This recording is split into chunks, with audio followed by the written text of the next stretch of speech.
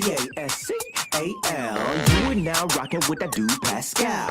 We be going wild, Haitian in the building, so original. Got the haters catching feelings. Get your hands up to the ceiling and keep them held high, cause St. Louis isn't ready. Forget about it, goodbye. Hold on, we just saying hi.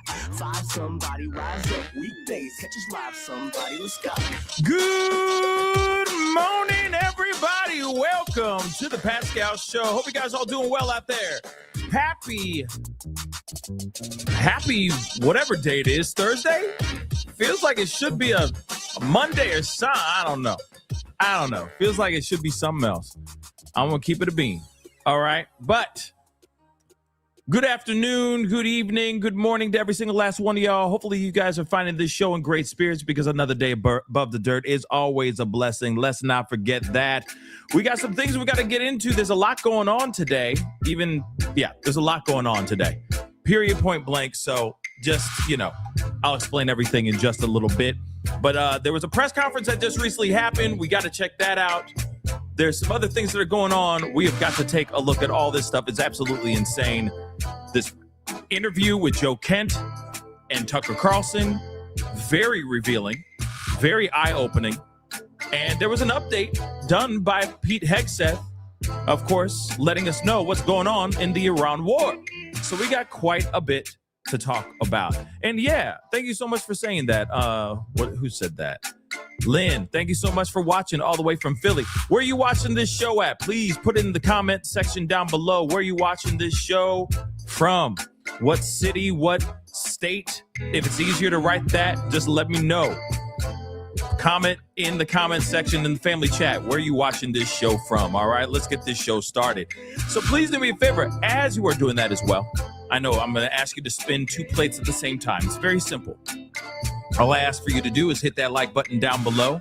Crush it. Do what it do. Hit that reaction button if you're watching on these other platforms. If you are watching on these other platforms like Facebook, X/Twitter, Instagram, TikTok, Rumble, Twitch, Kick, I'm on all of them. So make sure you're hitting that follow button over there. All right. Follow those platforms, please, and thank you. All right. Subscribe here on my YouTube channel right now. Hit that subscribe. Hit that notification bell. Set it to all so you know whenever I go live, whenever I upload. Make sure you hit that join button down below. Become a member.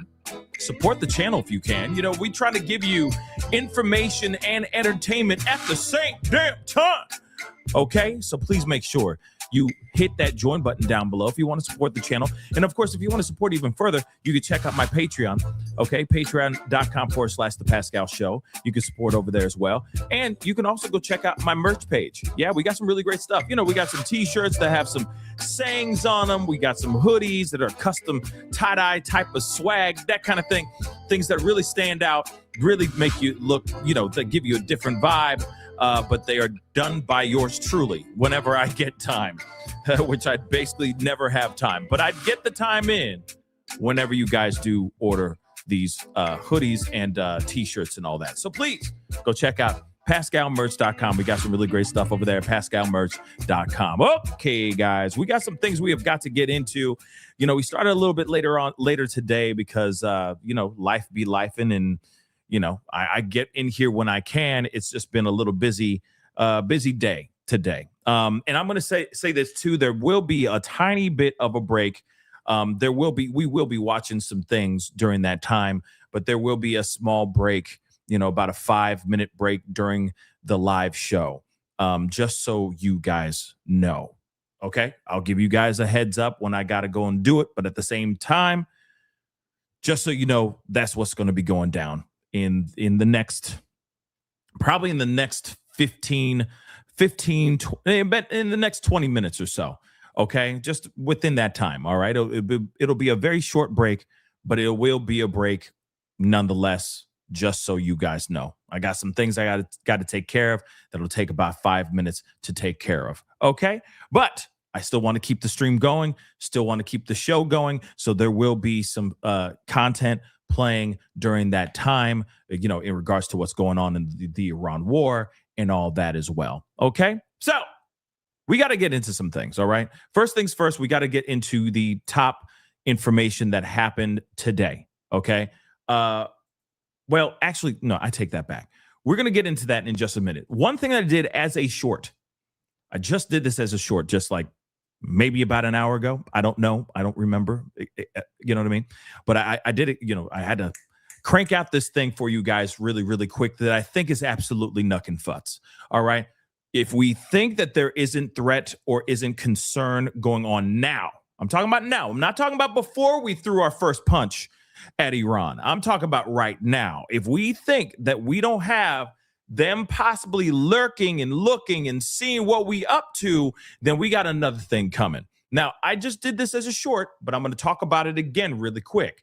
Drones were seen flying over Marco Rubio and Pete Hegseth's home over the last 10 days.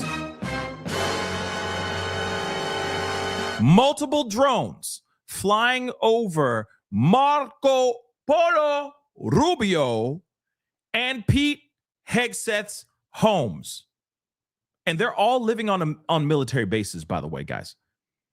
I just want to make that abundantly clear. I did a video about that like several months ago where I said, hey, Marco Rubio, Pete Hegseth, and now even Pam Bondi they're all staying. Their new residents, their private domiciles are now on military bases. Talked about that several months ago. Now you got drones flying over the military bases and apparently hovering over these homes. Why? Now, a lot of us are wondering, a lot of us are sitting there going like, oh, this could just be a red herring. Like this could be a false flag. It could all be BS because why wouldn't they just go down, right? And go boom, you know what I mean? Why wouldn't they fire off whatever they need to fire off? What are these drones really doing over there? Why are they over these military bases, right? Well, here's the thing. I don't know. The only thing I can think of is maybe they're doing recon work. I mean, this is kind of what they did to the Ayatollah Ali Khamenei.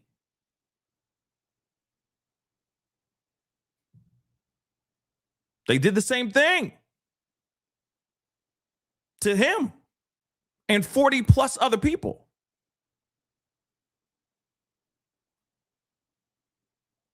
Think about that for a second.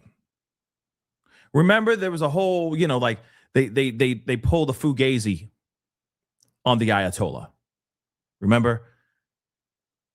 Israeli soldiers made it seem like they were going off to celebrate Shabbat. So they were gone for the weekend.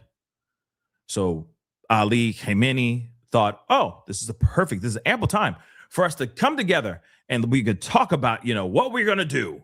Take over the world. They can pinky in the brain that ish, right? Only to find out that Israeli soldiers were playing a big long con on them. They snuck back onto those army bases or those air bases. They flew out and they shot and blew up his palace while him and 40 plus other people were all in this place, discussing what they were going to do about taking over the world and, maybe breaking bread. I don't know. All I know is that a lot of people lost their lives. And also, allegedly, the new Ayatollah, Ayatollah Jr., Mujtaba Khamenei, lost his leg, allegedly, in that explosion. And not only to mention like one of his kids and also his wife as well, right? But he's still the new supreme leader of Iran. Let's not forget that, right? But that was a big, long con. They had to know and have recon and at least have some knowledge about when and where Ali Khamenei was going to actually meet up at his palace so that they could drop bombs on that ish, right? So it's the same situation that we're looking at here, if you really think about it. At least that's just my theory. I could be completely wrong, okay? I'm just a guy on a microphone, all right? I don't have intel. I don't have ties with the CIA, FBI, DEA, with the Trump administration or anything of that sort. I'm just somebody who uses his brain and thinks. And sometimes my thoughts are wrong. It's normal. We are human. I am human. Okay? So something weird is going on here. I think this is weird. That causes some serious concern because they're flying over and it could just be some butthole. You know what I mean? It could just be some little, kid just being a little jerk flying around. You know what I'm saying? It could be some kid with a drone being like, hey, check this out. You know what I mean? It could be that too. It could be as stupid as that, right? But it also could be something big. So let's take a look at this. Pretty insane stuff.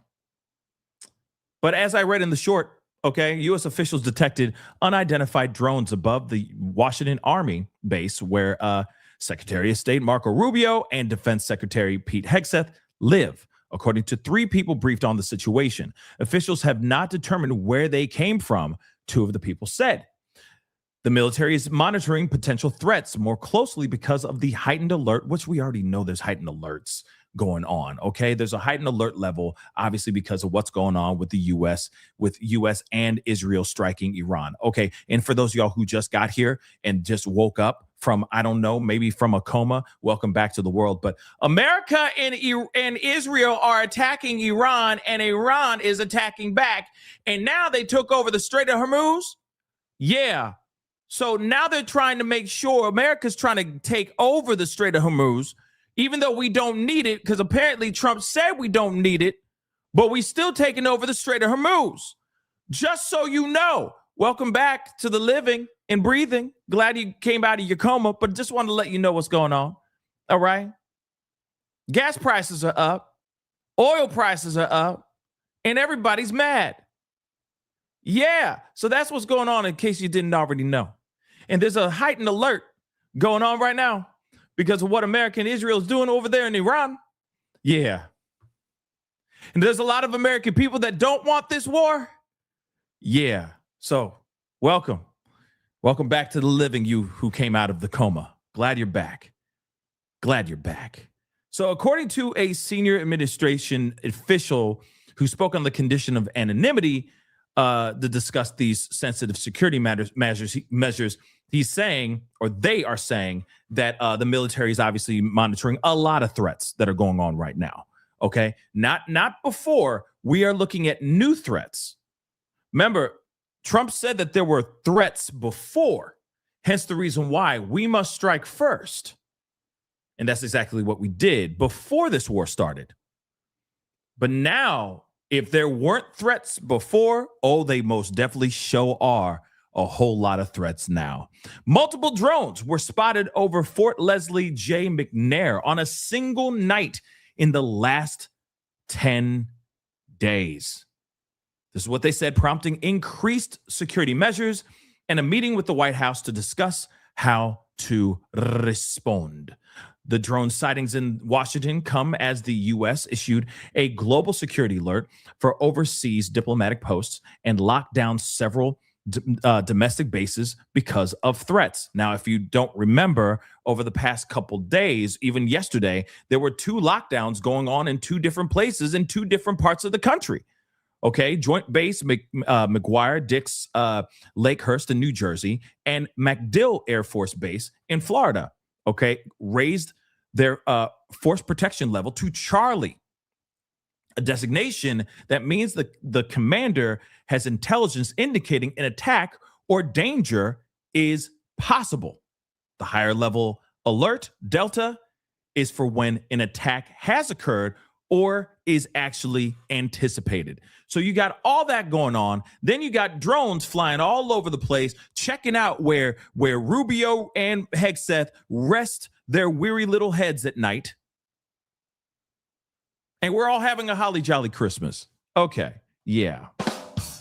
So that's what's going on now. And it's been going on. Several drones. And like I said, people are sitting there going like, why didn't that drone just go down and go boom then, man? Why is this flying around, bro? Why is it just flying around? Maybe there's several possibilities. Maybe they're saying no women, no children, okay? Cabron. No women, no children. Maybe that. Maybe they're saying no women, no children. Maybe they don't want to take out the family, right? Maybe they don't want to take out their kids and their wife. Maybe they just want to see where this guy goes around, where he's walking to, where he's driving off to, what room is he at, where this, that, and the third, so that they can strike at a bigger place. Think about this too. What if they're like, nah, we don't want that house. We don't want their home. We don't want their private domicile. We want a place where they're meeting up with all of their their top brass, right? What about that? What about that? Think about that for a second. Maybe there's a possibility that that's what's going on. They're like, well, they did that to Ayatollah Ali Khamenei, taking out 40 plus people. So what are the chances of them being like, nah, we don't want the house. We want the office with all them top brass. And then, boom. You know what I mean? This could just be recon work. It could very well be that. It should spark very big concerns for all top brass, all higher officials, even the president himself. This should concern him now. Okay? Now, here's the other thing, too. P&W just said something that could be true. They could be protection drones. They could be. They could be. But you'd think that the people who are sources within the military that are, kind of talking about this situation, you'd think that they would be briefed on that information. And then they would just wave it off like, yes, there are drones flying over, but just so you guys know, they're there for protection. That's it. That's all they're there for. They're just there for protection. And if that is the case, then hopefully somebody steps forward and speaks out and says, no. Those drones that you see, y'all are tripping. They're ours and there's nothing to worry about. They're there for protection and protection alone. Just saying. But if they don't say anything like that and they don't speak on that, we should be concerned. Oui ou no? So, just saying. But I think that's very interesting nonetheless. Pete Hegseth came in.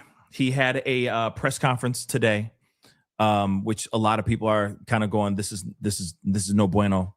But we got to take a look at this. Okay? We got to take a look at this. And don't worry, we are going to be getting into the Joe Kent, Tucker Carlson interview, which is massive.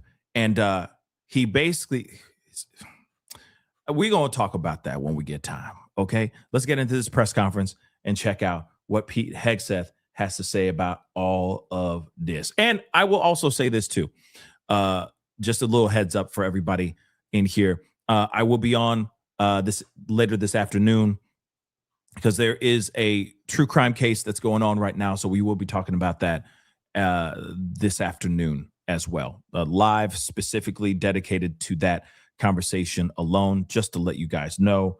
So we will be talking about that this afternoon. All right. But let's get into this. This is a new SWM.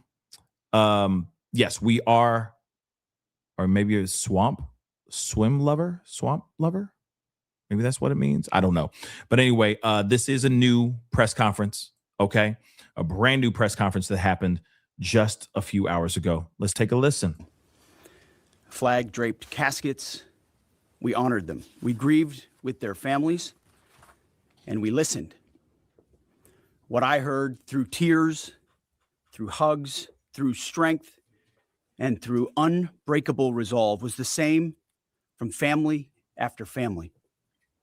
They said, finish this. Honor their sacrifice. Do not waver. Do not stop until the job is done. My response, along with that of the president, was simple. Of course, we will finish this. We will honor their sacrifice. Their sacrifice only steals our commitment. I wear this bracelet. Staff Sergeant Jorge Oliveira, he was one of my sergeants or one of my specialists in Guantanamo Bay.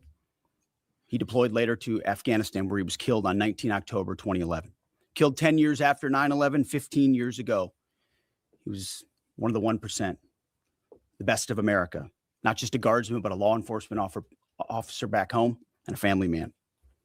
I remember him every day just like so many other men and women of our generation and previous generations who wear bracelets like this. Just as we will always remember those lost in this conflict. Their names are now etched into our mission and into the soul of a grateful nation. I stand here today speaking to you, the American people, not through filters, not through reporters, not through cable news spin. A dishonest and anti-Trump press will stop at nothing. We know this at this point, to downplay progress, amplify every cost, and call into question every step. Sadly, TDS is in their DNA. They want President Trump to fail. But you, the American people, know better. Yes, there are reporters in front of me, but they are not our audience today. It's you, the good, decent, patriotic American people. You, the hardworking, tax-paying, God-fearing American patriots.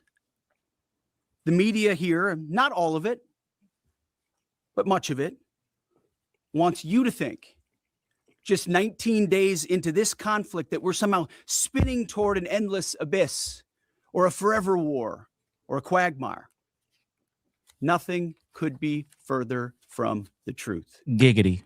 Hear it from me, one of hundreds of thousands who fought in Iraq and Afghanistan, who watched previous foolish politicians like Bush, Obama, and Biden squander American credibility. This is not those wars. Okay. President Trump knows better. Epic fury is different. It's laser focused. It's decisive. Our objectives, given directly from our America First president, remain exactly what they were on day one. These are not the media's objectives, not Iran's objectives, not new objectives, our objectives, unchanged, on target, and on plan. Destroy missiles, launchers, and Iran's defense industrial base so they cannot rebuild, destroy their navy, and Iran never gets a nuclear weapon. Our objectives from day one. To the patriotic members of the press, nobody can deliver perfection in wartime. This building knows that more than anyone. But report the reality. We're winning decisively and on our terms. Iran is a vast country, and just like Hamas and their tunnels, they've poured any aid, any economic development, humanitarian aid into tunnels and rockets. That's what they did with Hamas. Iran has funneled decades of state resources, not to their people, but into missiles and drones and proxies and buried facilities. But we are hunting them down methodically, ruthlessly, and overwhelmingly, like no other military in the world can do. And the results speak for themselves. To date, we've struck over 7,000 targets across Iran and its military infrastructure. That is not incremental. That is overwhelming force applied with precision. And again, today will be the largest strike package yet, just like yesterday was. As I've said from day one, our capabilities continue to build. Iran's continue to degrade. We're hunting and striking death and destruction from above. Iran's air defenses flattened. Iran's defense industrial base, the factories, the production lines that feed their missile and drone programs, being overwhelmingly destroyed. We've hit hundreds of their defense industrial bases directly. Their ability to manufacture new ballistic missiles has probably taken the hardest hit of all. Ballistic missile attacks against our forces, down 90% since the start of the conflict. Same with one-way attack UAVs. Think kamikaze drones, down 90%. Now, the Iranians will still shoot, we know that, but they would shoot a lot more if they could, but they can't. The last job anyone in the world wants right now? Senior leader for the IRGC or Besiege. Temp jobs, all of them. And to borrow a page from Admiral Ernest King in World War II, we've decided to share the ocean with Iran. We've given them the bottom half. We've damaged or sunk over 120 of their Navy ships, with battle damage assessments pending for many more. See, oftentimes we have to wait a few days on battle damage assessment to get the real number. Their surface fleet is no longer a factor. Their submarines, they once had 11, are gone. Their military ports are crippled. Iran has terrorized the United States and our interests for 47 years. Their core industries, not steel or agriculture or tourism, their core industries are state-sponsored terrorism, proxy militias, underground networks, ballistic missiles, and a violent, messianic, Islamist ideology chasing some sort of apocalyptic endgame. A regime like that, refusing to abandon its nuclear ambitions, is not just a regional problem. It's a direct threat to America, to freedom, and to civilization. The world, the Middle East, our ungrateful allies in Europe, even segments of our own press should be saying one thing to President Trump. Thank you. Thank you for the courage to stop this terror state from holding the world hostage with missiles while building or attempting to build a nuclear bomb. Thank you for doing the work of the free world. Yesterday's ceremony reminded us why we fight. Not for nation building or democracy promotion, but to crush direct threats to America, Americans, and our interests. We fight to win, and we are winning on our terms, following our objectives. My 13-year-old son popped into my office last night while I was editing these remarks. He asked about the war and the families I met at Dover. And I looked at him and I said, they died for you, son, so that your generation doesn't have to deal with a nuclear Iran. It's the truth. And they did. So to the families who said, finish this, we will. And I say the same to every American who wants peace through strength. Sorry, I got to stop that for a second. Okay. First off, he says the parents said, finish this.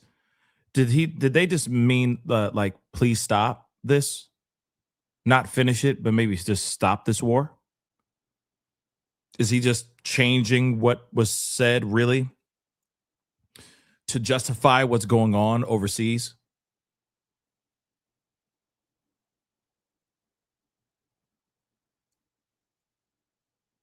I mean, think about that for a second. I don't mean to interrupt this. All right. I'm gonna let it cook. But the parents are sitting there saying, please finish this for our boys. Like, come on, really? That's what they were really saying? Continue this war, continue this fight, continue this? No, I think they meant finish this. Like, let's stop this war. Bring the troops back. We don't need more of our men and women losing their lives. Maybe that's what was being said. And the fact that he threw in his own kid, his teenage boy, you know, we're doing this now so we don't have a nuclear future with Iran. So boys like you don't have to be deployed, son.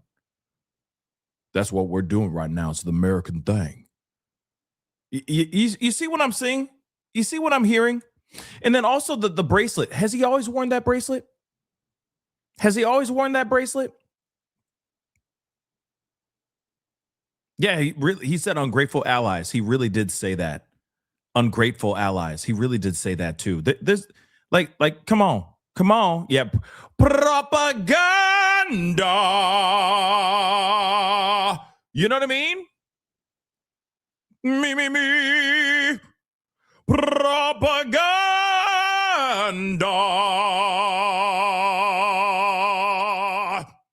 Come on, guys. Come on now. Come on.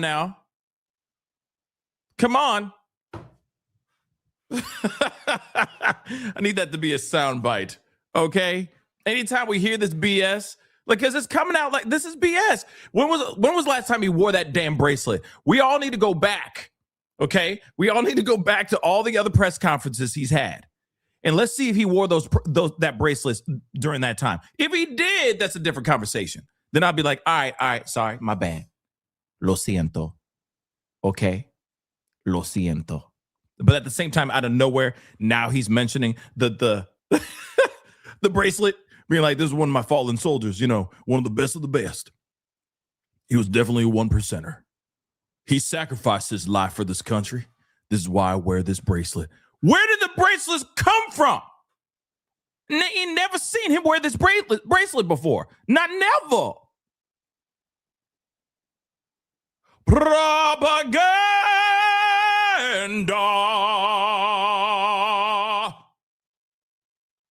That's what we're listening to, guys. Yes, it's a dog and pony show. You know what I'm saying? But there ain't no dog. There ain't no pony. It's just Pete Hegseth. May Almighty God continue to bless our troops in this fight. And again, to the American people, please pray for them. Every day, on bended knee, with your family, in your schools, in your churches, in the name of Jesus Christ. To the troops, keep going, and Godspeed. Over to you, Mr. Chairman. Thank you, Over to you. Secretary. Take them out, ladies brother. and gentlemen, good morning, and thank you all for being here. I also had the honor yesterday, as the Secretary said, of traveling up to Dover with the President to welcome home our 6 fallen. It was an honor and a privilege for me to be there and to say thank you to their families. And I want to mention their names this morning. From the 6th Aerial Refueling Wing out of MacDill Air Force Base, Florida, but stationed as part of an active associate unit at Birmingham, Alabama, Major Alex Klenner, John Alex Klenner, Major Ariana Savino. She was posthumously promoted from captain to major, and Technical Sergeant Ashley Pruitt, the boom operator on that crew. BRB, from guys. the 121st Aerial Fueling Ring, Ohio Air National Guard out of Rickenbacker Air National Guard Base in Columbus, Ohio, Captain Seth Koval, Captain Curtis Anks, and now Master Sergeant Tyler Simmons, who was also promoted in the boom operator on that crew. To a person and every family member I spoke with yesterday, they all shared that their family members loved serving. They loved being part of a great team and a crew, and they loved airplanes and aviation. Our nation's tanker crews really are unsung heroes, incredible warriors who put their lives on the line so we can continue to take the fight to an enemy. I've personally witnessed their courage and tenacity many times, from the morning of September 11th, where they answered my call for some help, to the skies over foreign countries where they've come forward out of their safe tanker track to give me gas when I simply could not leave a ground force that was engaged in a firefight. They've answered the call and come forward time and time and time again. I'm filled with incredible pride and gratitude for all that the tanker crews do, our pilots, our boom operators, and the maintainers. And to the families of our 6 fallen, know that we share your grief. Our nation will never forget their sacrifice, and we will never forget their names. Our entire joint force mourns with you today, and will continue to remember their incredible gift of a great example for all of us. Now, let me turn to an operations update. U.S. CENTCOM remains on plan to achieve our military objectives and remain unrelenting in our pursuit of Iranian missile capabilities, UAV capabilities, and their Navy, and as the Secretary said, their industrial base. Each day, we continue to attack deeper into Iranian territory. As reported by U.S. Central Command yesterday, the U.S. military dropped 5,000-pound penetrator weapons into underground storage facilities, storing coastal defense cruise missiles and other support equipment. These weapons are bespokely designed to get through concrete and/or rocks and function after penetrating those barriers. We continue to hunt and kill mine storage facilities and naval ammunition depots. We continue to hunt and kill afloat assets, including more than 120 vessels and 44 mine layers, and the pressure will continue. We're flying further to the east now and penetrating deeper into Iranian airspace to hunt and kill one-way attack garrisons, destroying Iran's ability to project power outside of its borders. The A-10 Warthog is now in the fight across the southern flank and is hunting and killing fast attack watercraft in the Straits of Hormuz. In addition, AH-64 Apaches have joined the fight on the southern flank, and they continue to work on the southern side, and that includes some of our allies who are using Apaches to handle one-way attack drones. In Iraq, AH-64s have been striking against Iranian-aligned militia groups to make sure that we suppress any threat in Iraq against U.S. forces or U.S. interests. And we remain focused on pursuit of any platform that Iran could field to harm Americans or our partners. Last Friday, Admiral Cooper and the CENTCOM team conducted precision strikes against more than 90 targets on Karg Island, which included all of their military-only infrastructure, which included air defenses, naval base, mine storage, and deployment facilities. And as the Secretary mentioned, we continue to strike against Iran's defense industrial base and will continue to do so. Today, I want to continue my theme of talking about members of our incredible joint force. Today, I want to talk about some exceptional airmen who are engaged in the fight daily. United States Air Force, Air Force Reserve, and Air National Guard crews within our bomber force, the B-1s, B-2s, and B-52s, and the airmen on the ground who maintain and load these weapon systems. They are the backbone of America's long-range strike capability, and their contributions to Epic Fury have been decisive. Assigned to STRATCOM under Admiral Rich Correll and supported by TRANSCOM, the tanker force that we've talked about, under the command of General Randall Reed, every mission is designed to achieve overwhelming outcomes on behalf of the United States and our allies. Last weekend, I had the chance to go out and see some of our deployed bomber forces, the B-1 and B-52 crews, and I had a chance to sit down with some young aviators and maintainers and ask them, how do you feel? Tell me about your typical day.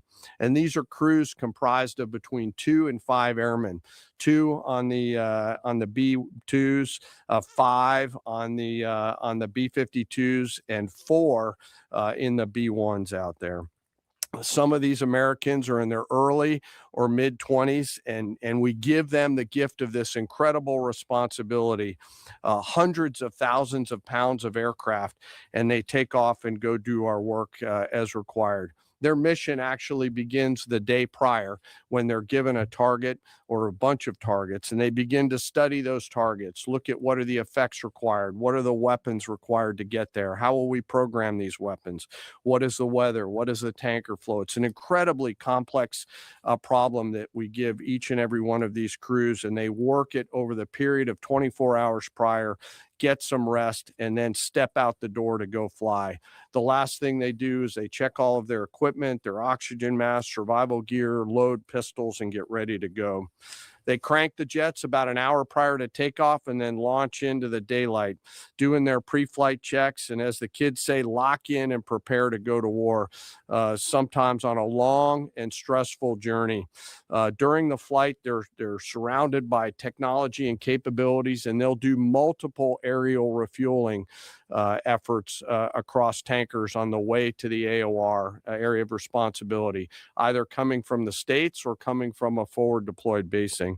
And I will tell you, as a fighter pilot, getting gas is a lot easier in an F-16 than it is in a B-1, B-2, or a B-52, where you are handling this airplane. It is a physical thing, unlike a fighter that's a lot easier. And they stay on that boom for sometimes up to 30 minutes, taking hundreds of thousands of pounds of gas. It is a physical, demanding thing to take gas, and they do it multiple times on the way there, and they do it multiple times on the way home. As they enter the operating area, they bring the entirety of America's joint force together to go do the things that we've tasked them to do, to put bombs on time, on target with the proper effects. And I know they're feeling a range of emotions, but the thing the American people should take away from it is they're filled with a focus that is incredibly impressive. And they have fear, of course, but their bigger fear is, dear God, please don't let me screw this up. The warrior's prayer that we all have in our souls. In the days of epic fury, they were shooting, as we've talked about in this room, a lot of standoff weapons. Now we've switched and rolled, as I mentioned last week, to stand-in weapons. And behind each and every one of them are incredible maintainers and weapons builders who go out there and make sure these aircraft and their weapon systems are ready to go. These airplanes are so big that they're not in hangars. They're out in the cold, out in the snow, out in the rain. The bombs are being built outside for protection and to make sure that it's safe. And they do it 24/7, 365. It's not comfortable work, but when you go spend just a minute with these incredibly young Americans who are so motivated, you cannot come away from that exchange not being hopeful for America's future. It is simply awesome. And we hand these Americans, young Americans, incredible and weighty responsibility, and they deliver every single time, quietly, with professionalism and humility, doing the things that we ask them to do. In conclusion, we will continue major combat operations. As the Secretary said, we continue to get busier. I know the Secretary and I share that we're incredibly proud of 2.8 million members of our joint force. I am personally, and we are personally grateful for the tenacity and professionalism of the brave men and women who serve inside Stratcom, CENTCOM, Spacecom, Cybercom, Transcom, and the rest of the joint force. And I'll close where I started. I ask today that we remember those 6 fallen that came home. They represent the best of our nation. For those families that are feeling the pain, know that we are with you and will remain with you. May we always prove worthy of their sacrifice. And I'll turn it back over to you, sir. Thank you, Mr. Chairman.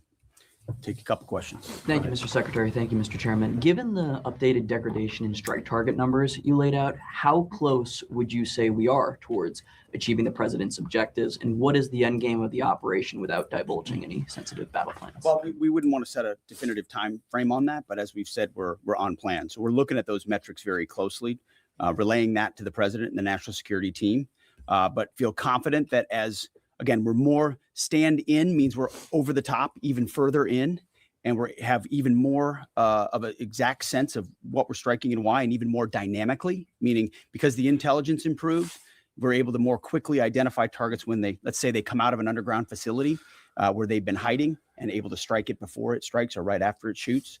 But we're very much on plan. And that's why I want to speak to the American people here. You hear a lot of noise about widening or new missions or speculation about what we should or should not be doing.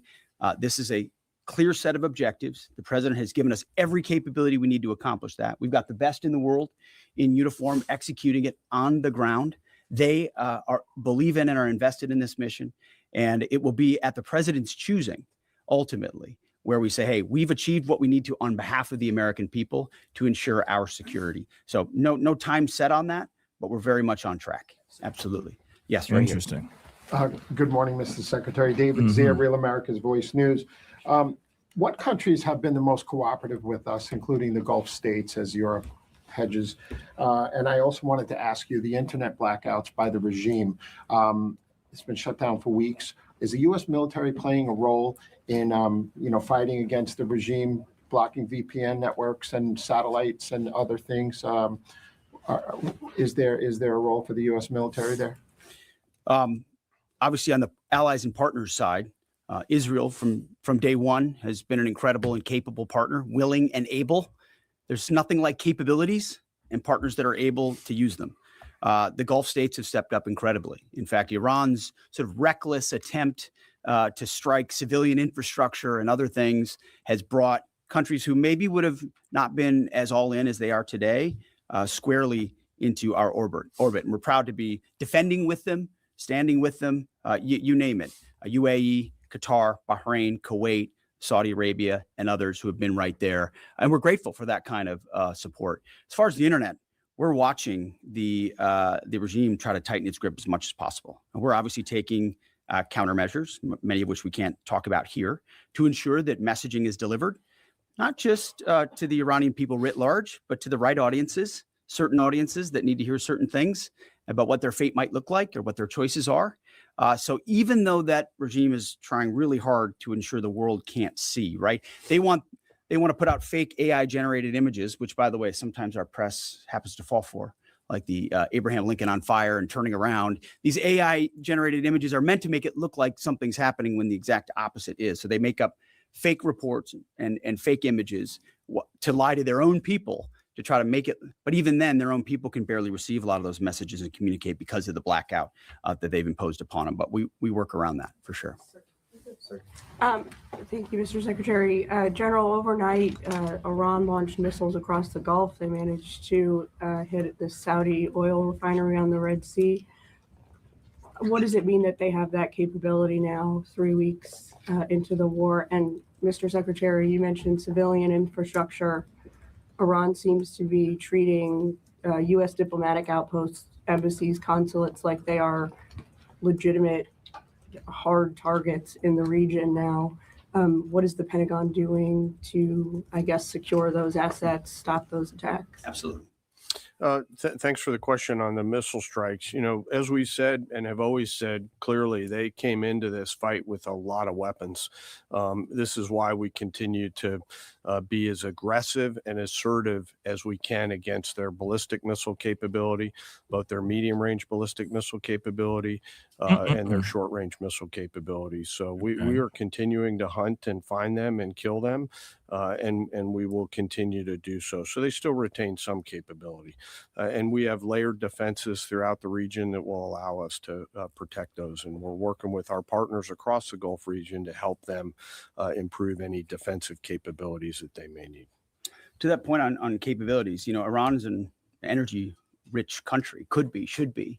Instead, like so many other places driven by a radical ideology, they've spent that money instead of investing in their people. And that's why you had millions of Iranians protesting. Because they felt like their quality of life didn't match what it could be or should be. And what was the Iranian state? There's a reason we call Iran the #1 state sponsor of terrorism, because they took the money they make and they invest it in tunnels, and they invested in missiles, and they invested in launchers and UAVs. And we are destroying and degrading that in historic proportions. But it doesn't mean they won't still have some and try to hold people at issue, which is why we're fighting every single day to continue to compel. And you mentioned embassies and consulates. Unlike previous administrations, we are doubling and tripling down on ensuring that our people, regardless of their Department of War, Department of State, whatever they do, are secure in those facilities. And the best defense is a good offense. And so we're not afraid to go after and kill anybody, and we have a lot of them attempting to target our diplomatic facilities. Iran, we're not surprised that they would indiscriminately target, and we're still seeing that. Jerry. As part of the justification for the war against Iran, the White House has laid out in fairly comprehensive fashion that the Iranian regime's 47 years of terrorism aimed at the U.S., including pointing to the IRGC's provision of weapons and EFPs to help kill Americans in Iraq. The Pentagon in 2019 assessed Iran was responsible for the deaths of at least 603 service members in Iraq, but there hasn't been a similar public accounting by Iran's role helping the Taliban in Afghanistan. And that also hasn't been part of the White House's public argument. I was wondering if you could speak to Iran's role in helping the Taliban during the war in Afghanistan. And Chairman, as you and the Secretary eloquently spoke about, 13 U.S. service members have been killed so far during Operation Epic Fury. I was wondering what lessons have been learned from those deaths, both from Iranian strikes, from an aircraft refueling accident. How are those lessons being applied to the current conflict? And how are those lessons going to be applied to a potential conflict in Indo-PACOM? Thank you. Well, thank you for the question. And it's true. In a town that can have a very short memory, President Trump does not. He remembers what this Iranian regime was founded on, what their declaration has been from the beginning: death to America, death to Israel. They've stated that. They've intended to, in every way, try to accomplish that, killing Americans in any theater they can, embassies for quite a long time. In Iraq, that was the deadliest weapon, was the EFP, the explosively formed penetrator. I was there when that tactic and technique started to emerge, and the realization was it wasn't just jihadis putting together 155 rounds daisy chained. It was an entire state, a country with its apparatus able to mold steel in a way that was specifically designed to penetrate American armor and kill Americans. This was not, maybe we send them a couple of thoughts about how to build a bomb. This was Iran specifically passing technology and wherewithal and personnel into Iraq to kill Americans specifically. I know the number is said to be 600. A lot of us think it's higher than that, given the amount of capability they brought in. So they have been at war with us, whether we acknowledge it or not, for 47 years. The same goes in Afghanistan. Name the Islamist enemy, whether they are Sunni or Shia, because this is a Shia regime, Sunni or Shia, and Iran's been willing to harbor them as long as that group is willing to try to kill Americans. So the enemy of their enemy has been their friend as well in the Islamist world. So Iran, whether it's Iraq, whether it's Afghanistan, whether it's around the world, has been targeting Americans. And what they wanted in this context, and what President Trump would not tolerate, is a regime of that nature being closer and closer to nuclear capabilities, a capability they would have said they would want to use, and we ought believe what our enemies say they would do if they got the most dangerous weapon in the world. So it's been across every theater that Iran's been a threat to America, and sometimes we have to remind folks of that, but thank goodness we have a commander-in-chief who, on behalf of this country, has internalized that and said, hey, we're going to do something about it. Jerry, I do want to talk about the lessons learned question because it's important to me. I won't share particular tactical lessons, and the KC-135 incident is under investigation. But I do want to talk about how I think about this and how we think about it. And this is something that I'm pretty passionate about. I believe the Joint Force has to be a very fast learning organization. Early, often, and always. And so in each case, both at the strategic, operational, and tactical level, we've charged the Joint Force to look at themselves and say, what was our plan? Well, first, did we have a plan? Yes or no? The answer is always yes, because we plan for literally everything. Did we execute our plan? Yes or no? If we did it work? If not, why not? If we didn't execute our plan, but did something better, what's the lesson learned associated with that? And then how do we quickly capture those lessons after every loss or every engagement and quickly adopt those lessons and then share them across the entirety of the Joint Force? And inside the Joint Staff, we've tasked our J7 Directorate under the lead of Lieutenant General Lazewski, a United States Marine, to be extremely entrepreneurial in harvesting and capturing those lessons in a proactive and not reactive way. In fact, we've got teammates from the J7 who are now spread out across the CENTCOM theater, both here in the States and forward, to ensure that in every opportunity, we do not miss a chance to grab that lesson and quickly accelerate it into the practice that we adopt inside the Joint Force, so that if there's a loss or if there's something that we can learn from, that we learn it not only in the CENTCOM AOR, but we adapt it across all of the combatant commands, not just Indo-PACOM. And it's across all of the warfighting functions. I've asked them to look rigorously, to check our egos at the door, to remember this is about what's right, not who's right, and to be clinical around the way we look at lessons learned, because we owe it to the force to do that. Thanks for that question. Absolutely. Brown jacket in the back. Thank you, Mr. Secretary. Jonathan Dre with Rocha Politics.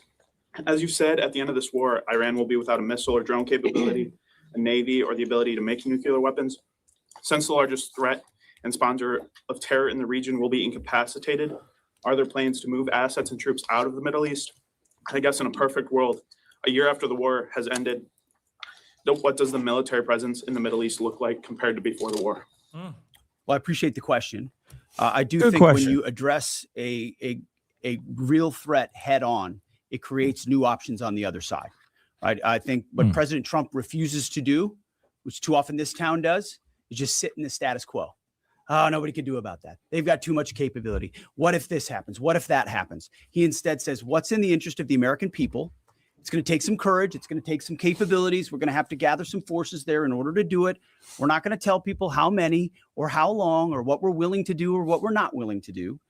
But if you do that and do that decisively, then out the other end is a recognition that it opens the aperture of what's possible. I mean, President Trump did the same thing in creating an opportunity for the Abraham Accords. Now you've got a situation where a lot of those countries are coming alongside us, recognizing the threat of Iran. So I think our posture in the future will be based first and foremost on our own national security, power projection, the ability to defend our people and our interests. But no doubt, working alongside our partners, the president will look at what makes the most sense going forward. Appreciate that question. Yes, right here. Crime. Is that the policy of the U.S. military Excuse me, now? I didn't. Thank you, Secretary Hexa. Two questions for you. The Vice President has often emphasized that the goal of this war is to denuclearize Iran while also avoiding a larger quagmire. I know that you touched on this. I'd like you to expand on how do you do that? How do you denuclearize the country while also avoiding this, forever war?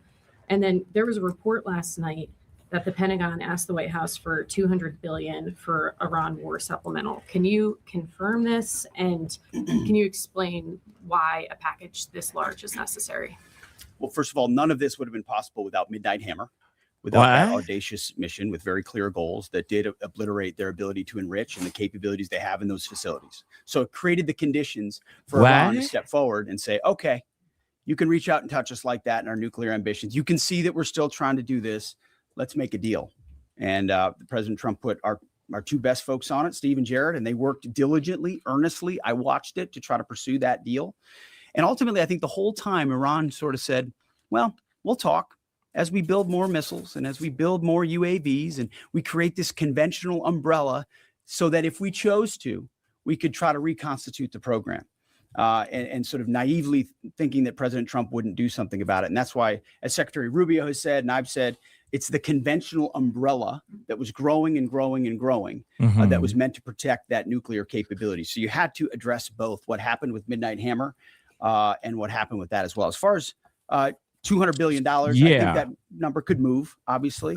It takes money to kill bad guys.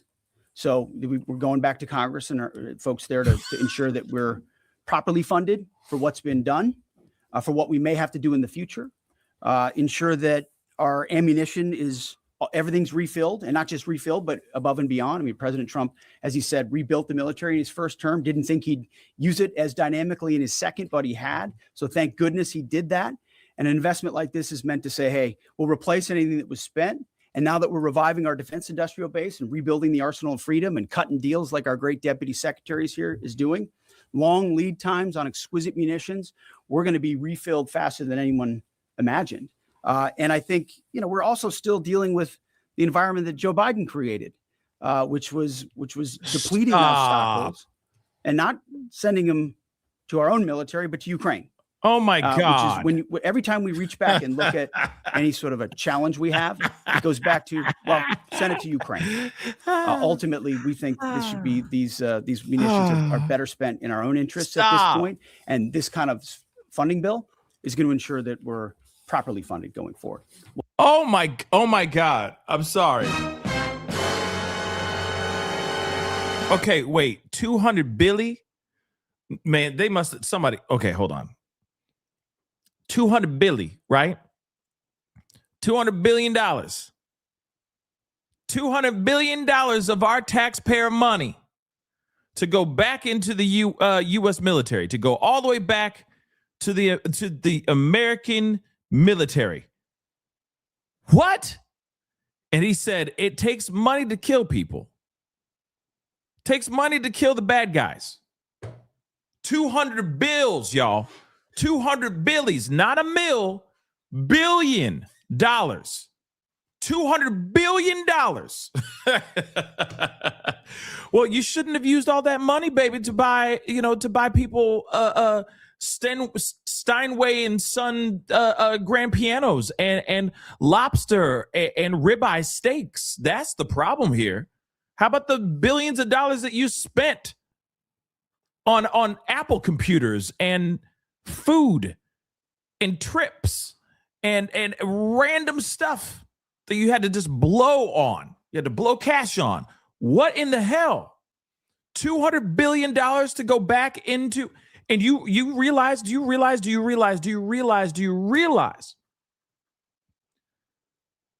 we right now are dealing with a serious economic problem? Economically in the country, if not in the whole world now, because oil, it keeps on going up every single day. Gas prices keep going up. Our standard way of living is not going to be standard anymore. It'll be the things of the past. It'll be like, remember when eggs cost only $6.99? Damn, isn't it crazy that the all costs $15.99 now? Wait for it. Wait for it. $200 billion, our own money, our money, back into the military. $200 billion. And people are trying to find ways to fill their tanks up with gas. Shoot, people are still trying to find ways to make rent or to make their mortgage for the month because things are so out of this world, out of control expensive. And you got this guy having the audacity to come out here being like, we need $200 billion to replenish the military so we can have some more missiles, so we can fly back out there and kick some ass. Let them know about effing around and finding out.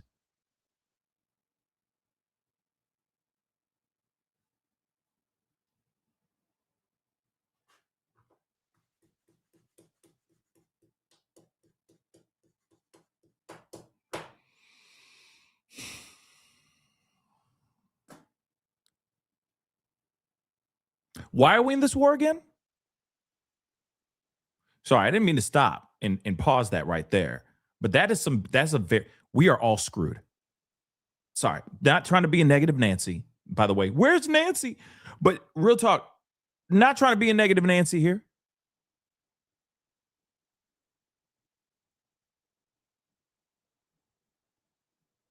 But we're screwed. This is looking bad for all of us. This has nothing to do with what side of the fence you're on. If you're like, yeah, go ahead, America, we got to put our foot in there and do the right thing, dadgummit. So let those troops be trooping over there. I support my troops, as you should support your troops no matter what. But still, for those of y'all who are on that side, or for those of y'all who are going like, why are we over there in the first place? We shouldn't be in this fight. We shouldn't be over there. Why are we fighting? This is making us go broke. Remember the stories where we would hear, oh, when the economy is getting tough over here, we just start a war somewhere else. That's not the case here. That's not the case here, guys. Things are getting worse. Gas prices keep going up. Gas prices keep going up.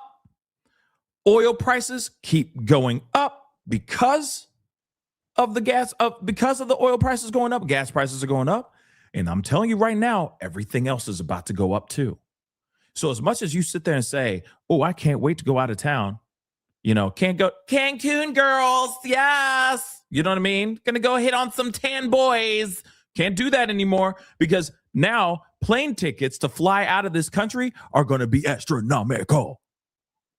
And this guy out here, this mother lover right here, this dude, Pete Hegseth, okay, Keg's breath, as some of y'all call him, okay, is now saying we need $200 billion so that we can keep funding the military so that they can go out there and fight a war that we didn't even want to do in the first doggone place.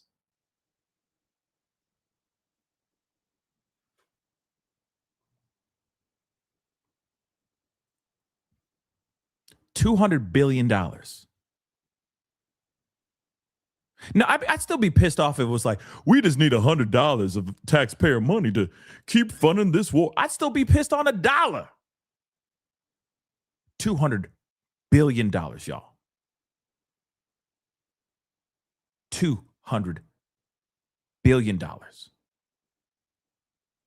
And we here are having trouble and already getting our panties in a bunch about Gas prices have gone up like $1 in some places. Some people are losing their minds over that, and I get it. Because they feel like it's a foreshadowing of what is to come. That things are going to get much worse. That maybe we will have $5 a gallon gas prices in some areas. Like California, we ain't going to even talk about California. California's screwed. Okay? Their gas prices are already at like $7 a gallon, which is insane. We're talking about other people in middle America, okay, where gas prices were under $2 for a second. There were some places that was under $2. Now, yeah, some places are scratching $4 a gallon, baby. $4 a gallon, baby. And that is current time. Okay? Current. Shoo, you lying. April Love, you lying, girl. A $4.30 a gallon in North Carolina, man. You see what I'm saying? We're already at $4.30 in North Carolina. You ain't in like some rich part of like North Carolina though, are you? Because some, you know what I'm saying? Because some places in some cities, you know what I'm saying? You can go to one part of the city and it's a different price than it is in like the ritzy spots, you know, those rich areas, you know, well-to-do affluent areas, you know, they'll have it'll be a lot more expensive over there. But if you drive over to another part of town, it's like 30 cents less than what it is. So are you in like some really nice area, April? We don't need to know, but I'm just saying, could it be different somewhere else, girl?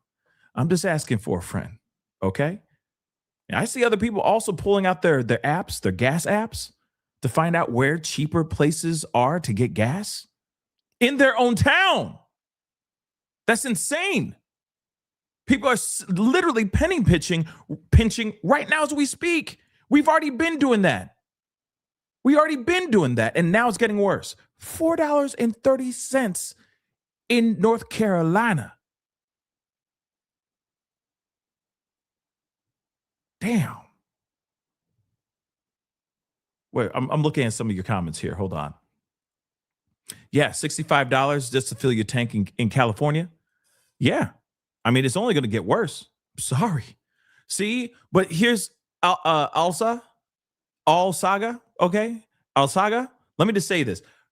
$5.50 plus in San Francisco. Let me just say this really quick. I'm not surprised. In fact, that's pretty damn cheap. Because Cali, they prices are out of this world. So I am kind of surprised that it's $5.50. That's pretty cheap. Just saying, no disrespect, but hey, hold on to that. Because that might be a nostalgia there. Because you know what I mean? You never know. 2 months from now, you might be like, remember when gas was $5.50 a gallon? Let's just go back there for a second. Let's all just think about that time when things were simpler. Things were less expensive. Because it's about to go up. You hear Pete Hegseth, $200 billion. You really think that they're ready to pull out of this war?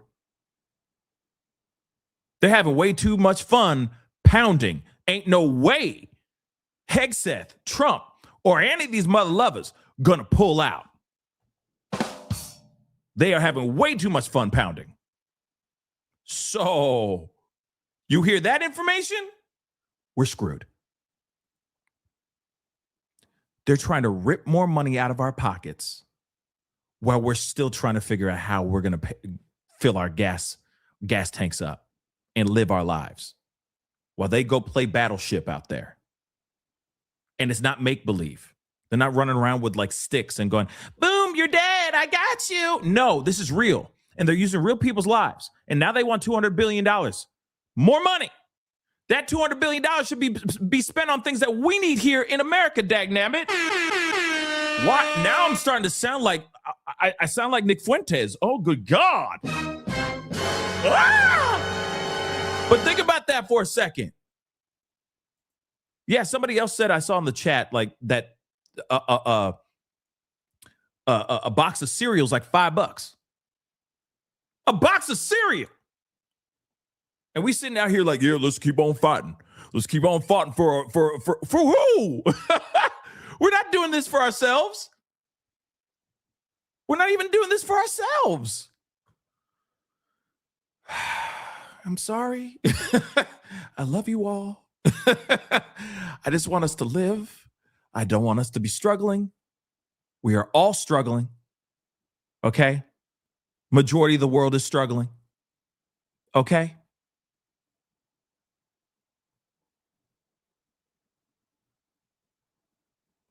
Bananas are $12. What? Why are bananas 12 mother loving dollars, baby? Damn. 12 mother loving dollars? What place are you going to?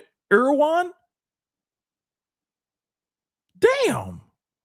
So I'm coming through these like, okay, California. Yep. Thank you.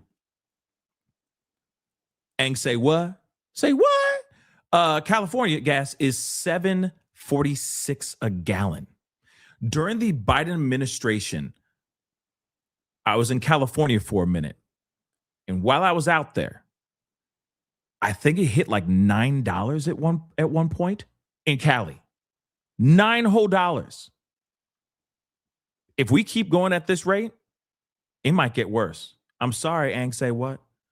I'm just being real. Mississippi now it's $3.99 for the 93 grade. So, you know, if you're driving that nice ride and you want that good gas, yeah. $3.99, almost $4 for gas. That's insane, y'all. Some places it's going to cost you about $80 to $100, depending on where you live, just to fill your tank. That's a big problem. That's a massive big problem. Angela, $3.17 to $4.85 in Vegas. That's insane as well. That's insane. So again, yeah, I'm saying where a banana is $12, you better see God at the end of that banana. You know what I'm saying? You better have a great hallucination after eating that banana, because I ain't never heard about no $12 bunch of bananas. That's insane.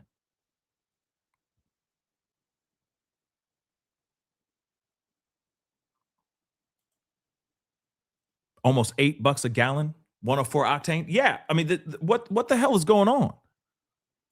So again, yeah, Al Deasy, thank you so much. You know, almost $4.90 a gallon in Vegas. So this is crazy, guys. This is absolutely crazy.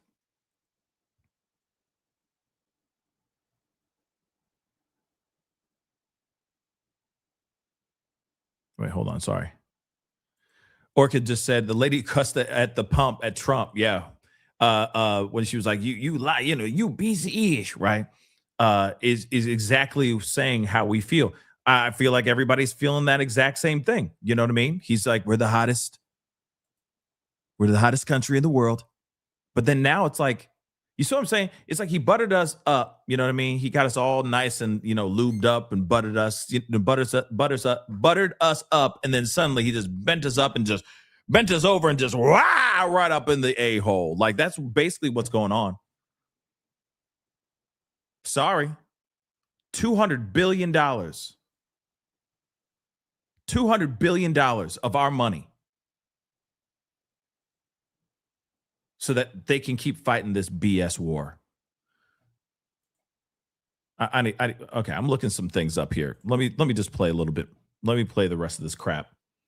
Hamburger. It's less than a minute left. We'll take one more right here. Thank you, sir. Thank you, Mr. Chairman. Jordan Conradson with the Gateway Pundit. So with the strike yesterday on South Par's gas field, you know, if the U.S. didn't know about it or didn't approve of it, it kind of seems like a trend of Israel apparently pursuing their own objectives over U.S. objectives. I'm not sure if you agree with that, but the president has said he doesn't want to hit Iran's oil infrastructure right now. As you said, the U.S. avoided this on Park Island. Oil's nearing $120. Why are we helping Israel prosecute this war if they're going to pursue their own objectives? We hold the cards. We have objectives. Those objectives are clear. We have allies pursuing objectives as well. And the truth speaks for itself. I mean, President Trump was very clear about that. Iran has weaponized energy for decades.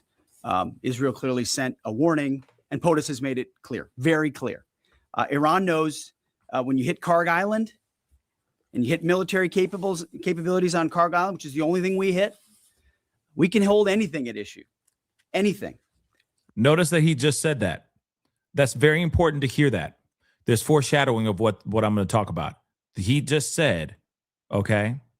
He just said, oh, yeah, the place that we actually hit was Karg Island. That's important to hear because there's been other things that have been hit as of late that should not have been hit. It's bad. Like, in my personal opinion, it's almost as bad as dropping a nuke on Iran. Almost as bad because now they've reached into their pockets. They've gone after facilities that actually house their natural gas, etc., their means of living, their means of making money and keeping that country thriving. Israel bombed an area that they should not have bombed. And now Trump is like, ooh, shame on you. Shame on Israel. You shouldn't have done that. So notice that he said that out loud. He's like, hey, we bombed Karg Island. We did that. We didn't do any other crap. Our name is Bennett, and we ain't in that crap, right? That's very important to hear because, you know, of course, we're working in tandem with Israel. Of course, everyone's going to be looking at America for doing that. You got to understand that that's a big deal, what happened. Huge freaking deal. The United States military controls the fate of that country. Iran has the ability to make the right choices. It should not, going forward, target Arab allies, Arab countries, trying to create pain, the pain that they created themselves. Thank you all very much. Okay, so there's that. All right, but it's very important to hear that they attacked. Israel did attack like their gas field. Okay, Iran's gas field, and that is bad. All right. Hold on. Sorry. I'm trying to pull this up. 1 second, guys.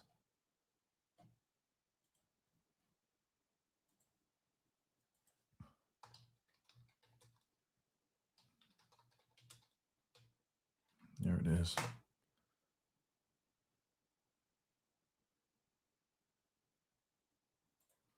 Let's just take a look at this. All right. This is a very, very big deal. This could make things much worse for us and actually for the world, if you really think about it. Let's take a look at this. It says, what is the South Pars gas field and why is Israel's attack an escalation? It's an absolute escalation. So much that Trump was like, oh, snap, that was too far. Even Trump said it was too far. But here's the other thing, too. This digs into the Iranian people's way of life, the way that they make their money, so on and so forth. I truly think this is the equivalent of basically dropping a nuke on this country. This is really bad because their way of living and their means of living, the Iranian people, not the regime, not the government. You know what I'm saying? Take them down. Take all those tyrannical individuals down. You're already out there. Might as well do it, right? But don't hurt the Iranian people. This is hurting the Iranian people. This is a massive problem. And this could be an escalation because it also is not only just tapping into the Iranian people's way of life and the means of making a living, but also it's tapping into America, into the world's economy as well. Just saying that out loud. So again, this is not good. But let's take a look at this. Okay? So what does it say? An Israeli strike on Iranian facilities in the South Pars gas field marked a significant escalation in the war, prompting a furious Iran to attack major energy facilities of its Gulf neighbors. What do you think is going to happen when you start dropping bombs on their means of making money. It's like this. Think about this too. We bombed Carg Island, right? We did that. Oh, we did that. But one thing is for sure, and I feel that what Trump did was for other financial gain and for more power gain as well, is that he did not bomb the piping and the infrastructure, the oil infrastructure on Carg Island. One, because he knows that is one of Iran's main exports, one of their main places for export, all right? And that also goes out to the rest of the world, okay? Not only just to their allies, but to other countries as well. There's exports that come out of that area big time. So he knew that by bombing Carg Island, he could not touch their oil infrastructure because, one, it'd be the wrong thing to do. Two, it'd be a massive escalation in the war. Three, it destroys everyone. It screws everyone up. Okay? Now, Israel said, F all that. We gonna do this like a Joe Pesci. Okay? You think I'm a clown? And they just went in and they just started dropping bombs on this gas field. Okay? Very short temper. All right? Joe Pesci that ish. They didn't care. Bomb that ish. This is a massive, massive escalation in this war. Now they're reaching into their pockets, the Iranian people's pockets. This is only going to get worse because Iran is going to react, and that's exactly what they're doing. Now they're going, oh, F me? Oh, no, F you. Oh, no, F you. And that's exactly what they're doing now. So now they're going after all their power structures, energy facilities, and whatnot. Look at that. Ain't that something? Ain't that something?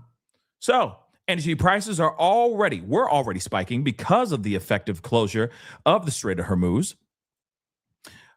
Strait of Hormuz means oil and gas that is already produced can't get to its intended customers on time. But the new wave of attacks against energy facilities, including the South Pars, puts added pressure on global supply.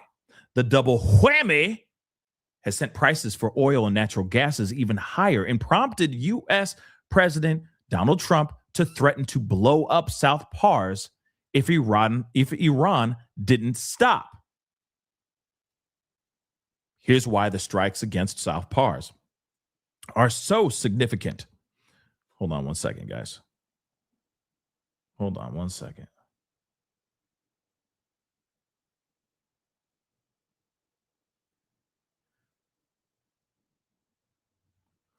Okay. So what is the South Pars gas field? South Pars is part of the world's largest natural gas reserves, located offshore in the Persian Gulf. It is shared between Iran and Qatar, which calls its part of it the North Dome.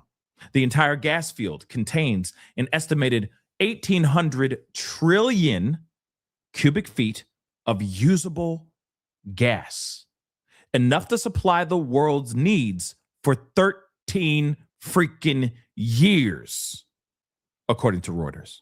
I'm just going to hit the dun-dun-dun because this is no bueno.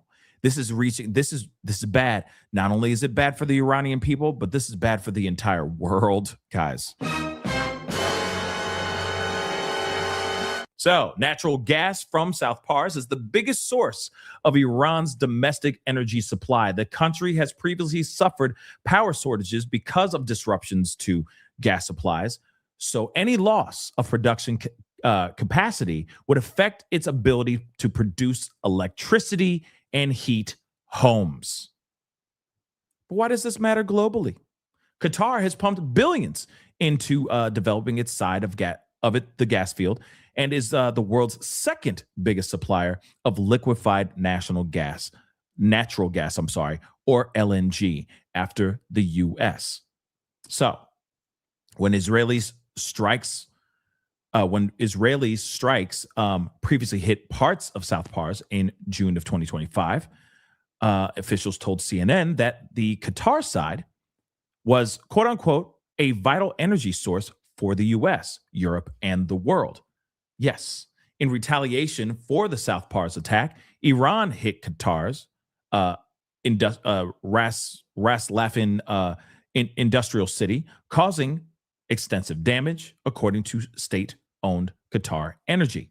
So, again, like I said, going into this would be very, very bad. All right? This would be a very, very bad thing for them to attack the likes of, for Israel to attack these Iranian facilities that help give gas to the world is a big deal. It's a very, very big deal and a massive, massive problem. But let's take a look at this. Let's get more on that warning now from Donald Trump on his Truth Social after Iran attacked energy facilities here in Qatar. Al Jazeera's Rosalind Jordan joins us live now from Washington, D.C. Ros, so a very strong warning from Trump to Israel saying they're not to attack Iran's South Pars gas field again because of that subsequent, well, two subsequent attacks on Qatar's Ras Laffan complex. Hold on, let me just say this really quick.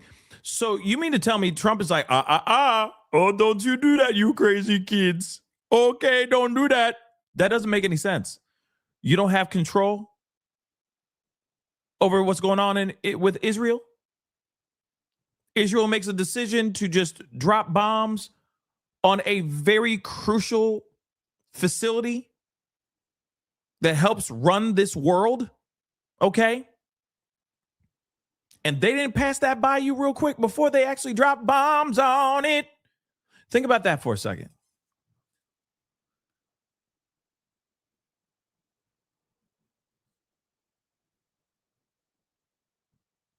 They say, come on out here, fight our war. We do that. We go in and we do it. But y'all ain't having conversations about whether or not they should or shouldn't be bombing crucial pieces of land. Am I the only one who sees this to be a little weird? And then now Trump's like, don't do that. Don't do that again now.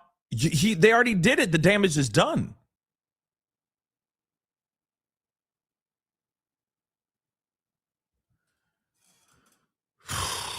Oh, boy. What more can you tell us about the statement from Trump?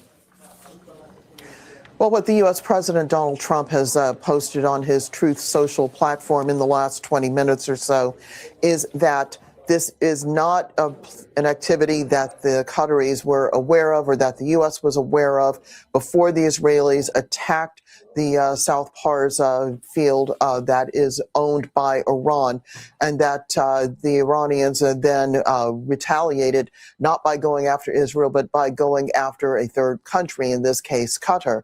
Now, the Iranians have said before that they would retaliate against those countries affiliated with the United States if more of their territory were attacked by the Israelis or by the Americans, for that matter.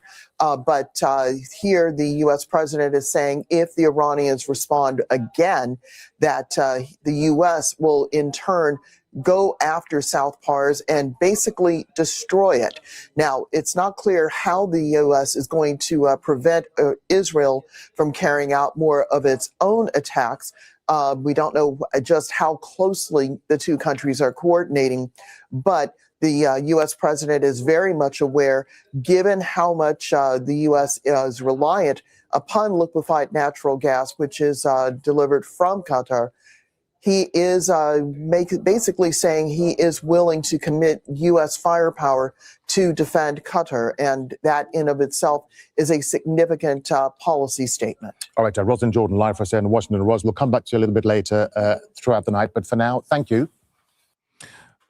I'm trying to find the tweet, the actual tweet that he put up. I'm going to get that here because I want us to read that Truth Social tweet real quick. Because, again, this is the worst thing that could happen right now. Because, again, is this telling us that we don't have any control on what Israel is doing and what they're not doing? And I'm not sitting here saying that we need to have reins on them, but now I'm starting to think that we do need to have reins on them, if you really think about it. Because again, like they're Joe Pesciing out. Okay, they're lashing out. They're losing their minds, and they're going after places and facilities that they shouldn't be going after. Like I said, Trump, when it came to bombing the Karg Island, he was very precise. They were very specific about where they were going to bomb. If they really wanted to do some serious damage, they would have eradicated or obliterated the oil infrastructure right there. Just destroy it. Take their whole pocket, take all their money, right? Take their means of making money. But instead, Israel's like, oh, we're going to do you better. And they went ahead and did it anyway. And I know in a way, Trump is kind of downplaying it in his Truth Social post, but this is bad. This is not good, guys. Take a look at this. Israel, out of anger for what was taking place in the Middle East, or what has taken place in the Middle East, has violently lashed out at a major facility known as South Pars gas field in Iran. A relatively small section of the whole has been hit. It doesn't matter. It still got hit. Relatively small. You don't downplay it. They still attacked the area. So what do you think Iran's going to take that as? Oh, you're trying to take our money. You're trying to destroy our means and our ways of living. Oh, F you. That's basically what's going on. The United States knew nothing about this particular attack, and the country of Qatar was in no way, shape, or form involved with it, nor did it have any idea that it was going to happen. And remember, didn't Trump just get gifted a whole plane from Qatar? So of course he's gonna be like, no, they had nothing to do with it, y'all. Didn't he get a plane from Qatar? He got gifted a plane like 2 years ago or something crazy like that, or a year ago. Ain't that crazy? Anyway, unfortunately, Iran did not know this or any of the pertinent facts pertaining to the South Pars attack, and justifiably and unjustifiably and unfairly attacked a portion of Qatar's LNG gas facility. So that's why they retaliated. They just automatically assumed that Qatar had something to do with this, and so they went ahead and they bombed their natural gas facility. Have mercy.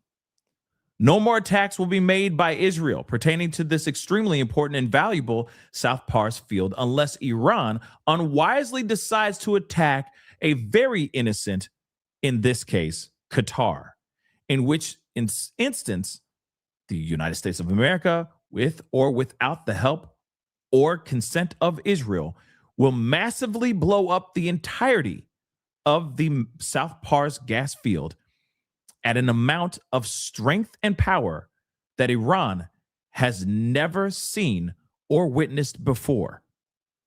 I do not want to authorize this level of violence and destruction because of the long-term implications that it will have on the future of Iran. But if Qatar's LNG is again attacked, I will not hesitate to do so. Thank you for your attention to this matter, President Donald J. Trump. He literally said, y'all better cool off. Y'all better step back.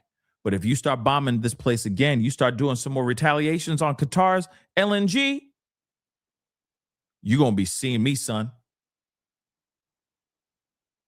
And of course, very Trumpism of the amount of strength and power that Iran has never seen or witnessed before. So there's that too. Hamburger indeed. Listen,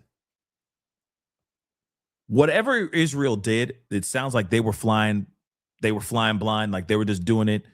They were going rogue on that particular mission, didn't bother to have that conversation or let Trump know what was going on. So now Trump is surprised. I'm not surprised that he is surprised. I'm not. And of course, he's trying not to get another country like Qatar to get in, he doesn't want Qatar to get involved in this situation. So he's like, yo, they're innocent. Do not throw punches over at Qatar. They have nothing to do with this. But you got to remember, Iran might be crazy enough to be like, hey, you're going to bomb our LNG gas facility. We're going to bomb yours too. We'll just destroy it all. Let's just do it. You're screwing us over, we'll screw the whole world over. Don't worry about it. We can handle it from here. You see what I'm saying? So this is it. This is bad. This is bad, guys.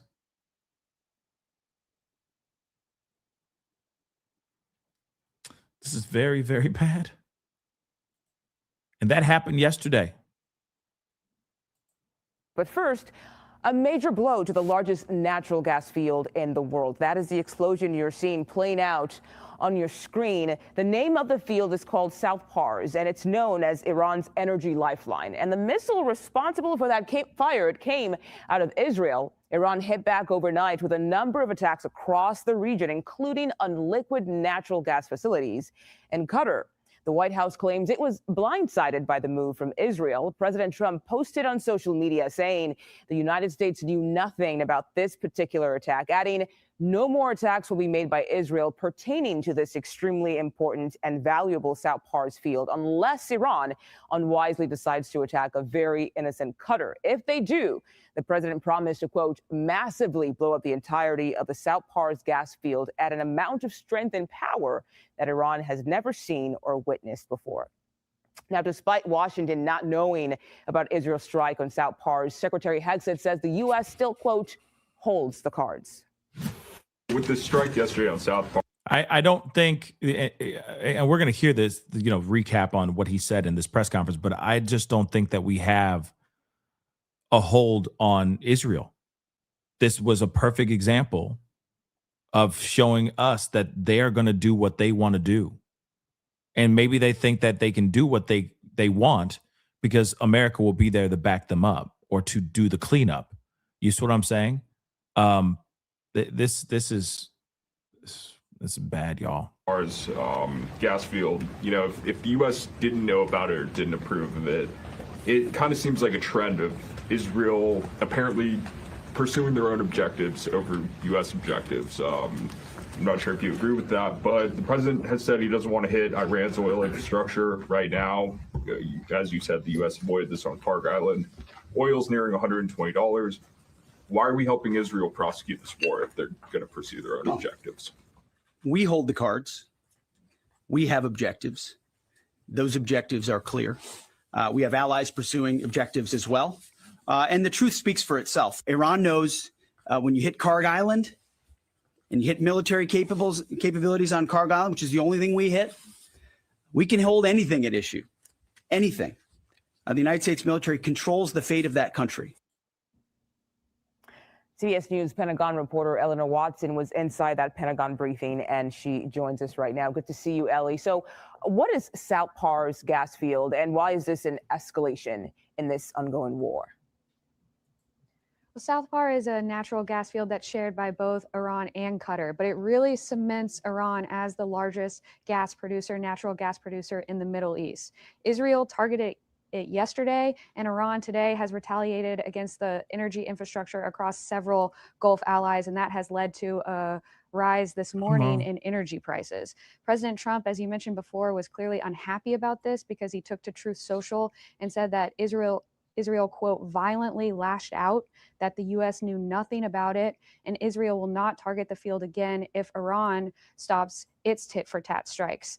The U.S. has been very specific in talking about this war that it has not targeted Iran's energy infrastructure. Last week, U.S. military strikes did hit Carg Island. That island is crucial for Iran's oil exports. But as Secretary Hegseth said, U.S. Central Command was specific that they targeted military targets, in part to prove that they could hit the energy infrastructure there if President Trump decides to. That, though, Mugo, would be a major escalation even further and have almost certainly more impacts on the prices of oil and gas around the world. Okay, sorry guys. This thing just freaked out for a second. Okay. What else stood out to you during that meeting or that briefing with Secretary Hegseth and General King? The biggest thing to me was the dollar amount. Secretary Hegseth did not deny a report by the Washington Post that the Pentagon is expected to request $200 billion from Congress to fund this war. That's about, based on our reporting, 20 times the $11.3 billion defense officials told lawmakers last week that just the first week of the war cost. When asked about the $200 billion figure, Secretary Hegseth said that number could move, but he wants to ensure that they are funded for what has already been done. And he specifically mentioned refilling the munitions that have been used and funded for what they may have to do in the future. The other thing that stood out to me was that it seems, based on what General Kane said, the chairman of the Joint Chiefs of Staff who was next to Secretary Hegseth, the main focus, or at least one of them, is reopening that Strait of Hormuz that we've talked about for a few weeks now. Kane mentioned that there are A-10 Warthogs, which is a close air combat aircraft, and helicopters that are going after both the fast attack speedboats and the drones in the strait as they work to eliminate as much of the risk to traffic there so the strait can open back up. Okay, Eleanor Watson, thank you for your... Yikes. Again, $200 billion to fund this war. Remember, this war was only supposed to last for a few days. This attack was only supposed to be like one attack and it was supposed to be done. And now we are weeks into this war. And as much as Pete Hegseth has tried to move the goalpost and make it seem like, you know, what we're looking at and what we're talking about is not that big of a deal and so on and so forth. And he's sitting there saying we're making mountains out of molehills type stuff. And he's like, the media is exaggerating. The media is being too dramatic. They're just being little drama queens about all of this stuff. No, we're not reading into this, you know, the wrong way. We're not making mountains out of molehills. Okay. Real talk. We are still in this situation where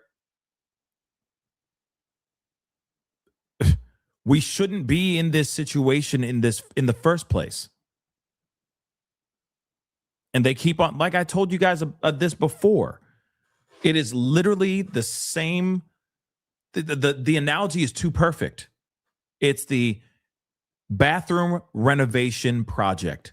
You think it's going to be a small project, and as soon as you break, you know, you start doing demolition, that's when you realize, oh, damn, this is a lot bigger project than I expected. And instead of it only just being like over the weekend, it'll be done by the weekend, right? If you just went nonstop throughout the weekend, only to find out it's going to be 3 weeks till you get a full functioning bathroom again. You see what I'm saying? And this, once again, is the situation that we're at, where they constantly are telling us one thing, when in actuality, we're seeing it happen in real time, where it just keeps on going. It keeps on getting bigger and bigger. It keeps on lasting longer and longer instead of us being done with it weeks ago. And now they're sitting here saying, well, we need more money. Like I said, that small project that was supposed to be only like, you know, maybe a $2,000 to $3,000 project ends up being a $10,000 project because you're trying to remodel your bathroom. And next thing you know, you find out that there's rot and wood needs to be replaced. And now you got to bring in other contractors to do X, Y, and Z. And it's just one big cluster F. And you think that turnaround is going to be a quick turnaround, but it's not. We've heard that story. We all have seen that story countless times. All right. And now we're seeing this with this war, which it is a war. You're wanting $200 billion for a war that you're not willing to call a war so that you can keep on going out there warring.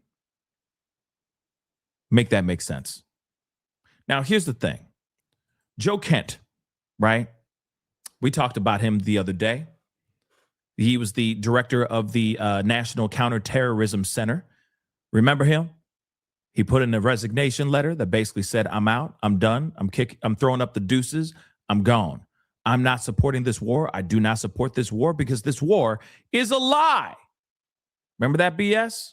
Well, he went to Tucker Carlson's show, you know, and broke his silence because he had quite a bit to say about everything that's going on.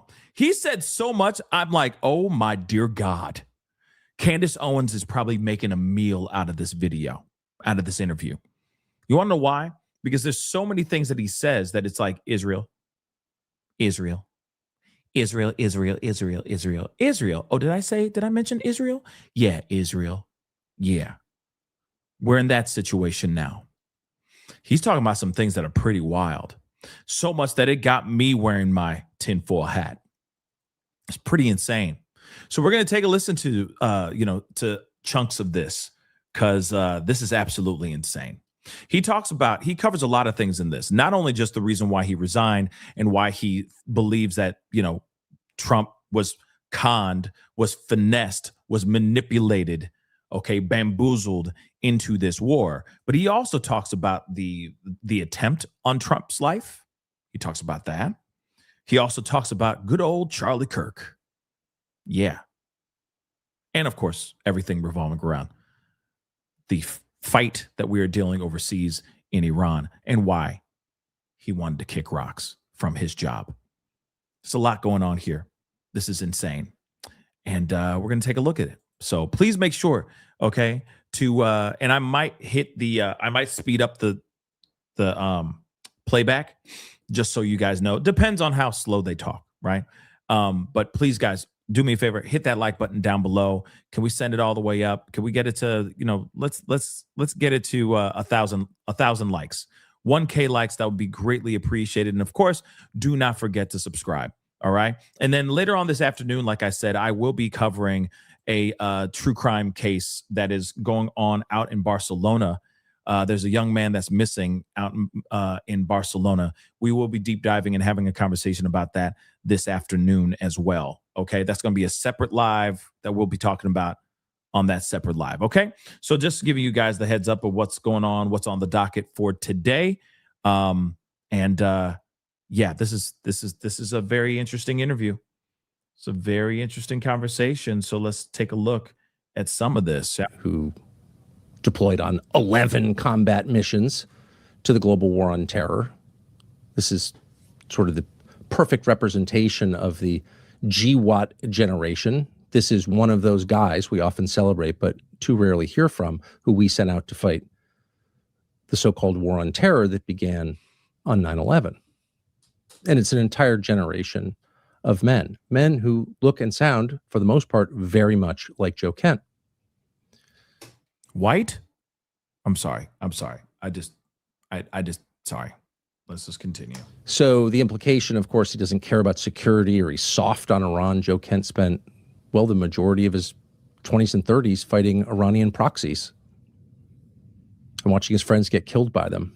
So this is someone who's actually earned the right to speak about Iran and the war on terror. And of course, he was the director of the National Counterterrorism Center. So he's thought a lot about terrorism in this country and the blowback from events like this. And we're going to ask him about that as well.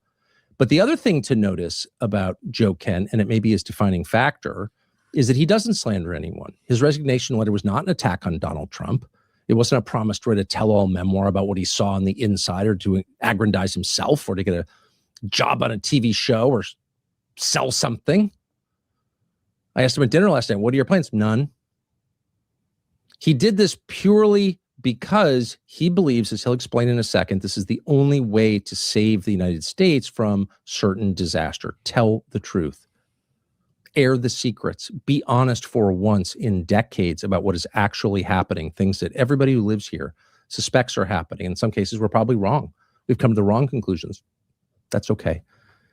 Tell us what actually happened. Tell us why you did this. And let's reorient this country where it should be, which is around its own citizens. Make the decisions that you make based on one criterion. Is this good for my people or not? In the way that a father would lead his family or an officer would lead his troops. It's not complicated. Everybody wants that. That's not a partisan question. That's a human question. And that's the question Joe Kent is posing. Why can't we do this? Why can't we say this? It's not attacking anybody. Joe Kent himself does not attack anybody. But this is a last-ditch attempt, not simply to save the country from disaster in Iran, but to save the country, period. And as you listen to him speak, ask yourself, Is this a man who's working for Hezbollah, or is an egomaniac or a leaker? Or is this a man who says very little when he has nothing to say, who speaks straightforwardly and with honesty, self-evident honesty? Is this a man of dignity and decency? Is this a man that America once had a lot of? Is this a man who was once, in effect, the American archetype, the guy you looked up to, the guy you wanted your son to be? Whether you agree with him or not, maybe you're reaching completely different conclusions. But as you listen to him speak, ask yourself, is this the kind of person who makes me proud to be a fellow American? Because it's really a referendum on us. If we can't see that Joe Kent, whatever you think of his opinions, is the kind of man this country should be producing and should be elevating and should be proud of, if we can't see that, then we've failed the test and we've lost. But judge for yourself. Here's Joe Kent. Joe, thanks a lot for joining us. So I appreciate this. So I want to go through the letter that you sent yesterday as you resigned as director of the National Counterterrorism Center, and basically through the big points and give you a chance to explain them. You've been spoken for quite a bit over the last 24 hours, so I think it'd be really helpful to all of us if you would speak for yourself and flesh out some of these points. I'm just going to read the first one. I cannot in good conscience support the ongoing war in Iran. Iran posed no imminent threat to our nation. Iran posed no imminent threat to our nation. How did you reach that conclusion? I think this is key. I mean, this would be more challenging to explain had the Secretary of State, the President, and the Speaker of the House not come out and said that we conducted this attack at this time because the Israelis were about to do so. So that takes away the argument that there was an imminent threat, as in Iran was planning to attack us immediately. That just simply did not exist. May I ask you to pause? Sure. And so I've heard people say that, and this just happened, but history has a way of getting rewritten in real time. And then you look back 10 or 15, 20, 25 years later, and no one seems to understand the things that you saw because they've been eliminated. Yeah. So I think it's important to stop and say, here's what we actually know. So I'd like now, if we could, just to play one of the statements that you alluded to, and that's from Marco Rubio, the Secretary of State. And this was shortly after this war commenced. And he was explaining as is his habit, in a thoughtful, precise way, why. Here's Secretary of State Marco Rubio. And so the president made the very wise decision. We knew that there was going to be an Israeli action. We knew that that would precipitate an attack against American forces. And we knew that if we didn't preemptively go after them before they launched those attacks, we would suffer higher casualties and perhaps even higher those killed. And then we would all be here answering questions about why we knew that and didn't act. Okay, so that is his almost contemporaneous explanation, and it's not offhand. He reasons it out. He explains there's a logic chain there, and he says, we knew not that Iran was going to attack. He did not say that. Right. He said we knew that Israel was going to attack Iran, and in retaliation for those attacks by Israel against Iran, Iran might attack American forces. So the imminent threat that the Secretary of State is describing is not from Iran, it's from Israel. Exactly. And I think this speaks to the broader issue. Who is in charge of our policy in the Middle East? Who's in charge of when we decide to go to war or not? In this case, with what the Secretary described, and later on the President, later on the Speaker of the House, and the way the events played out, the Israelis drove the decision to take this action, which we knew would set off a series of events, meaning the Iranians would retaliate. Now, I think there's a potential there where we could have done several different things. We could have simply said to the Israelis, no, you will not. And if you do, then we will take something away from you. I think that it's fine that we offer defense to Israel, but when we're providing the means for their defense, we get to dictate the terms of when they go on the offensive. Otherwise, they stand to lose that relationship. And the Israelis felt emboldened that no matter what they did, no matter what situation they put us in, that they could go ahead and take this action, and we would just have to react. And so that speaks to that relationship. But also, it just shows that there was a lobby pushing for us to go to war. I know we'll get into that later on in the statement, but we had a real potential, I think, knowing what we know of the Iranians and how they react, and in particular, how they react to President Trump's leadership. The Iranians, under President Trump's leadership, especially in his second term, they have shown that they take a very calculated approach to the escalation ladder. For instance, in the lead up to the 12-day war before Midnight Hammer, the Iranians didn't attack us. They were engaged in negotiations with us. When President Trump came back into office, they stopped their proxies who were attacking us under the Biden administration because they knew Biden was weak. They stopped their proxies from attacking us as well. So they knew President Trump was someone who wanted to negotiate, but more importantly, they knew that President Trump was not someone to mess with because he killed Qasem Soleimani. He killed Abu Mahdi Mohandas. He had defeated ISIS. They knew that President Trump was a man of action. He is militarily strong.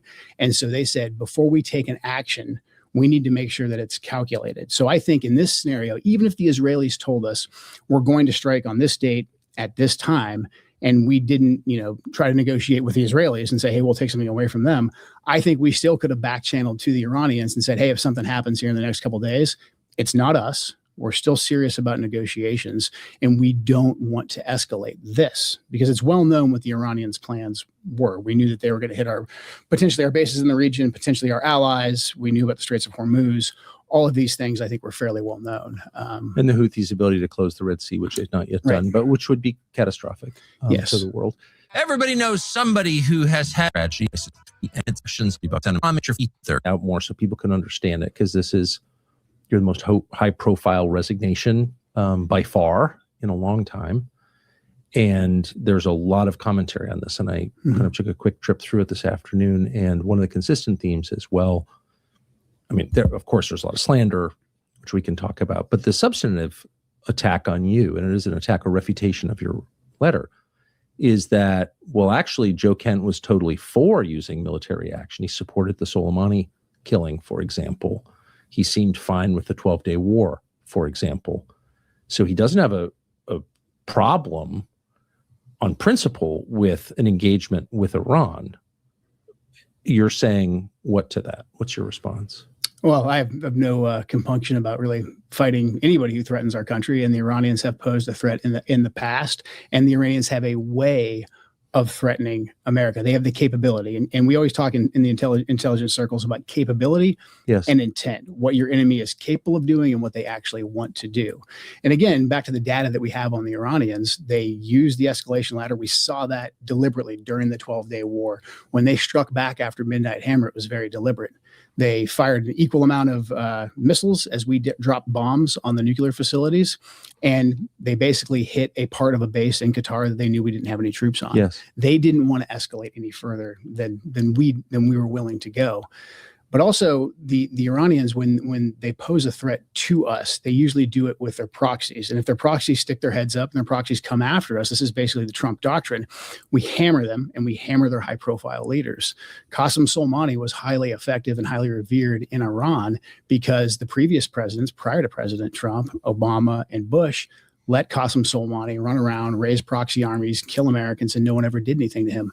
President Trump rightfully killed Qasem Soleimani. We got his deputy, Abu Mahdi Mohandas, who had American blood in his hands, took them off the battlefield. But then President Trump stopped. He took those two key players off the battlefield, and he said, I'm not going to further escalate with Iran unless you escalate with us, knowing that if we struck Iran and we truly struck the regime, that would only strengthen the regime. So then President Trump did something that's incredibly smart, used that decisive military action, but then he coupled it with an economic package of sanctions, maximum pressure sanctions. And we can debate whether or not we should be using sanctions as the prime reserve currency holder or whatever, but he pressured the Iranians economically after punching them in the mouth and showing that, hey, I won't take this. I'm not Obama. I'm not Bush. If you cross a line, I will come after you. But then he really put the pressure on them economically. And if you look at the effect of the economic sanctions, that's what got the Iranian people on the streets actually protesting against the Ayatollah's government, which is ostensibly what we would like. We would like to see a bottom-up regime change where we get rid of the Ayatollah, but it's the will of the people, and they have a new successful government that's stable that we can deal with. The one way to throw that all out the window, and this isn't just Joe Kent's opinion, many scholars, and I think a lot of intelligence assessments have been written about this too, I know for a fact they have, is that if we struck the regime, it would only strengthen it. And that's not, I think that's just basic common sense. I mean, I think of myself, and probably you're in this camp as well. We didn't like Joe Biden. We didn't like Barack Obama. But if an outside force were to come in here and try and topple them while they were the president, I would 100% rally around the flag. That's just common sense. So if we wanted to strengthen, you actually did. You joined the military under Bill Clinton, under Clinton, whom I assume you didn't vote for. Right. Right. You joined in 1998. You've gone the whole cycle of the war on terror, I notice, and served out as an NCO. I think your entire NCO and warrant officer. Yeah, warrant officer, 20 years. And I should just say, I hate ever to refer to a man's resume as like a data point because your ideas exist separately. But in this specific case, meaning you spend most of your time fighting Iranian proxies. Yeah, a good deal of it. Yeah. Yeah. So you're aware of the threat from Iran. You have personally used violence against that threat. I have. Yeah. A lot of it, I think. And you supported the president's policy up until fairly recently. Right. And you've said that a lot in public. In fact, you went to work for him. He hired you. Yeah. Right. But here's from what I can tell is the central question: imminent threat. Now, the president has said many times to many people, including the public, Iran can't have a nuclear weapon. Mm-hmm. I'm sure he must have said that to you. You don't have to say it, but he said it to everybody. Is that fair? Yeah, that's fair. Yeah. They can't have a nuke. Whenever asked, we say, let's just start here. They can't have a nuke. Mm-hmm. Okay, got it. Everyone agreed with that conceptually. Was Iran on the verge of getting a nuclear weapon? No, they weren't, 3 weeks ago when this started, and they weren't in June either. I mean, the Iranians have had a religious ruling, a fatwa, against actually developing a nuclear weapon since 2004. That's been in place since 2004. That's available in the public sphere. But then also we had no intelligence to indicate that fatwa was being disobeyed or it was on the cusp of being lifted. The Iranian strategy, it's actually pretty pragmatic. The Iranians are obviously aware of what's taking place in their region. And their strategy was to not completely abandon their nuclear program because they saw what happened to Muammar Gaddafi in Libya when he said, hey, I've got no more nukes. I'll do what you say. I'll give up my nukes. And we gave him the Nobel Peace Prize? Yeah, we regime changed him, and he was executed by his own people in the most horrific way. Sodomized by a bayonet. Right. Okay.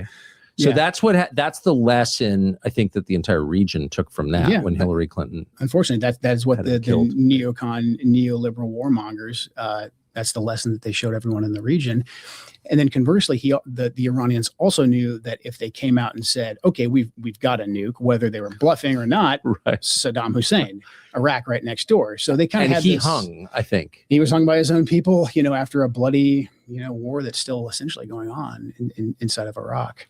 So the Iranians' position, when viewed from the lens of the region, was actually fairly pragmatic. They were preventing, themselves from developing a bomb, but they still wanted the ability. They wanted the ability to enrich. They wanted the ability to have some components so that they weren't completely stripped of it. And when we always assessed that they were either several months or a year, 2 years away from actually being able to develop a nuclear weapon. And that's not because the Iranians are stupid people. I think we can tell right now that the Iranians are anything but stupid. They had the ability, I think, that the brain power to actually develop one, or they could have simply traded a ton of oil with Pakistan or someone else to actually get a nuclear weapon.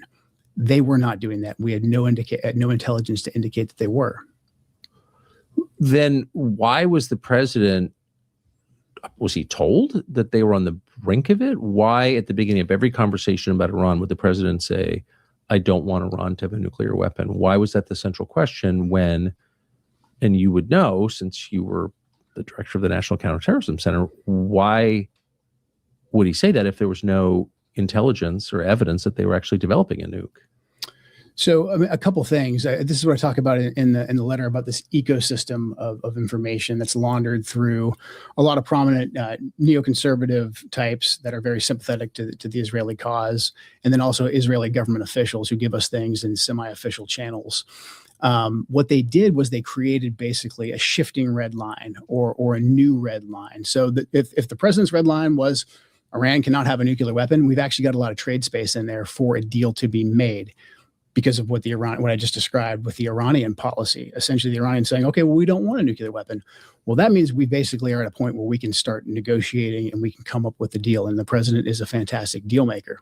So if your goal is to move us away from any kind of deal and your goal is to move us into a conflict, you have to shift that red line.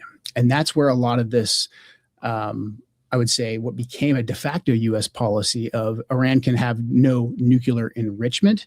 It was laundered through a lot of the different talking heads, Mark Levin, Mark Dubowitz. You've got the Foundation for the Defense of Democracies, you name it. Washington, D.C. has plenty of pro-Israeli lobbyists who will come and say those things, who will publish think pieces on it, who will go on the media, who will run, op-eds in the Wall Street Journal to talk about this, why they can't have any enrichment whatsoever. And then we have a high degree of engagement with Israeli government officials who will come in and say, well, they're enriching and they could enrich or they could enrich more, and that will get them closer to a nuclear weapon. So then enrichment basically became the new U.S. policy. And the only official I've heard, and folks are welcome to look for this, that said this in the first Trump administration was Mike Pompeo. He said it. The president didn't say it. The president has been very consistent. He said they can't have a nuclear weapon. But again, like I said, that puts us at a place where we actually could have negotiations. And only President Trump, I think, could successfully have negotiations with Iran because he actually punched them in the face. And the Iranians had been walking all over us. They had been killing our soldiers. All of that is true. I have no sympathy whatsoever for the Iranians, what their proxies were doing. President Trump level set that when he killed Qasem Soleimani and he killed Abu Mahdi Mohandas. The folks who wanted to push an actual regime change war in Iran knew this, and they knew there was a potential to get a deal, or there was a potential for President Trump just to continue the policy of maximum pressure sanctions. And if you come after us, we will hit you hard. And that got the protesters out on the street in Iran. And that's actually what the regime feared the most. I don't think the Ayatollah feared dying, not because he, is some crazy lunatic. I'm sure some degree of the Shia martyrdom culture played a factor in that. However, I think he knew that if he was killed, the regime would survive because the people would rally around the regime. Well, there's been a lot of noise in the news lately, but none of it matters if you. That's actually very, very interesting. That he would say, I mean, and that's kind of what people are kind of assuming, but I don't see it yet. You see what I'm saying? Because if you really think about this for a second. I think that's a very interesting take. That that they would believe that they would the people of Iran would rally behind the actual regime itself, and that there would be no change in the regime. There would be no regime change. The whole purpose of why we went into Iran in the first freaking place, right? Trump did say, "This is your opportunity, Iranian people, to take your country back." Decades long, you've been waiting for decades to have this opportunity to take your country back, right? He said it in the first press conference he had as he was explaining why we were dropping bombs on Iran, right? But has there been a regime change? Has there been, no. Let's not even talk about the regime change. Has there been an upheaval? Has there been a coup? Have we seen any of that yet by the Iranian people? I can answer that for you guys. No, there hasn't been. Not at all. I don't know if it's the people are scared.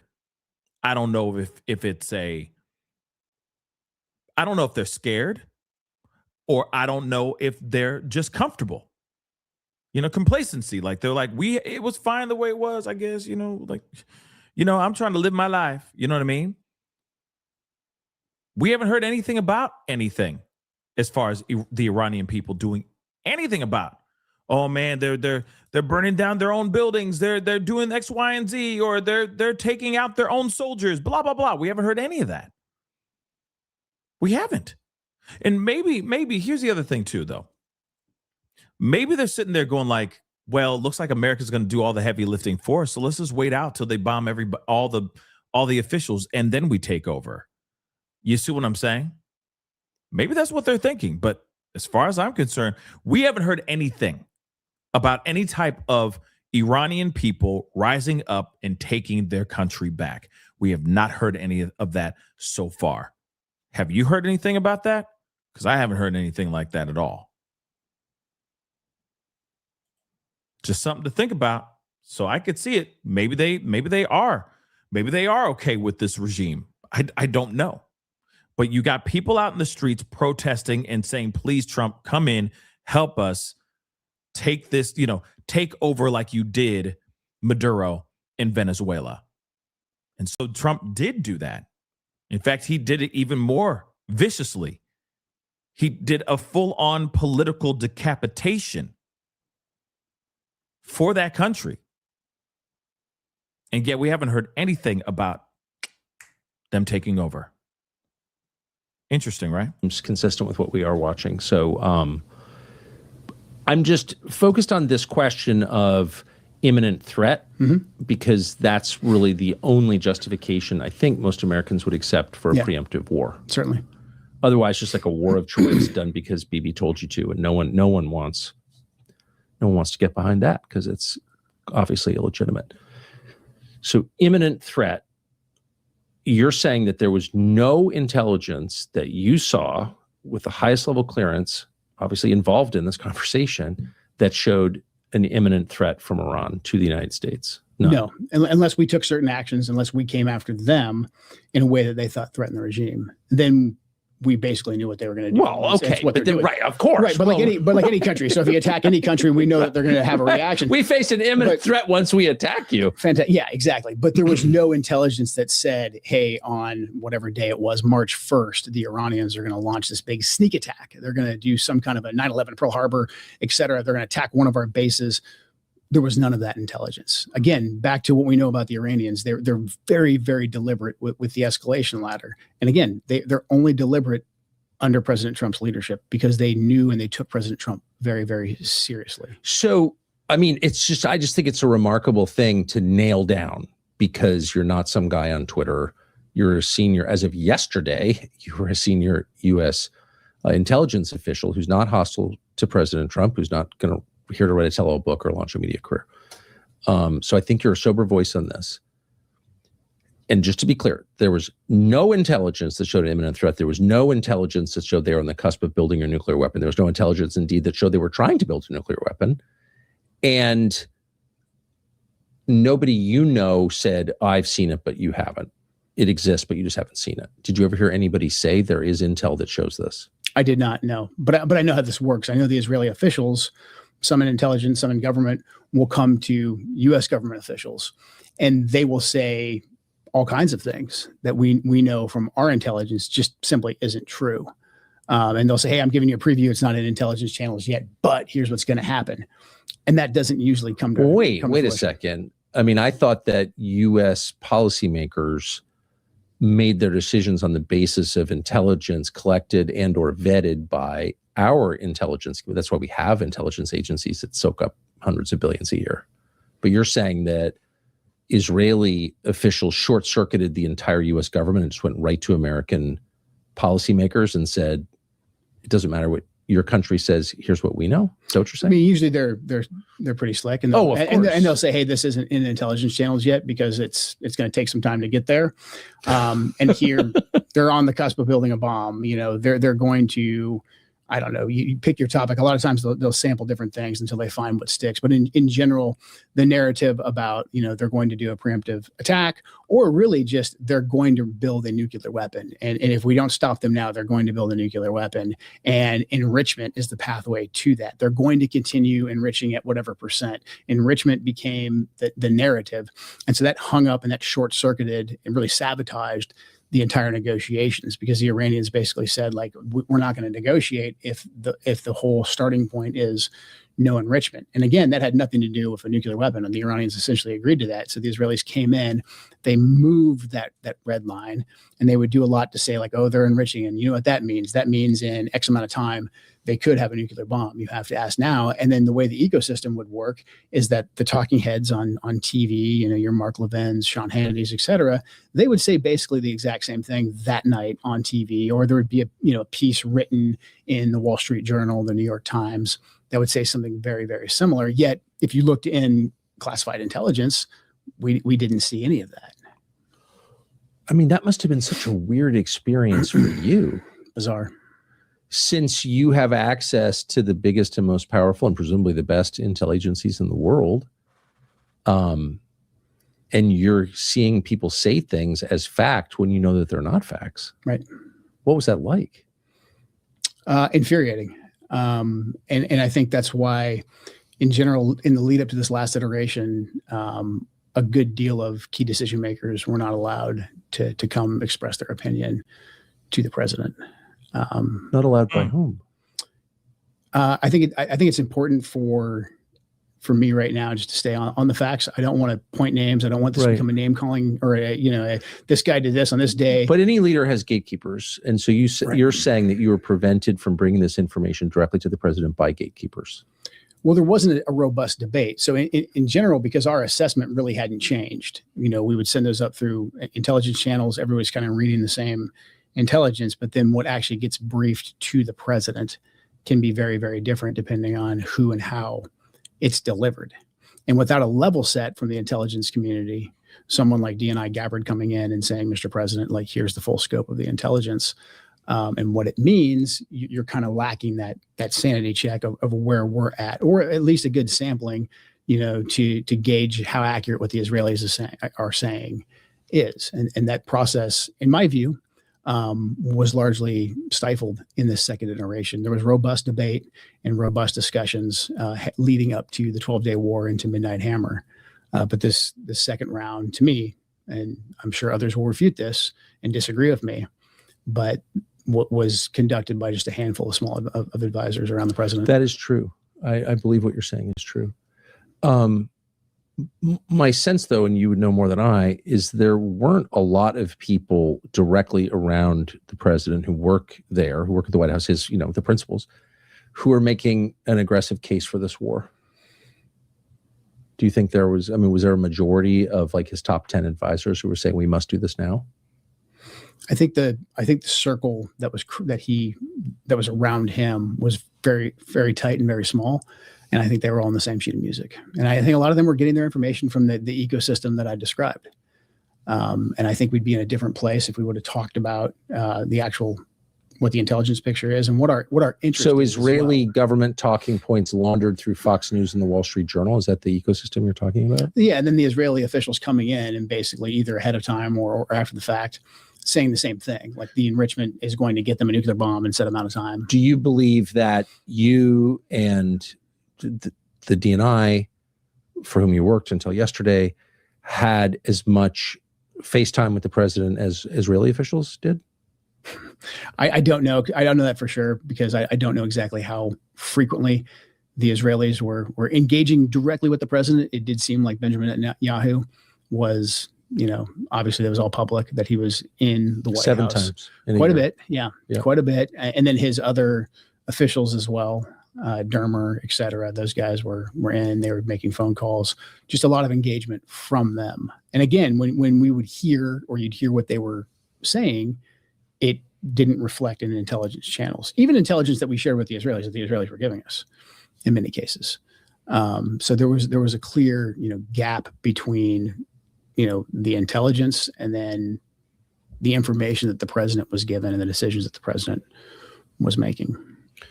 I don't want to put you in an uncomfortable position. Obviously, you're not going to divulge anything that's classified. I don't think you would. You definitely shouldn't, because there are people who hurt you for that, and you shouldn't.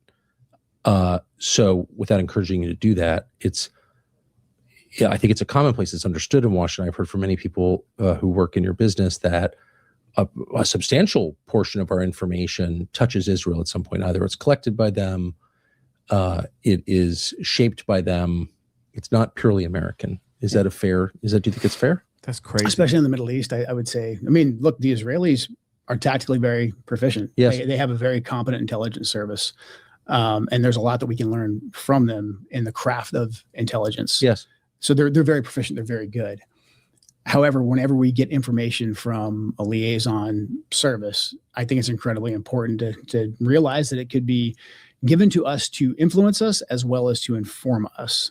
And the way that I would see Israeli information, in particular coming from senior officials directly to our senior officials, that caveat just wasn't given frequently enough. And there's a lot of times, some of this is just because of bureaucratic practice, but a lot of it I think is just we feel very comfortable with the Israelis. A lot of them are dual citizens. They sound like us. They don't feel foreign. We kind of go into a more complacent mode where we trust a lot of what they have to say, not keeping in the back of our mind that they have their own agenda and we have our own agenda at the end of the day. Now, I'd say a lot of times we have the same agenda. It's very, very, I think, tactically, the same when it comes to fighting Hezbollah, when it comes to fighting terrorism. Sure. But when it comes to what's our strategic goal in a war that's going to have ramifications for our nation, for the region, for global energy supplies, I think most folks right now at the Pentagon and the intelligence agencies, they would say us and the Israelis actually have a different objective here. I don't believe that our objective has been clearly defined because we're shying away from regime change. The Israelis are not shying away from regime change. They want to knock out lock, stock, and barrel the current government. They don't seem to have a plan for what comes next. Well, that was my next question. And I think you would have heard tell of such a plan. So if you're going to take out a government, I think it's fair to ask what replaces it. And I have asked a bunch of people, many people, this question, never gotten any answer whatsoever other than there's no plan. The Israelis don't have a plan because they don't care. Do you think that's fair? I think that's completely fair. I think as Americans, rightfully, we want a clear stated objective and end state for war. I think that's something that was born out of the GWOT, was born out of the Vietnam era. Americans want to know why we're going to war, and what the end state is, and they can get on board in general if that's clearly articulated. That's not the case with Iran. The Israelis are different. I think a lot of times, again, because a lot of them speak English, they culturally feel the same, but the Israelis have a much different tolerance for how and why they're going to war and for their endurance for war. The Israelis are completely fine with Iran slipping into chaos. That means that the Ayatollah and the IRGC can't really threaten them anymore. Hezbollah's money might be cut off in their head. And so complete chaos in Iran, it's not necessarily a bad thing for the Israelis. For us, for global energy, Straits of Hormuz, our partners in the GCC, mass migration problems in Europe, this is a major problem. It's a catastrophe for the world. For the world, yeah. Hate to brag, but we're pretty confident this show is the most vehemently pro. Want the people to rise up and want it to happen fairly organically. Going aggressively after the Ayatollah was the last thing that we ever should have done. Again, like I'm no fan of the former supreme leader, Ali Khamenei. However, he was moderating their nuclear program. He was preventing them from getting a nuclear weapon.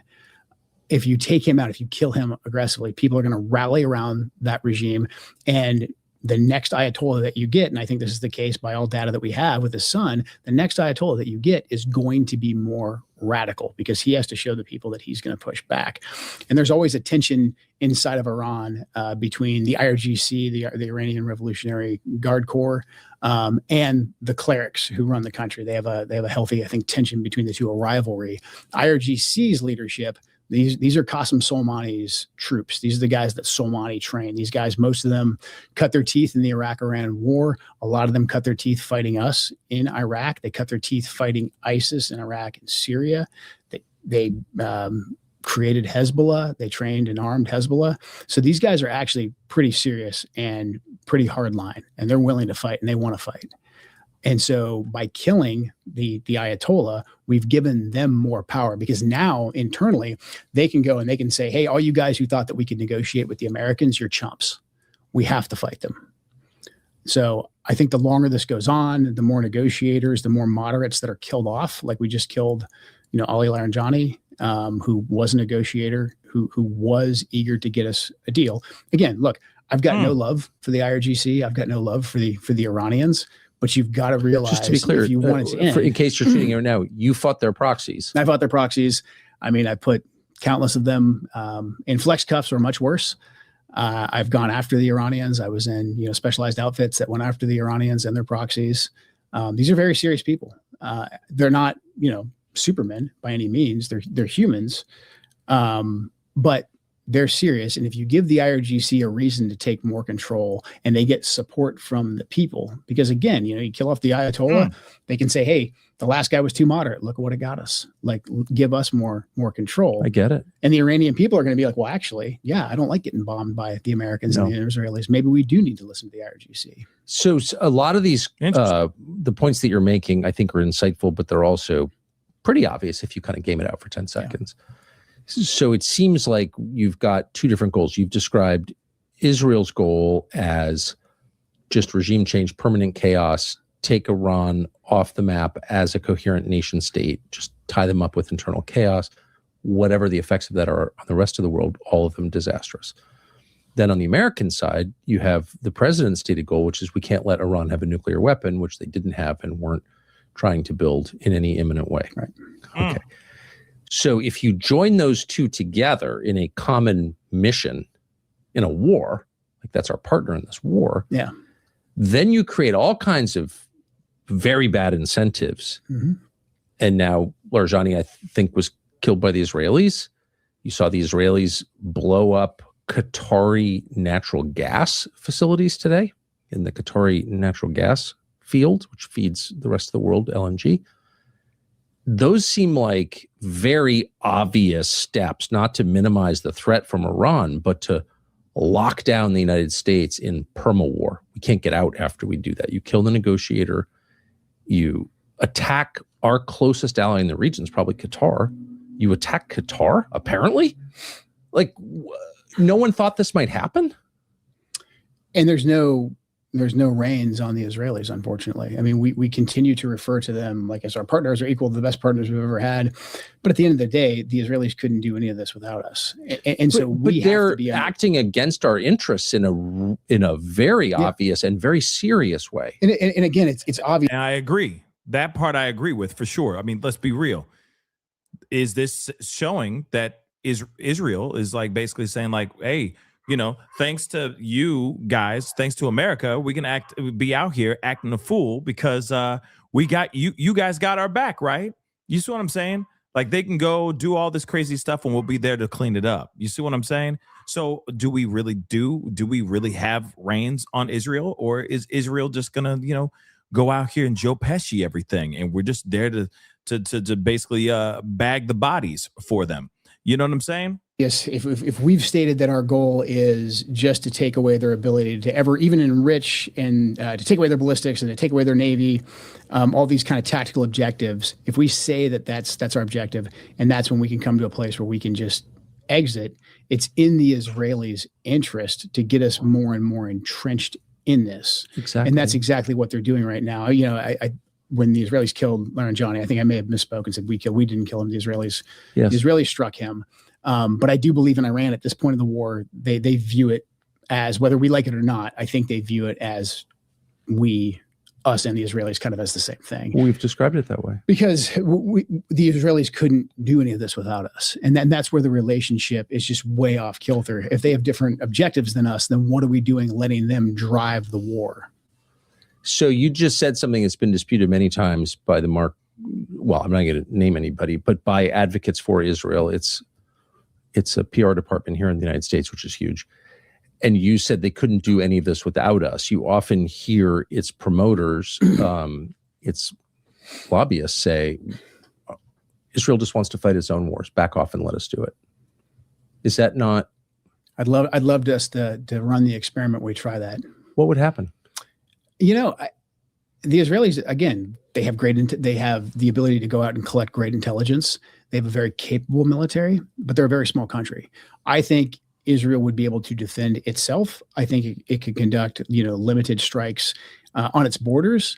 I think it could continue carrying out pretty impressive targeted assassinations against its adversaries. And so I think you would see it relatively contained. What it couldn't do is go topple entire governments. It couldn't do something like the Iran war, the Iraq war. It couldn't aggressively, destabilize Syria. These big, heavy lifts of regime change that America has been engaged in, Israel could not do on their own, which is where you get back to the Israeli lobby being just so potent and so powerful and so aggressive. So that, and I want to ask you about that because that's the line that you're being attacked for. And so I want to go through and have you explain more fully, if you would, why you said what you did and read it. But before I do that, one last question. Was any of this debated that you know of before this war commenced 3 weeks ago? Did anyone say, well, wait a second, if we do this and kill the Ayatollah, because that was like the first order, I think, what are the effects after? And like, what's the goal? Did these debates ever I know they emerge? happened heavily before the 12-day war. I think that when the Israelis came back around and said they wanted to do this, I just don't think there was any debate. I think just based on the ecosystem and the amount of influence that was exerted. And because in some ways this is a little humiliating, since we were told, I was told, the whole country was told, that after the 12-day war, there was no Iranian nuclear threat. We got rid of it. I'm not imagining that. It just happened last summer. Yeah. Do you recall those statements? Yeah. I mean, Operation Midnight Hammer. Yes. Destroyed their nuclear capability. So how was it that we wound up 6 months later getting another lecture about their nuclear capability and its imminent threat to the United States and nuclear tipped ballistic missiles aimed at Miami and the whole thing? And nobody, first of all, there was no organized protest against this. Like in a normal country, you'd think people would rise up and be like, whoa, whoa, whoa, whoa, whoa. Mm-hmm. You just told us 6 months ago the exact opposite. Yeah. What did internally in the intel world people say, what the hell is going on? I just think that the planning for this was so compartmentalized that there was no debate, as in it was a foregone conclusion. Maybe the exact timing they weren't exactly aware of, or that had to be debated. When do we do it?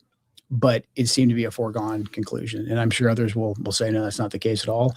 But there was no robust debate like there was going into the 12-day war. Because a big question that a lot of us had that were skeptical of Operation Midnight Hammer was, okay, so we do this. We know the Israelis' whole goal is regime change. What makes us think they'll stop? And if they do stop for a period of time, why won't we just be back in the same place in 6 months where they're saying that we have to go back in? And that's essentially exactly what happened. So this was raised. This was raised, to my knowledge, in June. This was like, hey, what happens next? So you take out the nuclear, the ability for them to enrich and to potentially develop a nuclear weapon. That's done. We know the Israelis have a completely different goal. Part of that strike, Midnight Hammer, was also to get the Israelis to wrap up the 12-day war. But we knew, because of what the Israelis told us, that they wanted, this is the time to take down the regime. And they don't want the Ayatollah to be in power. They want a regime change. They want a new government there. So we said, okay, knowing that, we know that this strike, this limited strike that we're going to do, isn't going to be enough. At some point, the Israelis are going to come back to us and say, hey, we have to go again. And with that knowledge, and I think because so many of us had pointed that out, and because the Israelis had said it, there wasn't a big debate this last time. You know, I think they had that discussion, behind closed doors, and there wasn't a chance for any dissenting voices to come in. Interesting. But I have to ask a question about blowback, the effects, the downstream effects of military action, terrorism in the United States. And I have a feeling we're going to see some of it, but I want to ask you. But since you are an acknowledged expert on that question, and since you spent your adult life fighting Iranian proxies, and because we're always hearing some of them are in the United States, did anyone go to you and say, if we do this, what are the odds that we will have terror attacks in the homeland here in the U.S.? That was a piece or an intelligence product that we worked up on our. Yes, Bibi Netanyahu will be doing a press conference here very, very shortly. Allegedly, he's supposed to be doing it very soon. So we will be seeing him live in the flesh. I just want to let you guys know that as well. I didn't know anything about Jeanne. So thank you so much for the heads up in the super chat. Okay, but yes, Bibi Netanyahu will be live doing a press conference live in the flesh here very soon, and we'll find out. Is it AI? Are they going to be doing AI, or is this going to actually be him? That will be interesting to see for sure. So he is supposed to be doing a press conference fairly soon here, just to give you guys a heads up. All right. that's allegedly supposed to be happening very, very soon. But let's continue on. All right. Yeah, it's going to be a hologram press conference. I tell you what, man, I would not be surprised, but we'll be seeing him live in the flesh here very shortly. So I'm going to skip ahead a little bit because I think we heard a lot. But there's a lot that he said about other things as well that I wanted us to talk about and hear as well. So I just don't take most of it seriously. And again, look, I know there's some of my former colleagues, people who I do like, who have had to come after me. And I understand that too. Like, I get it. Like, they're still there. They've got to discredit everything I'm saying right now. They're watching, taking notes. So I'm not bitter about that. I literally just want to focus on the task at hand. And the task at hand is stopping us from getting deeper into this quagmire. They've been using the word quagmire a lot. Giggity. They've been using quagmire a whole lot. Today's been the key word today is the word of the day is quagmire. Quagmire, everybody. That is the word of the day. I've noticed. We've been hearing it from Pete Hegseth. Some reporters said it as well, and also he just now said it. Well, we're not. My whole goal is for us not to get into a quagmire. Yeah, giggity indeed. So what the hell's going on? Because again, like just looking back on my experiences in Iraq, I don't feel like this happened. There wasn't the ability to. There wasn't this platform. There wasn't, the free independent media that existed in any real way that could reach people. That's right. And so to me, we have this opportunity. So I'll be bitter and angry later when I read Twitter and somebody who I used to like says that Joe Kent's a traitor and we're going to fire him tomorrow anyways. That's basically what they're saying right now. Ain't that funny? And they're investigating him now. There's an investigation that has been launched because they're accusing him of actually leaking information. Now, the question is, what did he leak? What information did he leak? I think a lot of us would like to know that as well. We don't have time for that. Like, as you pointed out, major things are happening right now in this war, and the president is facing some very, very challenging decisions. So I personally just hope that he and his closest advisors listen and think, and that's the main priority. So I strongly agree, and we can't allow hatred of us to inspire hatred in ourselves. You can't become a hater. It'll destroy you. It's what they want. So, the late, great, well, he's not late, but the great Thanos Nano said, haters gonna hate. I salute you for avoiding that. And it's absolutely real. I spent a lot of time with you and you're not a hater at all. You don't even seem that bothered. So that's incredible given where you are. It's amazing. It's an act of faith and I love it. End of the history portion of the segment, but I just think it's important to establish why you said first the war in Iraq, second the conflict in Syria, which took the life of your wife, why both of those were driven by Israel. Well, the war in Syria never would have happened without the war in Iraq. I mean, so had we not gone in and invaded Iraq, we wouldn't have had the conflict in Syria. But Syria was always a major problem under Assad for the Israelis, both under his father and under the Bashar al-Assad, Hafez Bashir, because of their support, the relationship with the Iranians, their support for Hezbollah. Right. Makes sense. Yep. And so they wanted to get rid of Assad as well. They saw Iraq as a vehicle for not just taking down Saddam Hussein, who posed a threat to them as well, but also as a way, a lily pad, if you will, to get rid of Syria. And basically, so Assad must go, which was a slogan that all of a sudden emerged out of nowhere. Right. That was not like an organic American desire. It wasn't like Americans woke up and were like, the problem really is this ophthalmologist from Syria. He must go. It was that reflected the priorities of Israel, not Israel. And then I think you had the echo chamber as well, because you had all the usual suspects. You had FDD and you had all these different other organizations that were out there saying that, like, now's the time to, Barry Weiss, break off true the shackles. Expert on Syria. The next thing you know, there'll be a Syrian Thomas Jefferson that'll take over. And instead we got the former leader of Al-Qaeda. But a big reason that Syria became next after Iraq. In Iraq, we screwed the whole thing up so badly that we toppled Saddam, destabilized, fought a bitter insurgency. The Sunnis eventually aligned with Al-Qaeda, but then we beat them down so heavily because the Shias are the majority of the country. The Shias took over. Shias largely, the Shias that we installed in Iraq, the Dawa Party, Badr, Skiri, et cetera, heavily aligned with Iran. And so at the end of the Iraq war under Obama, there was this whole like, oh crap, we just handed basically the keys to Baghdad to the Iranians, who, again, hostile to us. Qasem Soleimani is running all over the place, funding proxies. It's a great deal. It helps Iran circumvent sanctions, the relationship with Iraq. And we just spent trillions, lost nearly 5,000 Americans there. And now we have this Shia superstate. And so then there was a ton of pressure coming from not just the Israelis, but I think also a lot of the Gulf to say, hey, we've got to get rid of Assad as well, because now you have this Iranian land bridge that goes basically from Damascus all the way to Tehran, and then you can hook that down into the Lebanese area where Hezbollah is. Southern Lebanon. So next thing you know, well, if you want to get rid of the guy Assad, who's an Alawite, well, you got a country full of like really angry Sunnis, and what are those guys going to turn into? And so next thing you know, we're now on the side of ISIS and Al Qaeda. ISIS gets out of control, and we have to deploy back to Iraq, back to Syria, to put out essentially the brush fire that we created. And so that's why I put all of those together. Because again, without Israel's influence, would all of this have happened? Would the Iraq war have happened? Maybe, but they heavily lobbied for it. I mean, Benjamin Netanyahu, you can pull up tapes on YouTube. Like the guy was lobbying heavily back in 2002 for us to do regime change in Iraq. And he has stayed in power ever since. Ariel Sharon, who initially was the PM in the lead up to the Iraq war, initially was against it because he wanted us to focus on Iran. But then towards the end, he got on board as well. Okay, so I'm gonna skip ahead a little bit because obviously, I'm trying to get to the other stuff here. An agency whose job it is to run down the rabbit trails you've described, and you're stopped from doing that. We don't want the information. Right.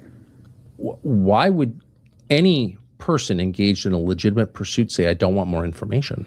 I mean, especially considering there was people posting online prior knowledge of what was about to happen. So a lot of people going back. Cursing that. Sorry. Going back a little bit. Going back a little ways. Hold on. 100 leads, you run them down, and 99 don't mean anything. We still had a lot more leads to run down that pertained to some kind of a foreign nexus that we were stopped from investigating. And that just strikes me as right there. Hold on. Let me run that back real quick. Important information. Yeah, because it upsets me to hear what you're saying, to be reminded that he was murdered, but right here, Charlie Kirk. That's what I was looking for.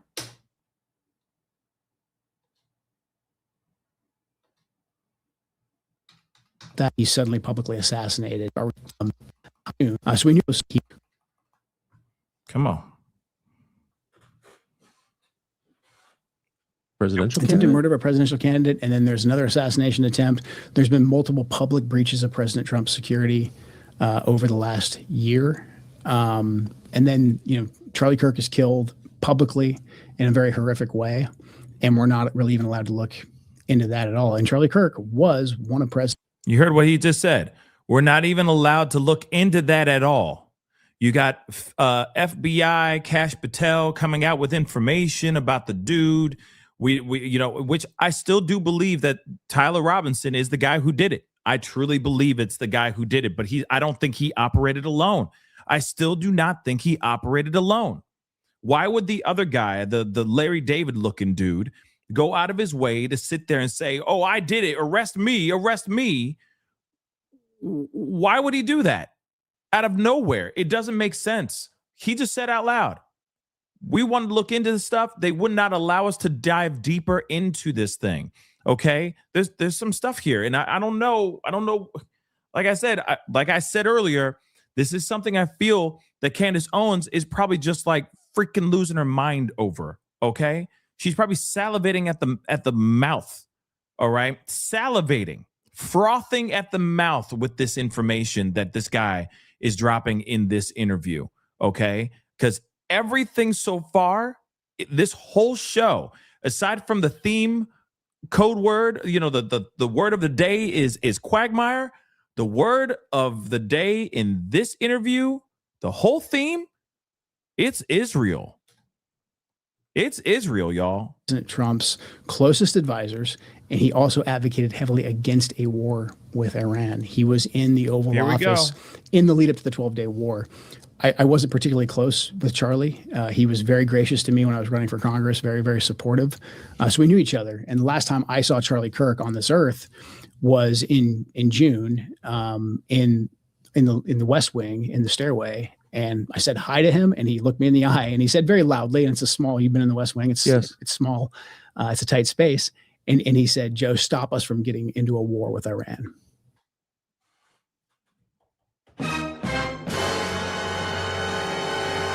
Quagmire. Let me just say this, giggity. Now, here's the thing. We've already heard this before. Everybody's been running their conspiracy theories and all that. And I'm going to be real. Stuff like this, when you hear stuff like this from somebody who is on the inside, finally being, has been broken free from his shackles and is now speaking out and then saying, yo, Charlie Kirk came to me and even said out loud in the West Wing, please help me stop us getting in a war with Iran. Please let us have peace. Let us not do this. And now, dude is gone.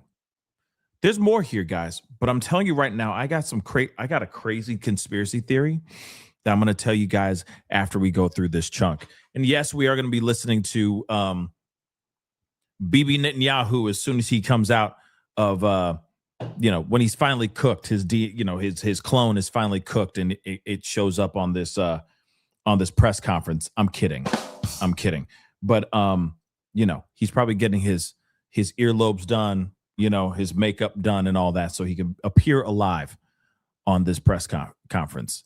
Okay, he been out. Hold on, let me see. Has he? Oh, he's out. Okay, so I'm going to pause it. We're going to look at that here in just a minute. We got to take a look at this. All right.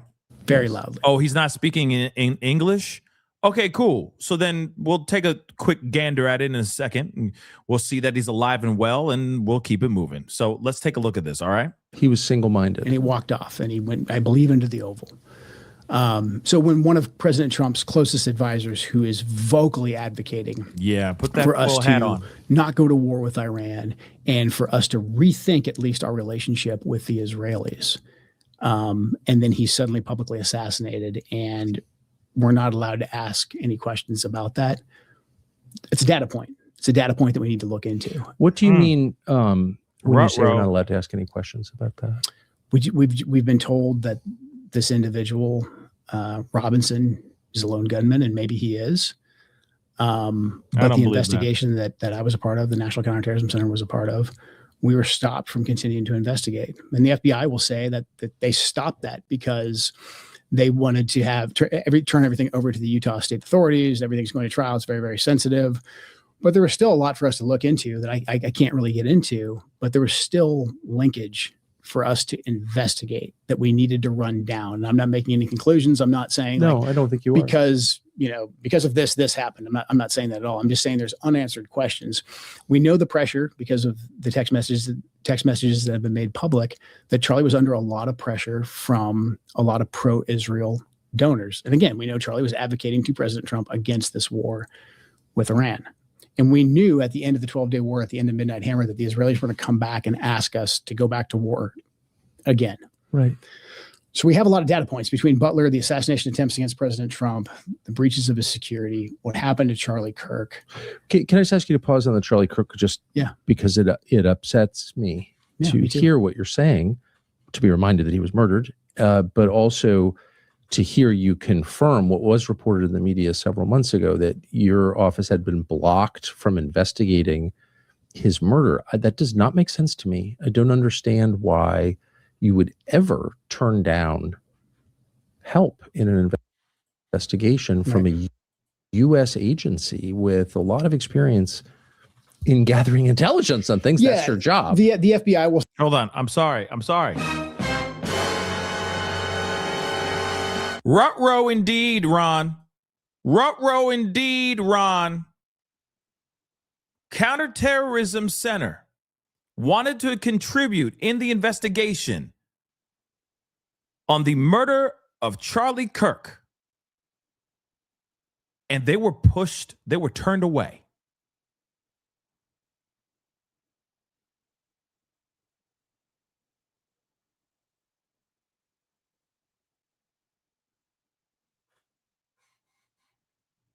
What more do I need to say? That isn't awkward now, is it? That doesn't seem a little bit odd, don't you think, love? No one in this chamber finds this a bit odd. No. Well, I will say this is odd. In my personal opinion, that is odd. Tinfoil hat is officially on top of my head. Say, and the DOJ will say that because it's an ongoing case, it's a Utah State case, that back off, they've got it. They've got a smoking case. They've got the fingerprints on the gun, and they've got the case. But the FBI was involved in the case. The FBI was involved. The FBI's basically said that they're deferring to Utah because it's now a state case. But they've established a precedent for federal investigation of this crime. Yeah, and the National Counterterrorism Center's mandate is to investigate any foreign ties to see if there's potentially any foreign ties. If we don't find any foreign ties, we back off. What I'm saying about getting into too much detail is there was more for us to investigate. You believe there was reason to investigate foreign ties to Charlie Kirk's murder and were told by the FBI, DOJ? FBI and DOJ, yeah. No, you're not allowed to investigate that. Oh my God. That is strange, right? That is strange. Vlad. Привет, Vlad. Do American law agencies fight over rights to cases, or is that just in the movies? You know what I mean? You know what? That's very, very funny. Honestly, I guess they do. I guess they do in real life. I just thought it was in the movies too, but apparently they do. They'd be like, this is my case, you know? Damn it. Here comes the feds. This is my case, right? This is my town. This is my case. So we hear a lot of that crap too. But here's the thing. Isn't it interesting that these individuals are sitting here going like, we got some info and we'd be more than happy to come in. They're coming in with stacks of papers like, well, we hear that they're for. No, you don't want any of the. But we found out some information. You really don't want that. But it has to do with Charlie Kirk. No. All right, then. Well, just put it on your debt. I can't put it on your debt. You see? Okay. And they just walked away. Ain't that insane? That's insane, right? They have information about possible foreign entities being involved in the assassination of Charlie Kirk, and they can't even talk about it. They can't even investigate in it because they've been basically blocked off. National Counterterrorism Center can't get involved.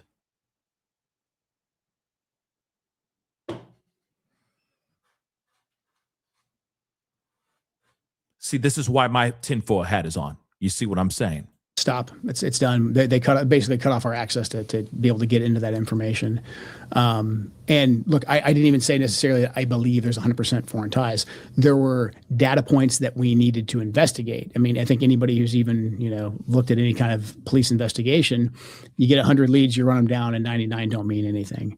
We still had a lot more leads to run down that pertained to some kind of a foreign nexus that we were stopped from investigating.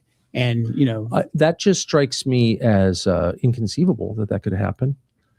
And again, Indeed. I was aware of it from reading about it, but not really to the extent that you've just described. So I would love to hear the justification for that. And can you flesh that out a little bit more? What were you told was the reason to prevent you as a federal intelligence official running the National Counterterrorism Center from looking into the murder when you had reason to look into it? Well, the way the bureaucracy works is they can just kill things in process. So initially we were cut off pretty early on from being able to access like the files and being able to, send people out there. We sent people out initially to work in the task force. After the crisis period, the first week or so, that dispersed, and we basically were told that, hey, we'll get back to you if we find any kind of foreign ties, et cetera, that we want you guys to look into. Meanwhile, we had already dug up a decent amount of leads. Again, I'm not saying that we had anything concrete, but we found more work that we needed to do to say that we had done our due diligence. We were then told that, hey, you guys need to stop. You can't work on this anymore. I had a bureaucratic dispute about it. Eventually, we were allowed to continue to investigate. But then in very short order, all the requests that we would make that normally different parts of the interagency with the FBI being on point would facilitate data share. Data sharing is a big thing that NCTC does. Those requests were just never met, or in my opinion, not an honest effort was given to fulfill those requests. Just basic information that any competent police service, which I believe Utah has, and the FBI, that they would have access to help us run down the leads to either confirm or deny some kind of foreign activity. So we were cut off from that. They didn't ever officially come back and say, you can't look at this anymore. All of the requests just continued to die on the vine with the various agencies that we needed to actually fulfill those requests. Dang. I just can't imagine a legitimate justification for that. I mean, maybe. Thank you. I agree, Tucker. I agree 100%. That does not make any sense. Why would they block any agency or any department from being able to be a help to a massive investigation like Charlie Kirk's demise? It just doesn't make sense to me. It just doesn't. It truly doesn't. And we already heard what Tucker Carlson already thinks about what's going on with the unaliving of Charlie Kirk and all of that. He's made videos in the past basically saying like there was a foreign entity involved in this without question. He's even said that on video, right? He's even said that. I've heard through the grapevine, through, very important people in, within the White House, blah, blah, blah, that this whole situation was not a domestic thing, but it was a foreign entity that was involved in this situation.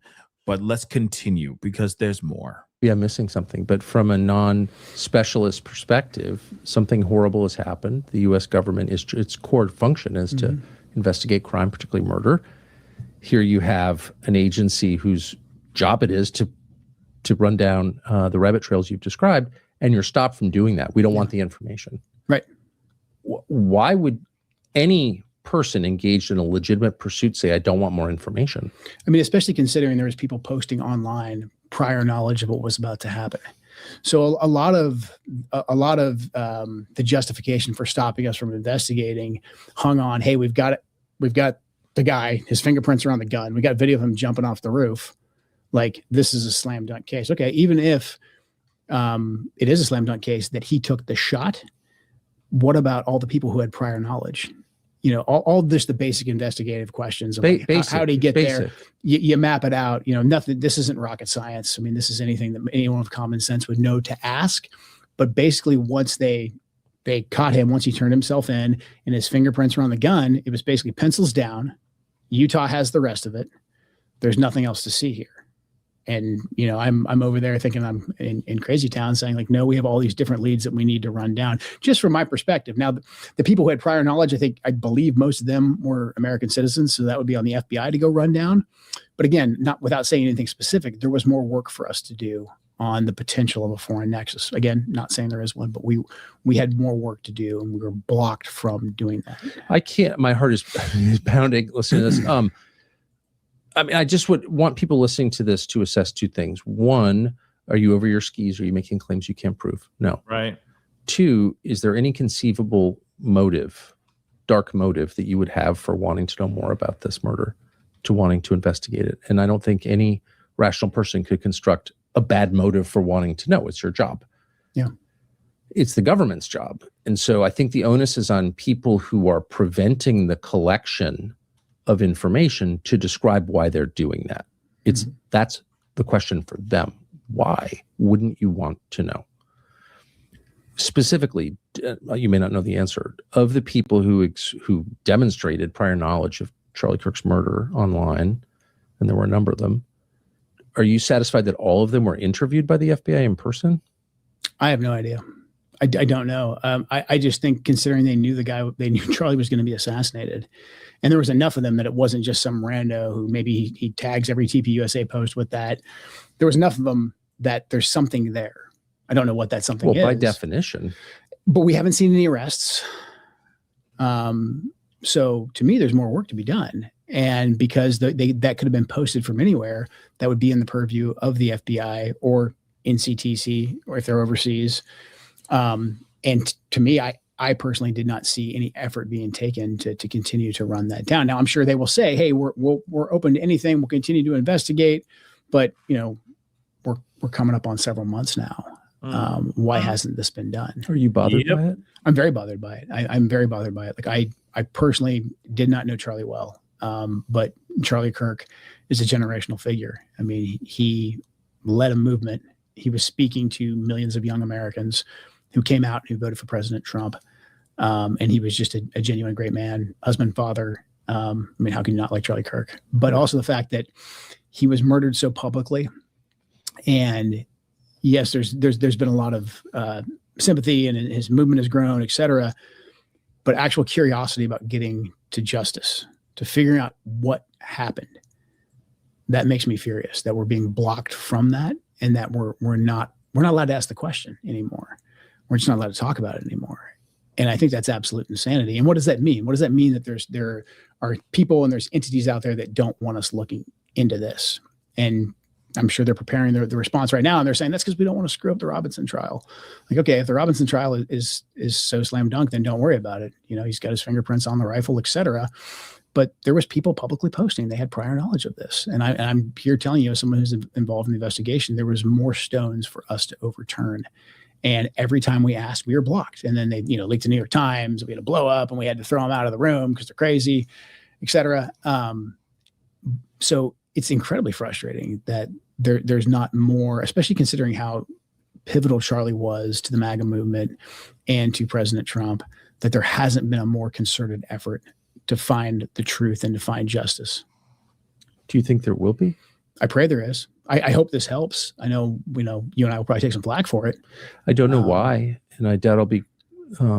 Yeah, it's at a certain point. I've really tried not to say anything about it because I don't know the answers. But I want them to be found because I believe in justice and because I love Charlie. And but I think everything you have said, may be dismissed as crazy or evil. But tell me how. Right. With reference to the words you've just spoken, I don't see how someone could level a legitimate attack on you and won't stop them. And there is a level. They have leveled an attack on him for sure. They're already saying that he's allegedly someone who leaked information to whom we don't know, but they're looking into into this guy right now, Joe Kent. Of course, they're also calling him an anti-Semite and all that as well, which I think is a bit insane. Just because it's coming from him saying like Israel, right? He's saying Israel a lot. That doesn't automatically mean that he's anti-Semite. I don't think that's right. Just because he may be saying something that one may be shocking people, or maybe just because he's one person or a person of many other people that may not agree with this war that's going on overseas, does not automatically make that person an anti-Semite. I think that's wrong. And I think that's reckless. I think that's extremely extremely ignorant of the situation. It'd be a different story if this was. It'd be a different story if the page that we turned over started a different way, right? A page would be a completely different situation. So again, like that, I just find that a little bit weird. Okay. I find it a little weird. But let's continue on. All right. Don't worry. We're going to get to the Netanyahu thing. I know you guys are hopping back and forth, but at the same time, we're going to get to it. Okay. I just don't want to break this up. All right. So one thing at a time. You mentioned the breaches of the president's security that have been reported. One that was reported, and I can't say whether it's true. I'm only asking to see if you know that it is true. But it's been reported that Prime Minister Netanyahu's security detail was caught twice by Secret Service attaching some kind of device to the president's Secret Service emergency response vehicle. I don't know if that's true. Have you heard that? I've read it in the media. I don't know if that's true. Okay. I think the president and the vice president and several members of the cabinet going out to dinner in D.C. and the Code Pink protesters having a heads up about that to rent the table. And that's hard to do. They had to figure out where they rent the table. They had to kind of get the restaurant on board to a certain extent. To me, that's kind of almost like counting coup. It's a soft flex. It's a I can touch you whenever I want. It was Code Pink. They weren't going to do anything. We know they're just going to be kind of crazy and annoying. However, what does that mean? That means you've got real problems with your security detail. And then, a few weeks later, you have an armed police officer who's off duty, who's not part of the president's detail, come right up and shake the president's hand. And the guy's probably patriotic American, whatever. He probably just wanted to shake the president's hand legitimately. But that got a lot of publicity. And what does that mean? And the president, again, President Trump is very smart. I think President Trump has a gift for interpreting large sets of data. Yes. And making very, very key strategic decisions. And so when the president sees that he's got issues with his own security detail, when he sees what happened in Butler with the other assassination attempts, when he sees what happened with Charlie, I think it's reasonable to believe that somewhere in his head, he thinks that maybe I don't have a choice. Maybe they could harm me or they could harm my family. And if they can't keep me safe, I believe the president deeply cares. I believe he's very courageous. I think if it was just a matter of he worried about his own physical safety, I don't think he cares. We saw that in Butler. But he does love his family, and he's got a big family. And so somewhere in his head, if they can't keep me safe, what about my family? So look, maybe the president was just simply deceived by the echo chamber we described, and that's how we got to this place. But it's also, there's a potential that there's an element of coercion, intimidation, whatever words you want to use there, that is also influencing his decision-making. If you were assessing Israel, maybe? I'm just saying. Interesting, right? He said it could be intimidation, coercion. Okay.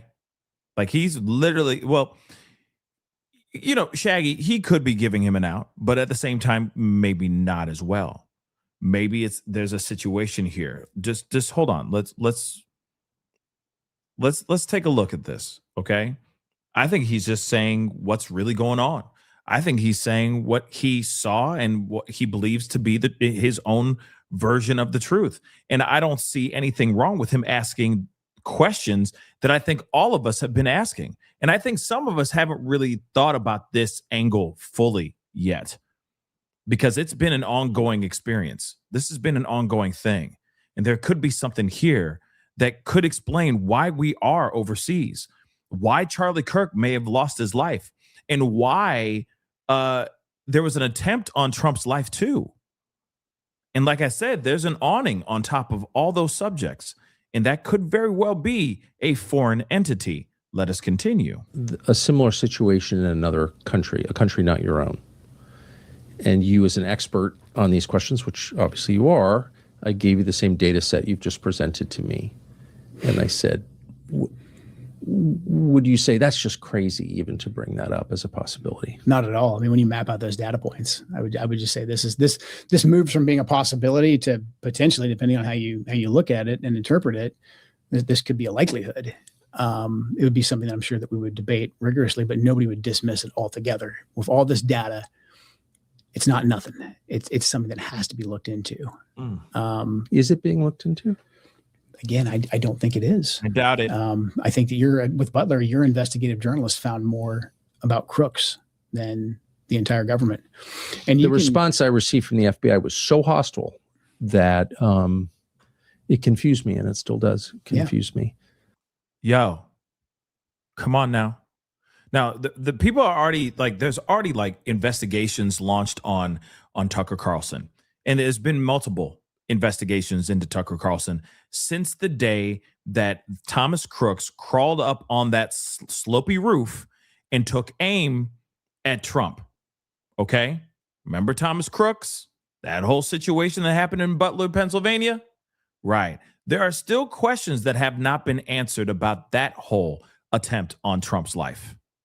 This is before Trump won the election this term and became president for his second time. Just remember that. There's information that they have not given us fully about that case and about that whole situation, and we've just moved on. All right? Then you got this situation. You got the Charlie Kirk situation, which, by the way, doesn't matter what you say, what you think. Charlie Kirk is gone. That one, at least, is not staged. I know some people look at the Trump, that the Thomas Crooks situation and think that that was all like one big fugazi, that it was a staged, thing so that he can get more voters, etc., more elections and all that stuff. But here's the thing. That kid crawled up on top of that roof and he did lose his life. Okay. Was he a sacrifice? I don't know. But what I do know is that kid did crawl up that freaking building, took aim, and pulled a trigger. He could have been pulling a trigger that could have been fake, true, but that guy is gone, okay? I've seen the photos. That man was iced, murked, muerte, etc. Dude gone, okay? So whether it's staged, whether it's fake, doesn't matter. Kid is gone. All right. So the question remains, why did this happen in the first place? And there are a lot of people that are saying that this all starts with Israel. And now we're hearing it from this dude right here, too. We're hearing it from Joe Kent, who just said, I'm out. And even you're hearing it from Tucker Carlson. He's like, yo, I've had so many questions that I've had about that Thomas Crooks situation. And there was so much pushback, so much heavy pushback. I didn't understand why that was going on. He's like, I just don't get it. Why is there such heavy pushback on that situation? So now people are thinking, and this is how I'm gathering it in my own mind, maybe they're thinking that Israel has been a part of this whole situation for this entire time. And that maybe that was a warning shot for Trump. Think about it, guys. That maybe Bibi is pulling the strings on Trump. And that now we have this whole situation that we've seen so far unfold. And you have the likes of Charlie Kirk basically saying, please do not let us get into a war with Iran. And then he's unalived. The investigation around that murder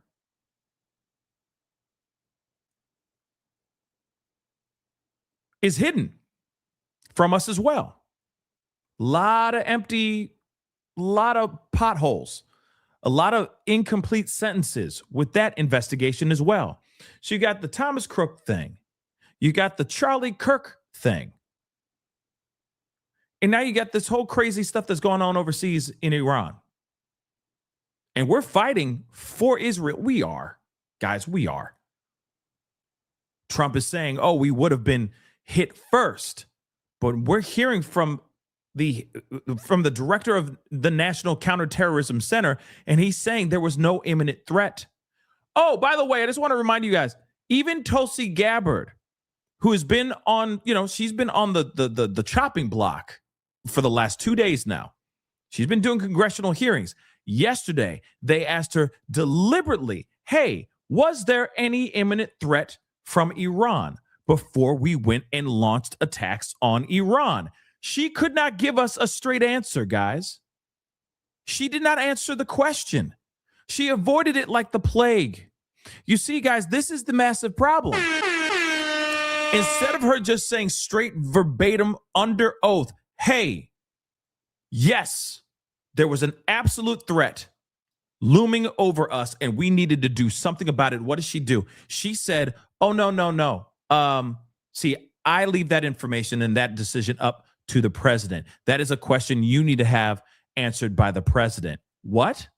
Why can't you just straight up say it? Why can't you just straight up say, yes, there was a threat? I'm very aware of the threat. They made the decisions that they made because we knew that there was a threat. You can sit there and say that, but she doesn't say that. She avoids the question and throws it back to President Trump. What does that say to you guys?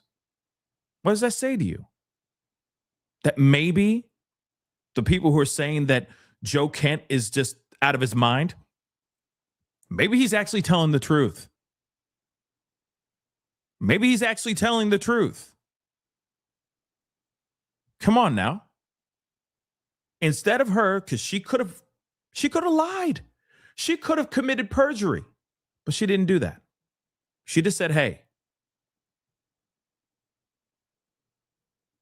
I ain't going to do that. You got to ask Trump about that. I don't make those decisions. The decision that you need to, the question that you are asking me needs to be asked to President Trump. Please and thank you. You realize that's so ridiculous. It's the same stuff that we're going to be hearing from the DOJ, the Attorney General of the DOJ, Pam Bondi. We're going to hear the same kind of BS from her too. She's going to deflect. She's going to constantly pass it over to somebody else. You're going to hear the same BS coming out of her mouth too. So again, Tulsi Gabbard was asked numerous times about was there or was there not an imminent threat coming from Iran, and she could not answer it straightforward. So that means that there wasn't, guys. She did not want to lie on camera. And so she diverted those questions to President Trump. Just saying. But let's hear a little bit more. A lot. It confuses me a lot since I didn't approach the question with anything like that in mind. I mean, we put this documentary out. We got information, the information you described. We got a lot of his online activity, which we've been told didn't exist. And this was not an attack on the FBI. This was, of course, during the last administration with a different director. So this was hardly a partisan hit job. This is the president of the United States who I campaigned for and voted for and have liked for many years. So it's not an attack. Mm-hmm. And the response that I got was hysterical. Yep. That's not an overstatement. Yep. And it confuses me. Yeah. Have you had experiences like that? There was a level of, just hostility coming from really the FBI. And some of it, I think, is just like rivalry. Like, why are you looking over my shoulder? I got this. I'm very familiar with that. I mean, we're the same way in the military. So I'm sure that's right. Totally I totally get that. They were treating like you were in the Air Force kind of thing. Yeah, exactly. Like, hey, what do you know? Like, we're the FBI. Like, gotcha. But, we had a role to play. And the way that we were aggressively blocked from that, I found the hostility to be above and beyond what you would think that you'd find with just typical, rivalry, bureaucratic rivalry, turf wars, those types of things. Some of that was at play, but the level of like, you cannot look at this. And then for them to escalate it, to attempt to get us kicked out of the case. That to me was very surprising. Same thing with Butler. When we first started asking questions about Butler, I thought, because especially that happened under the Biden administration, that, hey, we would come in and we would get the truth because, the previous administration really screwed this thing up. And there just wasn't curiosity there. There wasn't curiosity, and there wasn't a tolerance whatsoever for us going after just the key questions of like, hey, did the informant that you had that was interacting with this guy, Rashad, was he in communication with anybody in Butler? I mean, basic questions to ask. Again, this is nothing that's going to blow any investigator's socks off. Just those basic questions. Like, no, the two aren't related. Like, you can't talk about it. You can't ask any of those questions. Even when we found data that needed to be looked in. Yeah, I mean, they would say at the time, like, well, the Merchant case is ongoing, et cetera. Like, we can't interfere if that case is over. So, I mean, at this point, I don't understand. I think this is like a new rule. Yeah. Which is to say a fake rule that you're not allowed to gather information about anything that might potentially intersect with an ongoing case that's not directly related? Like what? Who made that up? I think that's just made up. I don't, because then how do you ever investigate anything? What law school did you go to? And I asked this question and it was like, yeah, cases have been overturned on this basis. And it's like, well, cases have been overturned on many bases, but how is that? Is this like the new standard? Because you would not be able to investigate anything. Right, exactly. And we want to get to the truth. And so what is that for those of us following along at home who don't have a high level of familiarity with the process? What could that possibly be? The current president was the subject of a near successful assassination attempt like recently. Yeah. And we're just not going to look into, very obviously, or divulge information that everyone knows they have. For example, the surveillance tape from the shooting range at which Thomas Crooks trained, because it would answer the question, was he training with somebody? And if so, who? They have that footage and they won't release it. What could possibly be the explanation for that? I know what the result is. The result is people come to their own conclusions, and this is where like crazy conspiracy theories come from. And then those conspiracy theories usually are easy to debunk or make the people saying them sound crazy. So then the actual question never gets answered.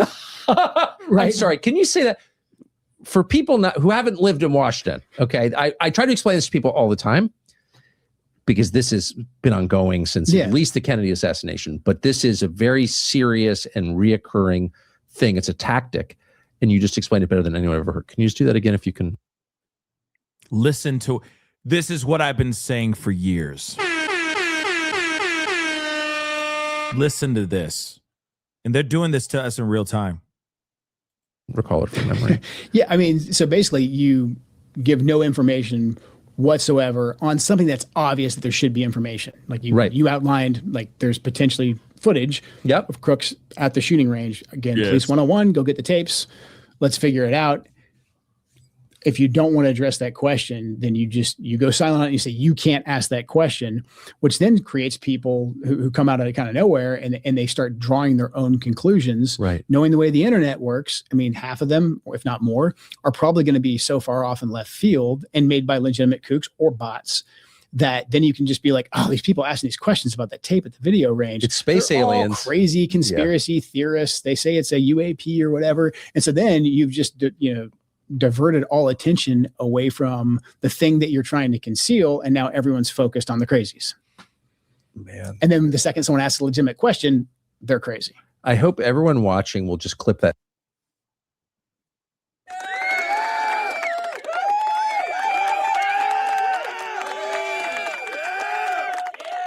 He just said what I've been saying for you. He just said what I've been saying for years. You know what? You were rolling that back again. We're rolling that back because you guys need to hear that because that is facts. Serious and reoccurring thing. It's a tactic. And you just explained it better than anyone I've ever heard. Can you just do that again if you can recall it from memory?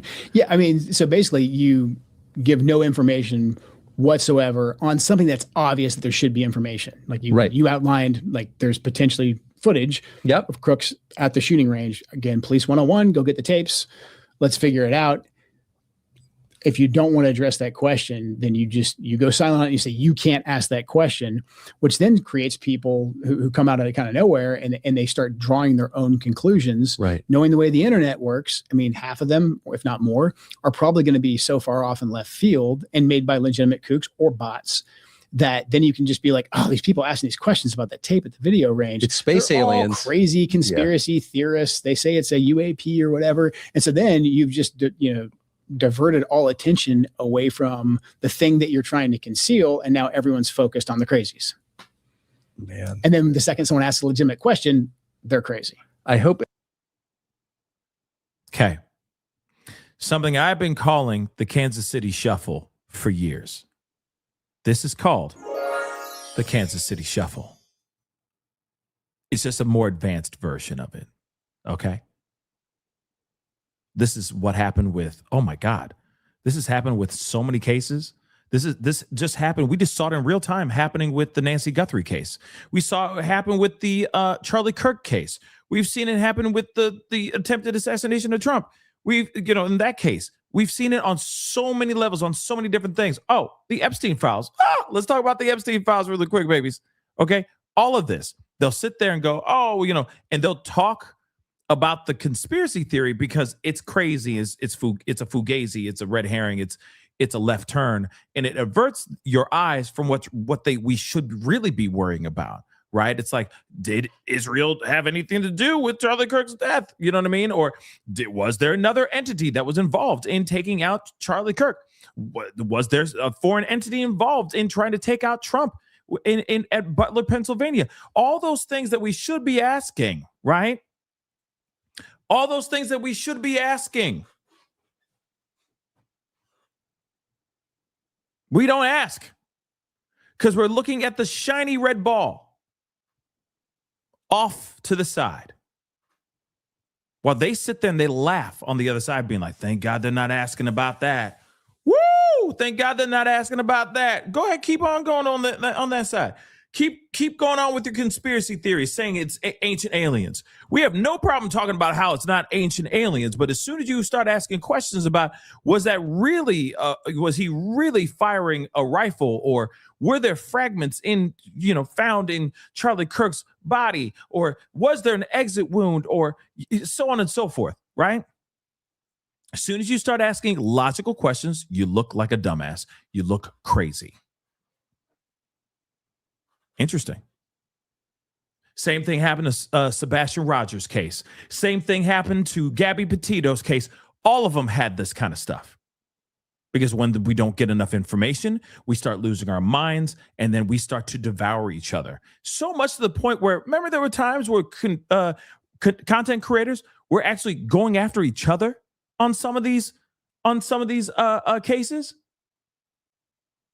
So much that they're starting to bite each other. All these hungry, ravenous dogs, instead of them actually going after the piece of meat, they start going like that, biting each other because they ain't got nothing else better to do but bite each other. It's sad, but we've seen it. We've seen it countless times. Yeah, and they still are. We still have content creators going after each other. It's a waste of time. It's stupid BS drama that shouldn't even exist. All right. It's sad. It shouldn't happen, but this is the world that we live in. Okay. I need to be on top. I need to be better than them. It's so sad. Okay. There's plenty of room on this table. It's the internet. It's a massive table. We can all eat together and be just fine. Real talk. There's no need to start taking jabs at each other over a freaking case that we're doing from our home in some, or in a closet somewhere, nowhere near the freaking where ground zero or where the case even happens. You know what I'm saying?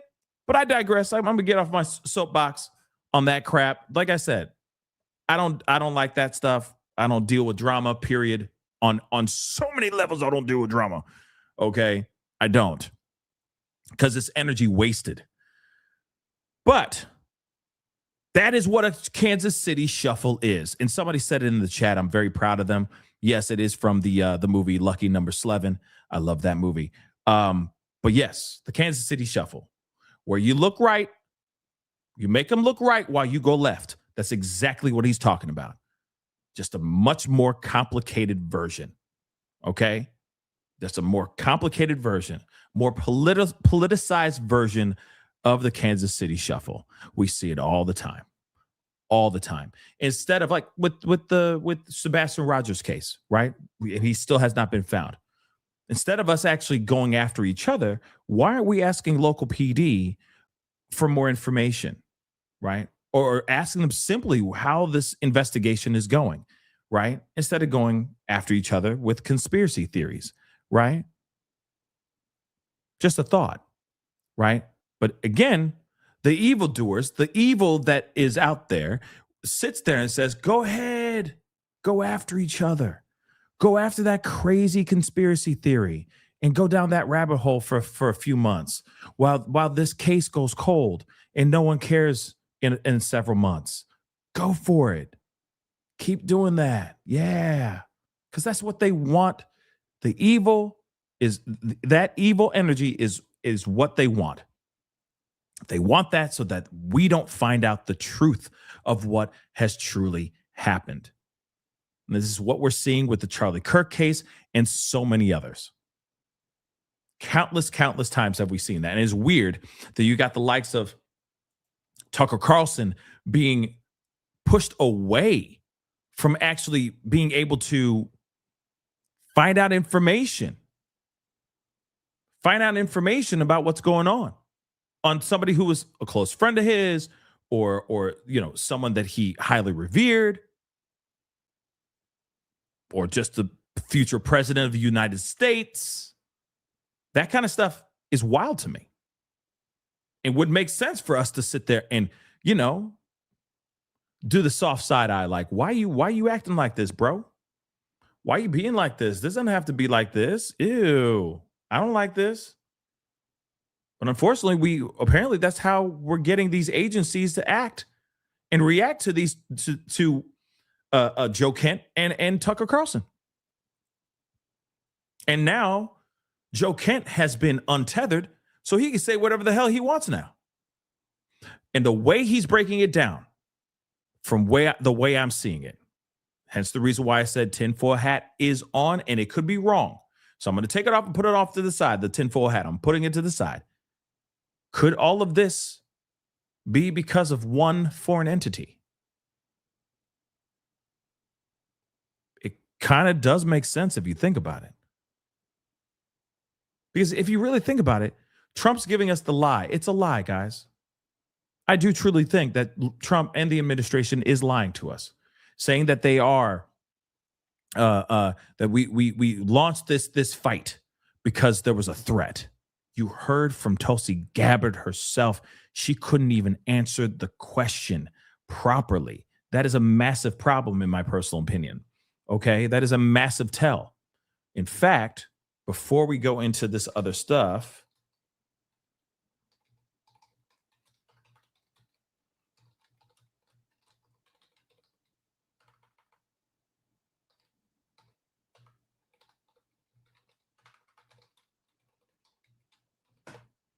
let me just pull up. Hold on.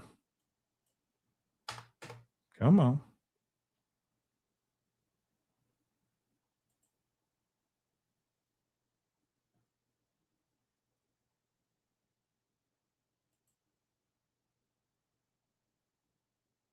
Hold on. Sorry.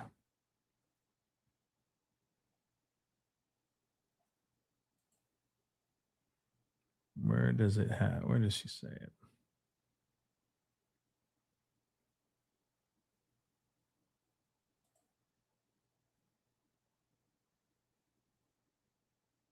I need to find. Oh, I think this is it. I could be wrong, but I think this is it. I just want you guys to hear it. Was it the assessment of the intelligence community that there was an imminent nuclear threat posed by the Iranian regime? The intelligence community assessed that Iran maintained the intention to rebuild and to continue to grow their nuclear enrichment capability. Was it the assessment of the intelligence community that there was a, quote, imminent nuclear threat posed by the Iranian regime? Yes or no? Senator, the only person who can determine what is and is not an imminent threat is the president. False. This is the worldwide. That doesn't make any sense. That doesn't make any sense. This is the worldwide threats hearing where you present to Congress national intelligence, timely, objective, and independent of political considerations. You've stated today that the intelligence community's assessment is that Iran's nuclear enrichment program was obliterated and that, quote, there had been no efforts since then to try to rebuild their enrichment capability. Was it the intelligence community's assessment that nevertheless, despite this obliteration, there was a, quote, imminent nuclear threat posed by the Iranian regime? Yes or no? It is not the intelligence community's responsibility to determine what is and is not an imminent threat. Okay. That is up to Here's the the president problem. based on a volume No, of it is information precisely that he receives. it is precisely your responsibility to determine what constitutes a threat to the United States. This is the worldwide threats hearing. Interesting, don't you think? I'm so sorry. I think that's a little bit interesting, don't you think? Don't you find that a little odd? Yeah, Jamaican Rose is like, answer the question! But she won't answer it. She won't answer the mother-loving question, y'all.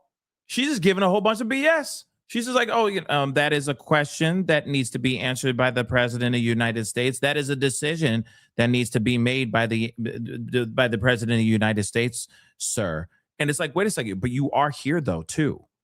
you are here for that specific reason. They said worldwide threats. You're here for that conversation. So if there was a worldwide threat, why are you acting like there isn't a worldwide threat? And why are you throwing it over to President Trump when you could easily just tell us the yes or no? That's it.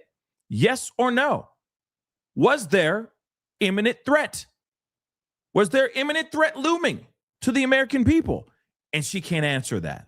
She can't give us a straight answer. She goes, well, that they were rebuilding. They were planning on making more nukes. That does not answer the question. It's either yes or no. Sure, they were planning, but that plan could have been months, years from now to rebuild and then start building nukes. That stuff takes time.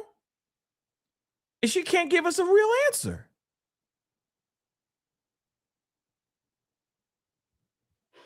Don't you feel that? Don't you find that a little bit weird?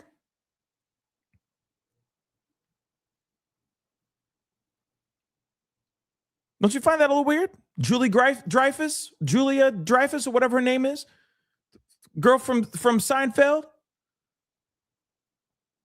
looking ass. You can't give us a yes or no answer. I find that a little weird. I find that a little weird. I'm sorry. Sorry, not sorry. I find that weird. But she even said out loud, there is no, like, it basically says, in my personal opinion, that there was no imminent threat. That there was none. Yeah, Elaine. I'm talking about Elaine. Yeah, Elaine. She don't look like Elaine to you? She looked like Elaine to me, all right? Just a little bit. Or, Elaine could play her. What is her name? Julie Louis Dreyfus or whatever her name is? That's her name, right? Whatever. But anyway, she was on Veep. That show Veep. Pretty funny show. But anyway, she could play her. I think she did play her, a version of her. I think. In some Marvel movie. What movie? I don't remember. But yeah, anyway, I digress. All right. Nonetheless, at the end of the day, this whole administration has been saying stuff that has not been entirely true. And that is something that that is very, very frustrating and angers me. I don't know about you guys, but it really does hurt that they are playing us in the way that they're playing us. This is very sad. Now, I got to do a quick left-hand turn real quick because there apparently is some breaking news. There was a case that I was going to be covering with you guys today, this afternoon, and it looks like that case is now closed. And so I want to share this with y'all because apparently this case of Jimmy Gracie or James Gracie, this college student, this University of Alabama student that went to Barcelona on spring break to see family. Apparently his body has been found. His body was washed up on shore, if I'm correct.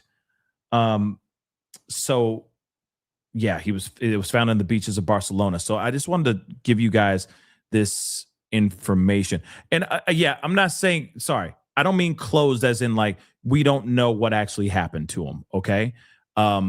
So it's not entirely closed, but as far as this part of the case, trying to find this young man may have been closed, that segment. All right. We don't know what actually happened to him. He may have been attacked. This may have been a self situation, if you get what I'm saying. But we don't know. All right. But let me just say this really quick. All right. So a body of Alabama student missing in Barcelona found at sea. So newspapers in Spain are reporting that the body of University of Alabama student Jimmy Gracie or James Gracie was found today at sea after he was reported missing in Barcelona while visiting friends. The body was found in the waters of the beaches of Barcelona near Port Olympic. Hopefully I'm saying that right. By the dive team that was out there. So the newspaper is also reporting that Gracie's father has been notified and foul play has been ruled out. That is interesting. Foul play has been ruled out. So maybe he got succumbed by the water of some sort. I don't know. But listen to the frat brother of Jimmy Gracie during the search in the video above. Well, we'll take a look at something here in a second. So we are so grateful for the kindness and concern that has been shown for our family during this incredibly difficult time. The family said in a statement on Thursday, "We have made the decision to pause media interviews at this time to focus on being together and caring for one another. Thank you for respecting our privacy and holding our family in your thoughts and prayers. We will share updates if and when we're able." So again, this is very, very sad. Very, very sad information. This is another Riley Strange situation, if you really think about it. At least that's the way it's been kind of mapping out. Let me see. Hold on.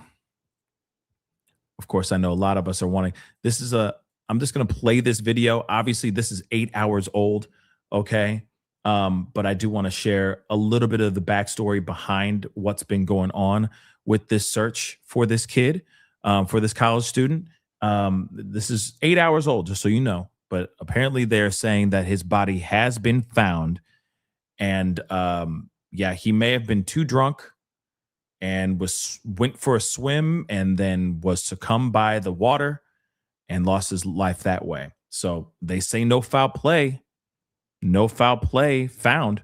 So this case may actually, as I said earlier, be closed. But we'll see what happens. It's late morning in Barcelona, Spain, and there's this urgent search for 20-year-old Illinois native James Gracie. He goes by Jimmy, and he goes to school at the University of Alabama, and he vanished this week during his spring break trip with friends. Nick's following this story closely for us. Nick, I'm just sick for this family. It's every parent's worst nightmare. And police in Spain think foul play is now involved. That's right, Marky. They actually have his phone, and they may be using it to see his last locations and such. Marky, Spanish media covering his disappearance say CCTV footage shows Jimmy leaving a beachside nightclub with someone early Tuesday morning. Jimmy's aunt tells News Nation the 20-year-old is, quote, kind, responsible, and a devoted son and brother, and that this is completely out of character for him. We just want to bring him home safe. We don't care if he got into trouble and got himself in a jam or, somebody knows something, they're afraid to speak up. At this point, we just want him home. Now, Gracie was last seen leaving a club near Barcelona's beachfront area Tuesday, about 3 a.m. local time. His friends reportedly left earlier, but Spanish media says Jimmy decided to stay behind at the club. Police are now trying to trace what happened after Jimmy left the nightclub. And they say he didn't leave alone. The local authorities in Barcelona do have his phone. That's part of what they're trying to figure out, how they got the phone, right? So that's why it's been difficult to track his activities. Now, Jimmy Gracie's family issued a statement which reads in part, they're deeply concerned. They also set up a hotline for anyone with information as to Jimmy's whereabouts. That number, Marky, is 224-505-3886. And Nick, his family is now in Spain. Sounds like his fraternity brothers are staying there to help in the search as well. They're even using helicopters right now, Marky, to look along that beachfront area that we showed you in that graphic. So police are all in, and his father is there. Man. And of course, now they're saying that he is found. He has been found. And here's the other thing, too. This is why I keep saying, fellas, because the ladies, for the most part, do have this. They already have a system put into place. But fellas, come on, fellas. Like, I get spring break. You want to go out. You want to go back home with a story to tell. I get it. All right. I get it that, we're used to going out. And then when we, when we find our little, our impossible entertainment for the night, especially when you overseas or you somewhere else, you're out of town. I get it. It's like, yo, hey, I'm going with this girl. I I'll be seeing when I see you, right? I get it. Trust me, I get it. But at the same time, though, there needs to be some sort of system set in place with the fellas as well. It is not it is not weak, okay, to just check in on your boy. There's nothing wrong with that. I get it. We're all used to like rolling solo dolo. I get that. 110%. I get it. We are, guys, let's just be real. Hunters and gatherers, right? We, for what it is, when we go out to hunt, we hunt solo. I get it. Well, we eat what we kill kind of thing. I get that stuff. If you talk about, how we are as, naturally, right? But at the end of the day, we don't live in prehistoric times, guys. And we for damn show ain't going out there and trying to gather and hunt for food. We're going out and having drinks, and we're talking to girls, and we're trying to pick up girls, right? So again, it is dumb for the guys to be like, for one thing, it's like, because I've seen guys do this too, and it's bad, where it's like, oh, as soon as they find like the girl that they're gonna like hook up with, you know what I mean, and try to talk to, they just tell the dude to F off. They tell their other friend to F off. And that guy's just standing around like, oh man, you know what I mean? It's a terrible situation. I've seen it happen multiple times. Okay. But that's not what you should be doing in a situation when you're overseas or in a town that you don't know of. This screams Riley Strain. Because you know for a fact if they knew what was going on, right, that maybe the outcome might have been different. The outcome could have been different. Now, yes, they found his phone. They found his wallet in the water. His phone was somewhere else and all that. You never know. He may have picked up a girl that actually, lured him in. She may have been a trap so that he could get jumped and taken, you know what I mean, and robbed. I mean, you just never know. They say that there's no foul play, but anything's possible. He could have been so drunk that he could have been so drunk that he had no control over what he was doing, right? We saw that with Riley Strain too. May he rest in peace. So again, the fellas really need to make sure that there's a buddy system locked in. Here's the other thing too, ladies, because I know some of you girls are savage as hell, and you'll just leave your friend. You know what I'm saying? There needs to be a set buddy system locked in. Okay? That's it. Especially when you're in different cities and in different countries, because you never know what's going on. And he might have been a prime target if he was inebriated. And here's the other thing too. Just because he's the most responsible, most, level-headed kid doesn't mean that if he's out of town and he's in a place that nobody knows him, that he's not going to go and just tie one on and have the time of his life. You never know that too. There's plenty of people that have been very responsible, and it takes one bad night to change their life forever. I'm just saying. Buddy systems are incredibly important. I couldn't urge that enough.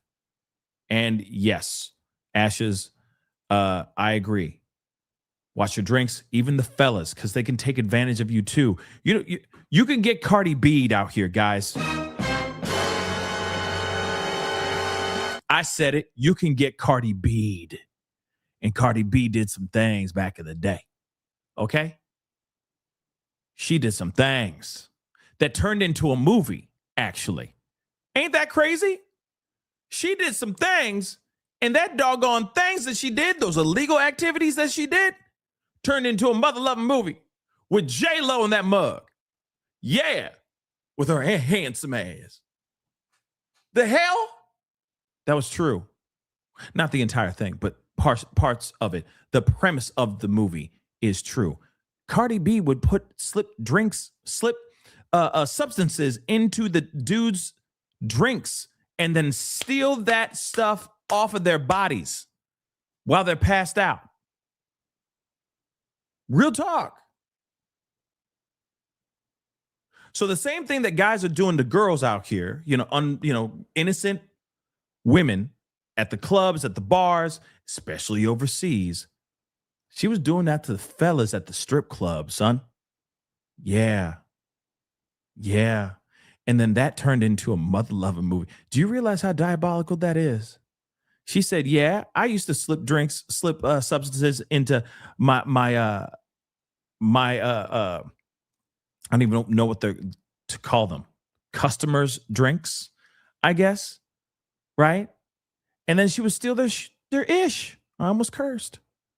She would steal their ish. And then leave with all their money, credit cards, etc.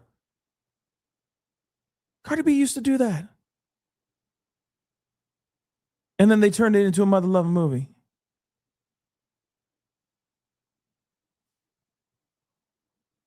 Yeah, I guess a trick. Yeah, thank you, trick. There you go. Trick. Ain't that crazy? She would drug her tricks and take their money. And then they came out with a movie called Hustlers about it. It's true. Can't make it up because it happened. So again, all I can say is fellas can get Cardi B'd too. All right. Fellas do get Cardi B'd a lot. Some girls, especially in foreign areas, okay, in foreign countries, sometimes they'll do it 2 by 2. They'll lure a guy in. They'll make them think that, the guy's going to get lucky tonight. You see what I'm saying? He'll be like, damn, these 2 beautiful women, these 2 beautiful ethnic foreign women want me. And then they get them nice and lubered up, right? Nice and drunk, right? And then all of a sudden they pounce. Or they get him so drunk that he can't do anything. You know what I'm saying? He can't perform. He can't do nothing. So he passes out with them. They get up. They take all of his stuff and they kick rocks. These things actually do happen. Sometimes things turn fatal and they actually take the life of the guys that they're trying to steal from before they steal from them. You see what I'm saying? So again, lubered up. I said lubered up. I meant liquored up, lubered up, lubered. Yeah, whatever. You get what I'm saying. Okay. Nicely, he's feeling good, right? Life is good. He's about to get laid. Maybe he's like, oh damn, I might get into a menage tonight. It's on my, my bucket list. Holy cow, 2 women at the same damn time. You know what I mean? So they're giving off that vibe like, they're about to get freaky leaky. And then he passes out. He wakes up and he's got nothing but his socks on. And that's all he has in the room are his tube socks. It's a true story. That happens all the time. So at the end of the day, guys, what I'm trying to say is buddy systems are absolutely important, especially with fellas as well.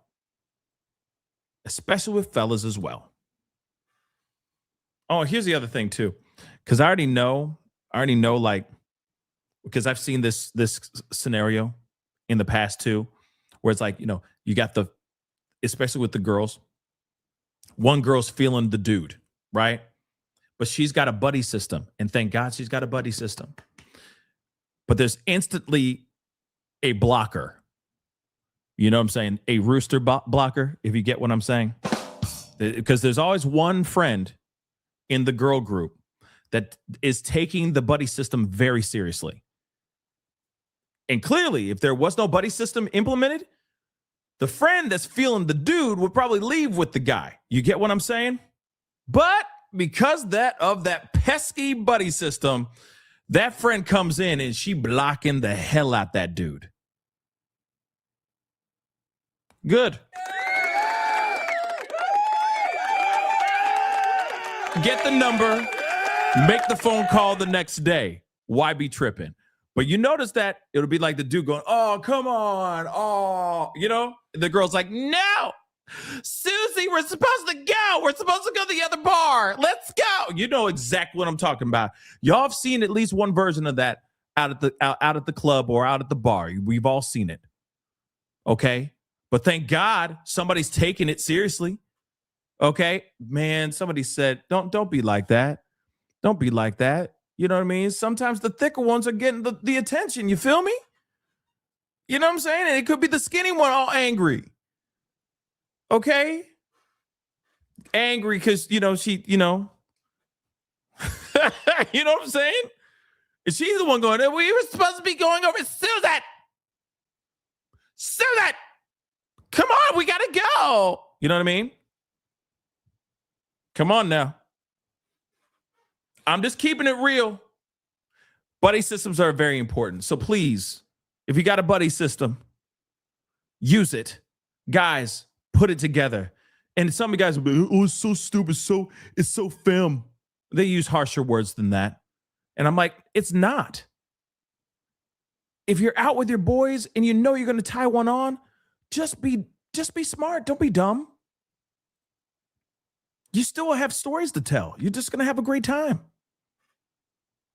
That's it. Then you don't fall into a river or go swimming in an ocean and end up dead. I'm just saying. Buddy systems are everything. But real talk, may he rest in peace. It's still a sad situation. This is not what I don't think anybody was hoping that turnout would be this turnout, right? But at the same time, this is how it's going down. Obviously, they're going to look into it a little bit more. Maybe they can see more surveillance footage. Maybe because they say that he went off with somebody. Maybe they'll do that. Maybe they'll find something nefarious in the footage, or maybe he was just walking down the street by himself. Kind of the same thing that happened with Riley Strain, right? So we'll see what happens with that. Now, I know everybody's like, Netanyahu, man. He did some conversations here. Let's take a look. Let's take a look at it. Hold on. I got to refresh this because it's acting a fool. Let's take a look.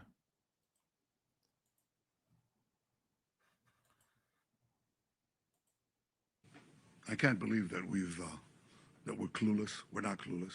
It's interesting. He's got a cut or something, or like a pimple on his upper lip. That's new. I talked to many American friends. They're not clueless. They understand this. Some don't. Some are adamantly opposed, but many are adopting a wait-and-see attitude. But I can tell you that I've spoken, as I said a minute ago, I've spoken to Yahoo! I'm talking about dozens and dozens of leaders. And they all say the same thing. I understand it. Some of them come out and say it. They're bold. And some of them say, I don't know, I wish I understand it, but some of my people don't, or my news media are against me and so on. I was glad to see in the United States that an enormous enormous percentage of President Trump's supporters, traditional supporters, understand it. And I hope that my friends and colleagues of many years on the other side of the aisle, those who understand. Can I pause this really quick? I want to show something here. Where did that go? Where the hell did that go? Proof that he's alive and well. So he's alive. He's definitely alive. He's definitely thinner for sure. He does have a full face of makeup. His face beat to the gods, girl. Okay, because his hands don't match the color of his face.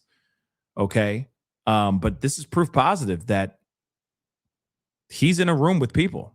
He's alive. Energy costs, the high costs in general that the U.S. service personnel killed in this war. Many Americans are asking that question, whether you misled their government into starting this war, and for how long should Americans keep paying the price? Oh, we got into this. And I didn't have to convince President Trump about the need to prevent Iran from developing its nuclear program, putting it underground, and being able to launch nuclear-tipped missiles at the United States. He understood that. He explained it to me. I didn't explain it to him. And I think that our partnership is the only way to avoid this catastrophic development. The loss of servicemen is painful.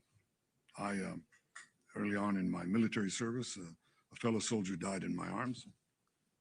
I lost a brother who fought terrorists, led the historic Entebbe rescue. The cost to bereaved families is enormous, and I sympathize and send the condolences of the people of Israel to these families and to the American people. Freedom is precious. It has its costs. But if you're not prepared to defend it, if you're not prepared to resist the tyrannies that are trying to arm themselves with the weapons of mass death, you will have no future. And therefore, we're doing what we can. As far as oil prices rising, spikes, you know what a spike is? You know what a spike is? It goes up and goes down. The Americans are working very hard, and we're trying to help them in every way that we can to open the straits of Hormuz. And if they succeed, which I think they will, then oil prices will come down. But if you say, all right, I'm suffering right now, and people are, then I shouldn't do anything. I just succumb to the blackmail. Let Iran get on with it. Let them develop nuclear weapons and ballistic missiles to deliver them to New York and Los Angeles. You're going to be blackmailed in ways that you can't even imagine. I think what this war has done is unmask what Iran is. You know, we've said for years, look at these people. They're doing things that normal regimes do not do. I don't hear even adversaries of the United States chanting death to America, death to the great Satan, massacring tens of thousands of their own people at will like that in 2 days. You have that sometimes. But the combination of fanaticism, deep ideological lunacy, there's no other way to call it, the total and utter ruthlessness of this regime makes it uniquely dangerous. Uniquely dangerous not only to Israel and to the United States, but to everything in between and far beyond. And the fact that this is not recognized, you ask me, okay, what do people think? What did they think in the 30s?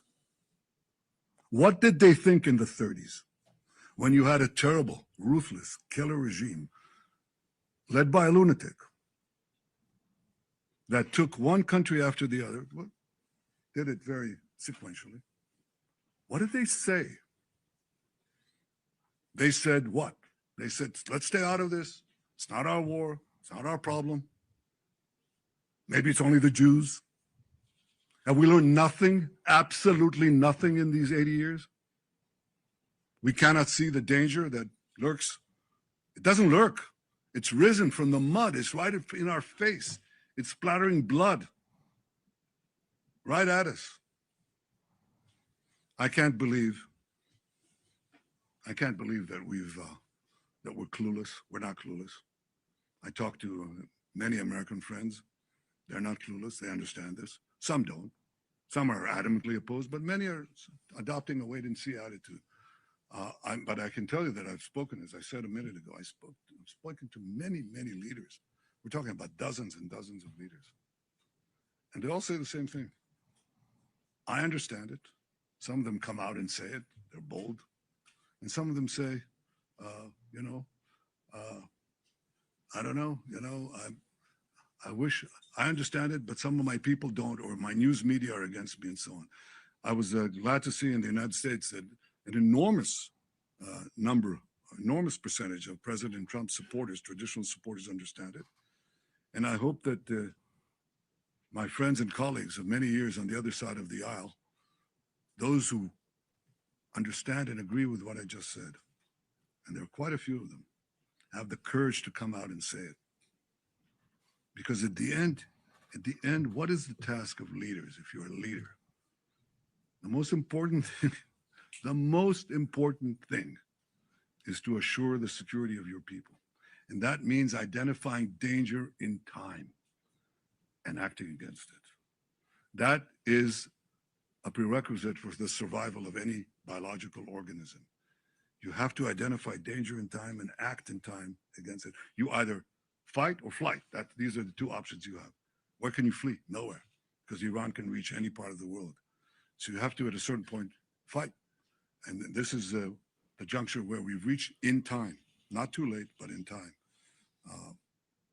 I just will encourage all those who agree with what President Trump is saying, with what I'm saying, to act. I didn't have to convince President Trump of anything. He didn't need any convincing.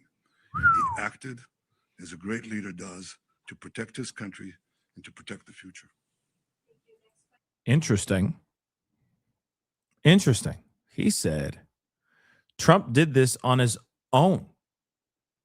He was not coerced. He was not manipulated.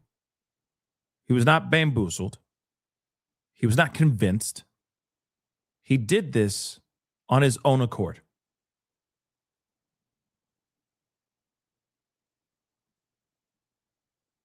Do you believe that?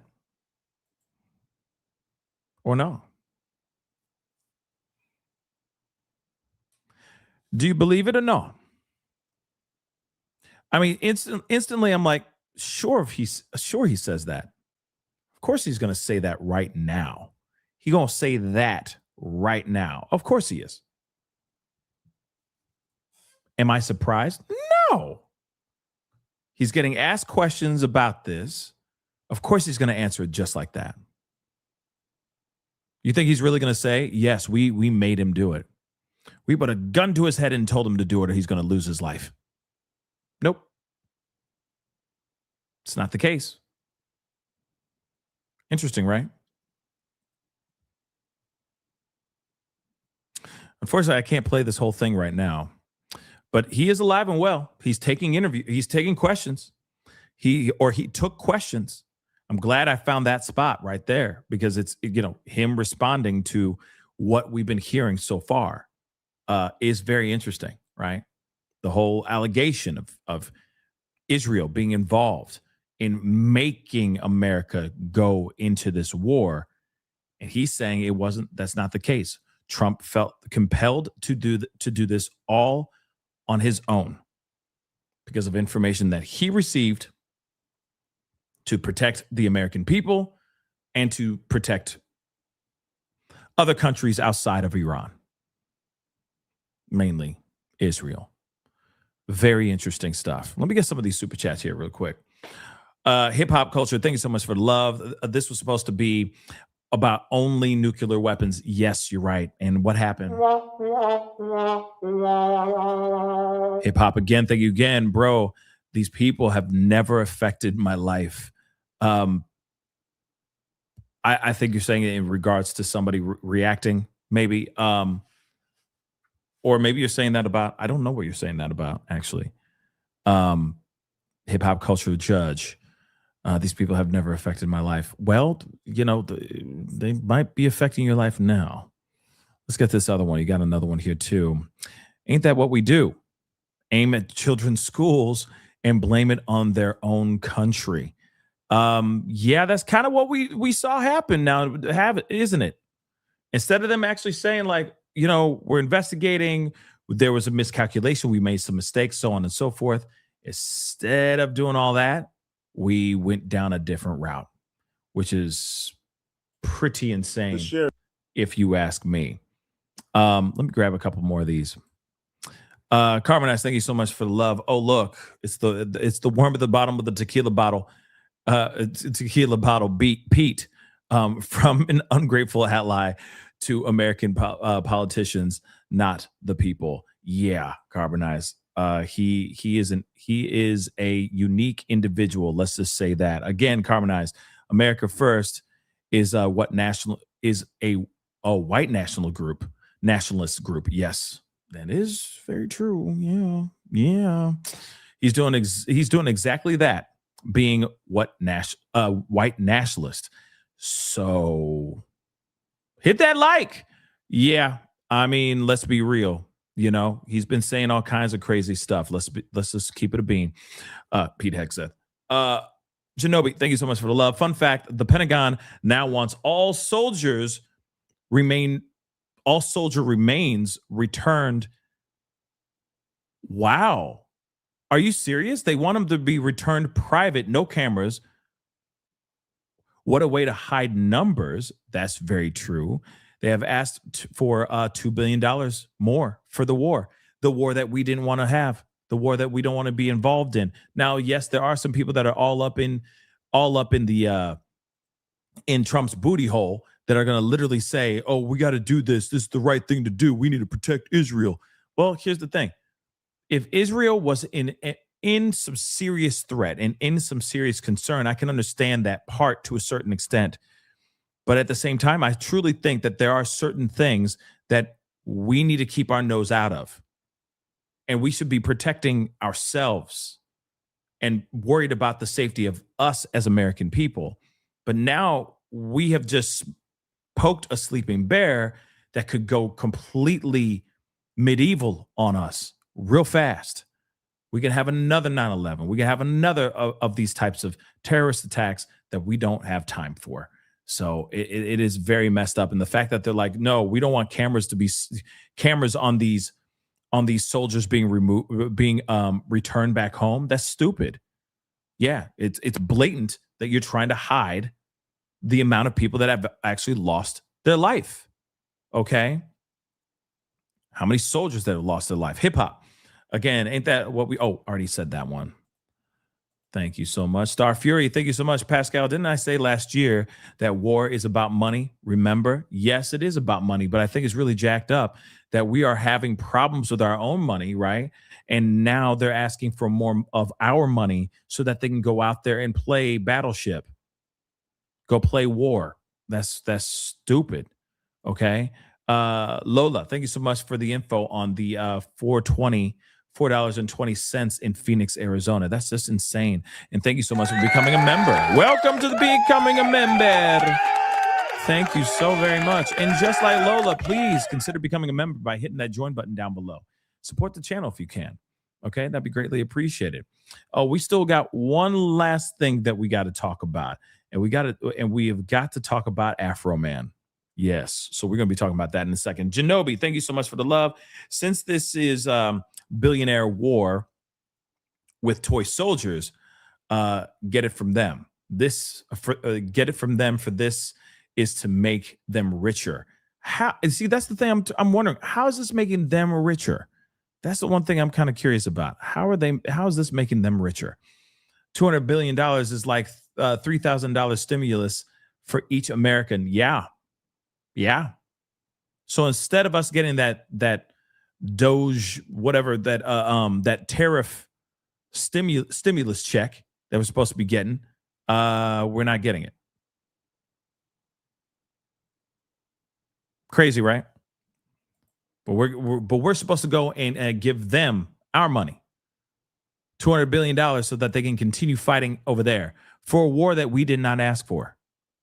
This isn't a situation where 9/11 happened and then we're going out there to retaliate.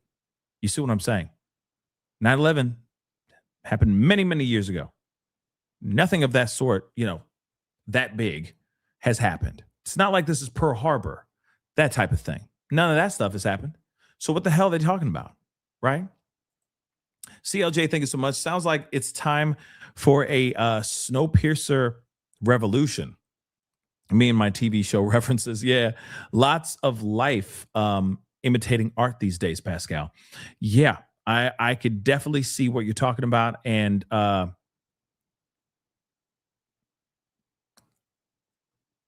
we'll see. We'll see. I mean, right now, I'm waiting for the Snowpiercer effect to happen in Iran. Like the top of the top in Iran has been eliminated. Trump already said, go get you some Iranian people. And they haven't even done that yet. You know what I'm saying? None of that has happened. So I don't know what the F is going on, right? I'm kind of waiting to see what happens with that. But it could just be straight up complacency too, which is a terrible, terrible drug, if you ask me. Moving on in situations like this. The Tabitha, thank you so much for the love. Huge bill, just to draw our attention away. Yeah, maybe it is a distraction. You never know. Super May, thank you so much for the super sticker. I appreciate it. Immortal Badass, thank you so much for being a member for over 60 months. My God. Different agencies, thank you so much for the support. Different agencies always argue over jurisdictions all the time or who leads. Yes, that is very true. That is very true. But when you got other people outside of that agency just saying, hey, we just want to know some more information so we can get a clearer idea of what's going on with this investigation or with this particular case, and then they go completely bat-ish crazy on you. They just unleash fury, epic fury on you. Yeah, I would definitely feel some type of way about that, right? I feel like a lot of people would, right? Thank you so much, though. Goat Meat, thank you so much for the love, bro. May you please look up the star of Rimfam. I'll try to see if I can pull that up in a little bit, okay? Beautiful Messy Ball. Thank you so much. Serious question. Why do some support the war in Ukraine, but not this war? Isn't it hypocritical? Yeah, it is. In my personal opinion. Like, it would make no sense if you support the war in Iran, but don't support the war in Ukraine. You see what I'm saying? Like, if you support it over there, but you don't support it here, it's the same, both sides. You know what I mean? You could look at it both angles. It doesn't make sense to me, but that's just me. I just don't think war is the answer to anything, you know, unless it is a situation where you must protect, right? If you are being attacked straight up, right? Then you must protect. You have no other choice but to protect. But we all should be living in a peaceful way, in a peaceful world. That's how we should be. But unfortunately, not everybody has that memo. Funny Mamacita, thank you so much for the love. Thank you for all you do. Of course, it's my pleasure. It is my pleasure. Now, here's the thing. First and foremost, I do need to share this with y'all because I just think this is absolutely crazy. And I'm still surprised that stuff like this actually exists. But apparently, a Los Angeles pastor, Catherine Crick, says she removed a demonic entity out of a woman. We just got to look at this. This is just a little, a palate cleanser, if you will. This is just insane. I just find these things hilarious and extremely entertaining. So every demonic covenant she made when she did witchcraft, and I declare every spirit attached, every last spirit of witchcraft must leave her on 3 in Jesus' name. 1, 2, 3. No, she is mine. I detach her from all of that, and I declare every last spirit gone now. Thank you, Jesus. Yeah. So that's happening. Thank you, Jesus. Hallelujah. Hallelujah. I felt suddenly like this warmth, this light came and it was like coming down, and then I fell or something. Something happened and I fell. Finally, towards the deliverance, I blacked out. I can't remember what happened, but I saw her face and I saw her eyes, and I just told her, help me, please, Jesus, please help me. That's the only thing I remember. Now that I'm here, I'm going to be coming every week. So thank you, Apostle Catherine Grace. Yeah. So apparently she got the demon out of her body. And that actually happened. Did you see the dude? Yeah, the dude was like, what are you doing? And then he went back to his phone. He's like, oh, this is a crazy chick. All right. This woman, this can't be real. This can't be real. This can't be real. So every demonic covenant she made when she did witchcraft, and I declare every spirit attached, every last spirit of witchcraft must leave her on 3 in Jesus' name. 1, 2, 3. No, she is mine. I detach her from all of that, and I declare every last spirit gone now. Thank you, Jesus. It's really hard to take this seriously. I'm sorry. I'm sorry. It's really hard to take this one seriously. Real talk. She really yeah. That actually happened. That actually happened. And it's funny how the pastor's very calm. She's like, in the name of Jesus, I summon thee to please take out this demon from this woman's body. Please do that for us. In the name of Jesus. Amen. Take this body. Use it as a vessel of good. In Jesus' name, amen. Like, what is this? What is this? But that's a real thing. That's a real thing, guys. I've seen ones where it's like, and it's like the sentimental music's, like piano music's playing in the background, and they're like, I don't know how to walk. I haven't walked since I was 7 years old. Honey, how old are you now? I'm 14 years old. Wow. It's been that long since you've walked. Yes. Do you love God? Yes. Do you believe in the Holy Spirit? Yes, I do. Well, then get up, little girl. And then she gets up out of nowhere and starts like walking. You know what I'm saying? And everyone's like, yes, Jesus. You know what I mean? It throws me off every time. Every time. I'm sorry. It throws me off every time. I'm like, really? Now you know for a fact you got hired from an agency. You got asked to come in here and act this out to uplift the people. You know this is all an act. Gas station sushi. I'm done. I am done. Okay? It's like, come on. Come on, man. Hold on. But there is something else that's going on. And I do need you guys to know this thing that's going on. This is insane. Okay. It's something else that's insane that's been popping off. I want to make this abundantly clear. If you don't know who Afro Man is, then you are seriously missing out. You are seriously missing out.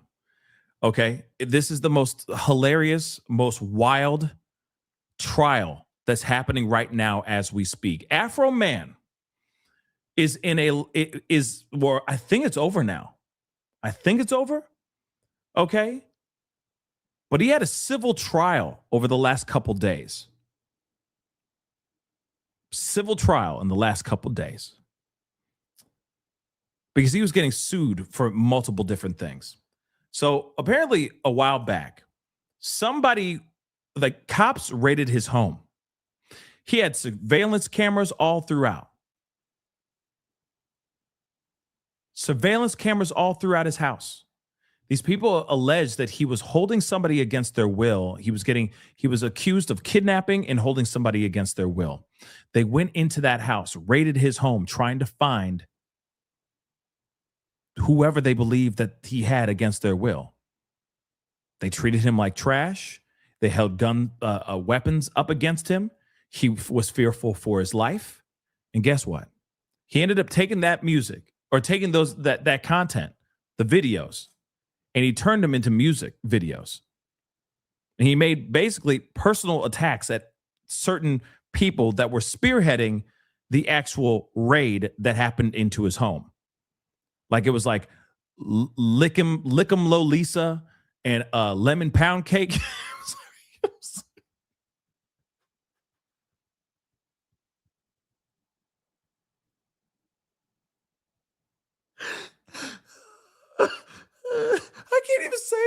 I can't even say it straight. Lemon Pound Cake. I can't play the song. I can't play the song. I can't play the song. I want to play the song so bad, but it's copyright stuff, so I can't play it. Okay. But he had another song called Lemon Pound Cake. All right. I'm going to try to keep it together. All right. And apparently he got apparently the guy, it was like another officer from that particular department that raided his home. And apparently after he made the song, that department started receiving pound cakes. People would just drop them off at the precinct because of this song. So again, this is some pretty crazy stuff, right? And I guess the verdict came in. He won his civil lawsuits because they were trying to basically say like, well, this is all defamation. He wrote these songs about us. Nah. He's exposing us all throughout, the internet with his songs and blah, blah, blah. This mother lover won.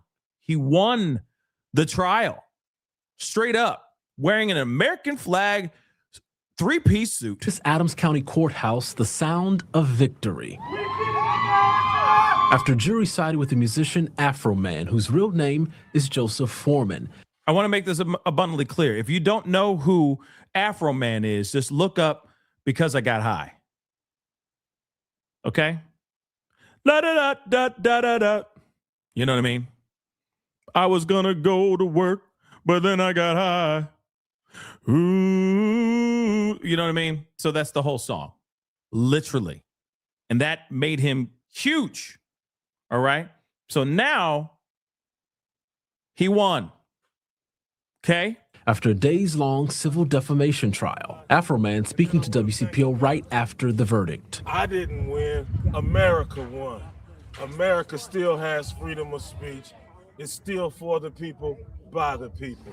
The jury finds in favor of the defendant. 7 Adams County Sheriff's deputies sued the musician. They argued Afro Man used security video from a 2022 raid of his home and put it in music videos using deputies' likeness without permission. There's damage to reputation. There's pain and suffering. There's public humiliation.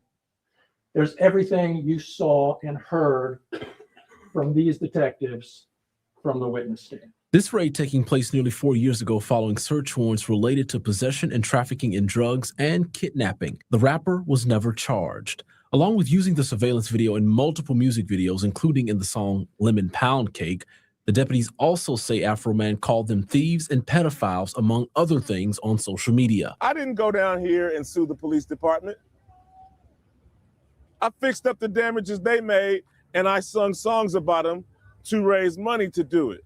They were unapologetic. The deputies wanted Afro Man to pay $3.9 million in damages. We got about a total of 250 pieces given out. This is the last one, and I'd like to give it to you. Supporters of Afro Man coming from near and far with a message both verbally and symbolically. For me, this isn't really about Afro Man. It's about free speech. So when someone like Afro Man stands up for my free speech by using his talents, his musical talents, to fight the corrupt system, we got to come out and support him. I'm glad things went my way, but if they would have took it off from me, I was happy about all the love I was getting from everybody.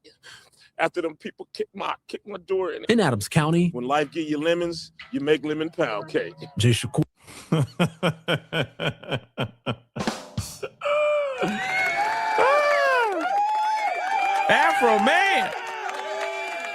Afro Man, but let's not get it twisted. Afro Man also did knock the hell out of a woman that came onto the stage to dance next to him while he was playing his guitar. I just need to make that abundantly clear. Okay, yeah, I'm happy for him in the sake of his First Amendment right, his right to free speech, his right of his freedom of expression and whatnot. But yeah, he was on. Yeah, he really did do that. I'm sorry, I can't not talk about this without saying that part too. All right, he was on the stage, literally. He was on a stage. He had this guitar in his hand. He's playing like this. Some girl came up like this, off to the side over here, and he knocked her down straight on her, like, boom! Not on her butt, like straight flat. She went down, like whole body went like that onto the ground.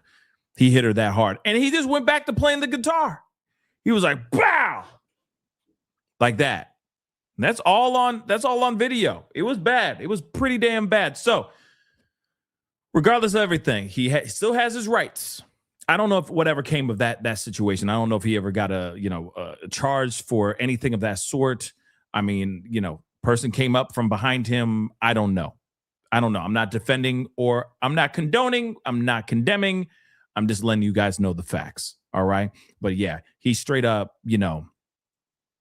he won this defamation lawsuit. And the girl who he had a song, Lick 'em Lolita or Lick 'em Low Lisa, right? Lick 'em low, Lisa. And it was all about her being, you know, lesbian and all that. And it was crazy. And she was up on the stand while they were playing the song. And she's just sitting there bawling, right? And saying like what he did is wrong. And, you know, he shouldn't have had the right to do X, Y, and Z. Well, they shouldn't have raided his home without and make his life a living hell. Sorry. You go and raid his home because you think that he's got somebody held against their will in his house? That is insane. And they didn't bother. Like when they went in and kicked down his door and ruined his home, they didn't bother to go in and try to, you know, they didn't go and fix it. He had to fix it himself. He did. So he's like, F it. He got a point. I'm going to make these songs. I'm going to raise some money so I can, you know, get my house back in order. And I'm going to use this content because they raided his home. That's it. And they came up with nothing. That's the thing. They came up with nothing when they raided his home. So again, he got targeted for what reason? We don't know. All I can say is, hey, thank God for the First Amendment. Thank God for our rights, right? And he was able to use that in court to win this particular trial. Carbonites, thank you so much. I once went to a church like that where people behave that way. Know what I learned? Mass delusions can happen. People are insane. They aren't Christians. It felt evil as F. I agree. I think it's weird. Like you really think that, like, you're not, that's blasphemous in my personal opinion. You think you have the power of Christ in you so much that you can do the things that he did in the Bible? Make the blind see, make the lame walk, make the devil come out of somebody's body? Sorry, nah. And you're doing that out in public display? What? So you can get some more people to join your congregation? No. It's stupid. It's reckless. And I think it's blasphemous, if you ask me. That's just me. Messi, thank you so much for the love. Can we send Diddy to her? Yeah, her, and there's so many other people I have on that list. Like Bibi Netanyahu. You see this list? You see this list I have? No. Don't look at it. Don't read it out loud. But I have a list of a punch list. All of them should be exercised. All of them. 2 of them on the list have been exercised. But soon enough, all of them will be exercised. Anyway, guys, that is the show. Appreciate all y'all for being here. Thank you so much for tuning in. What a show. This was 4.5 hours. Damn, it didn't feel like 4.5 hours. Wow. What a show. Thank you guys so much for tuning in, being a part of the conversation. To my mods, thank you guys for sticking around if you were able to stick around. Appreciate you guys. All right. Shout out to my mods. Shout out to all the members. Shout out to the fam in the chat, all y'all. I really appreciate all you guys. It really means a lot. Before you head out, please do me a favor. Hit that like button down below. Crush it. Do what it do. Hit that reaction button, please, if you're watching on these other platforms. If you are watching on these other platforms, please make sure you hit that follow button. Follow. Subscribe to this channel right now. Hit that notification bell so you know whenever I go live, whenever I upload, because it is random.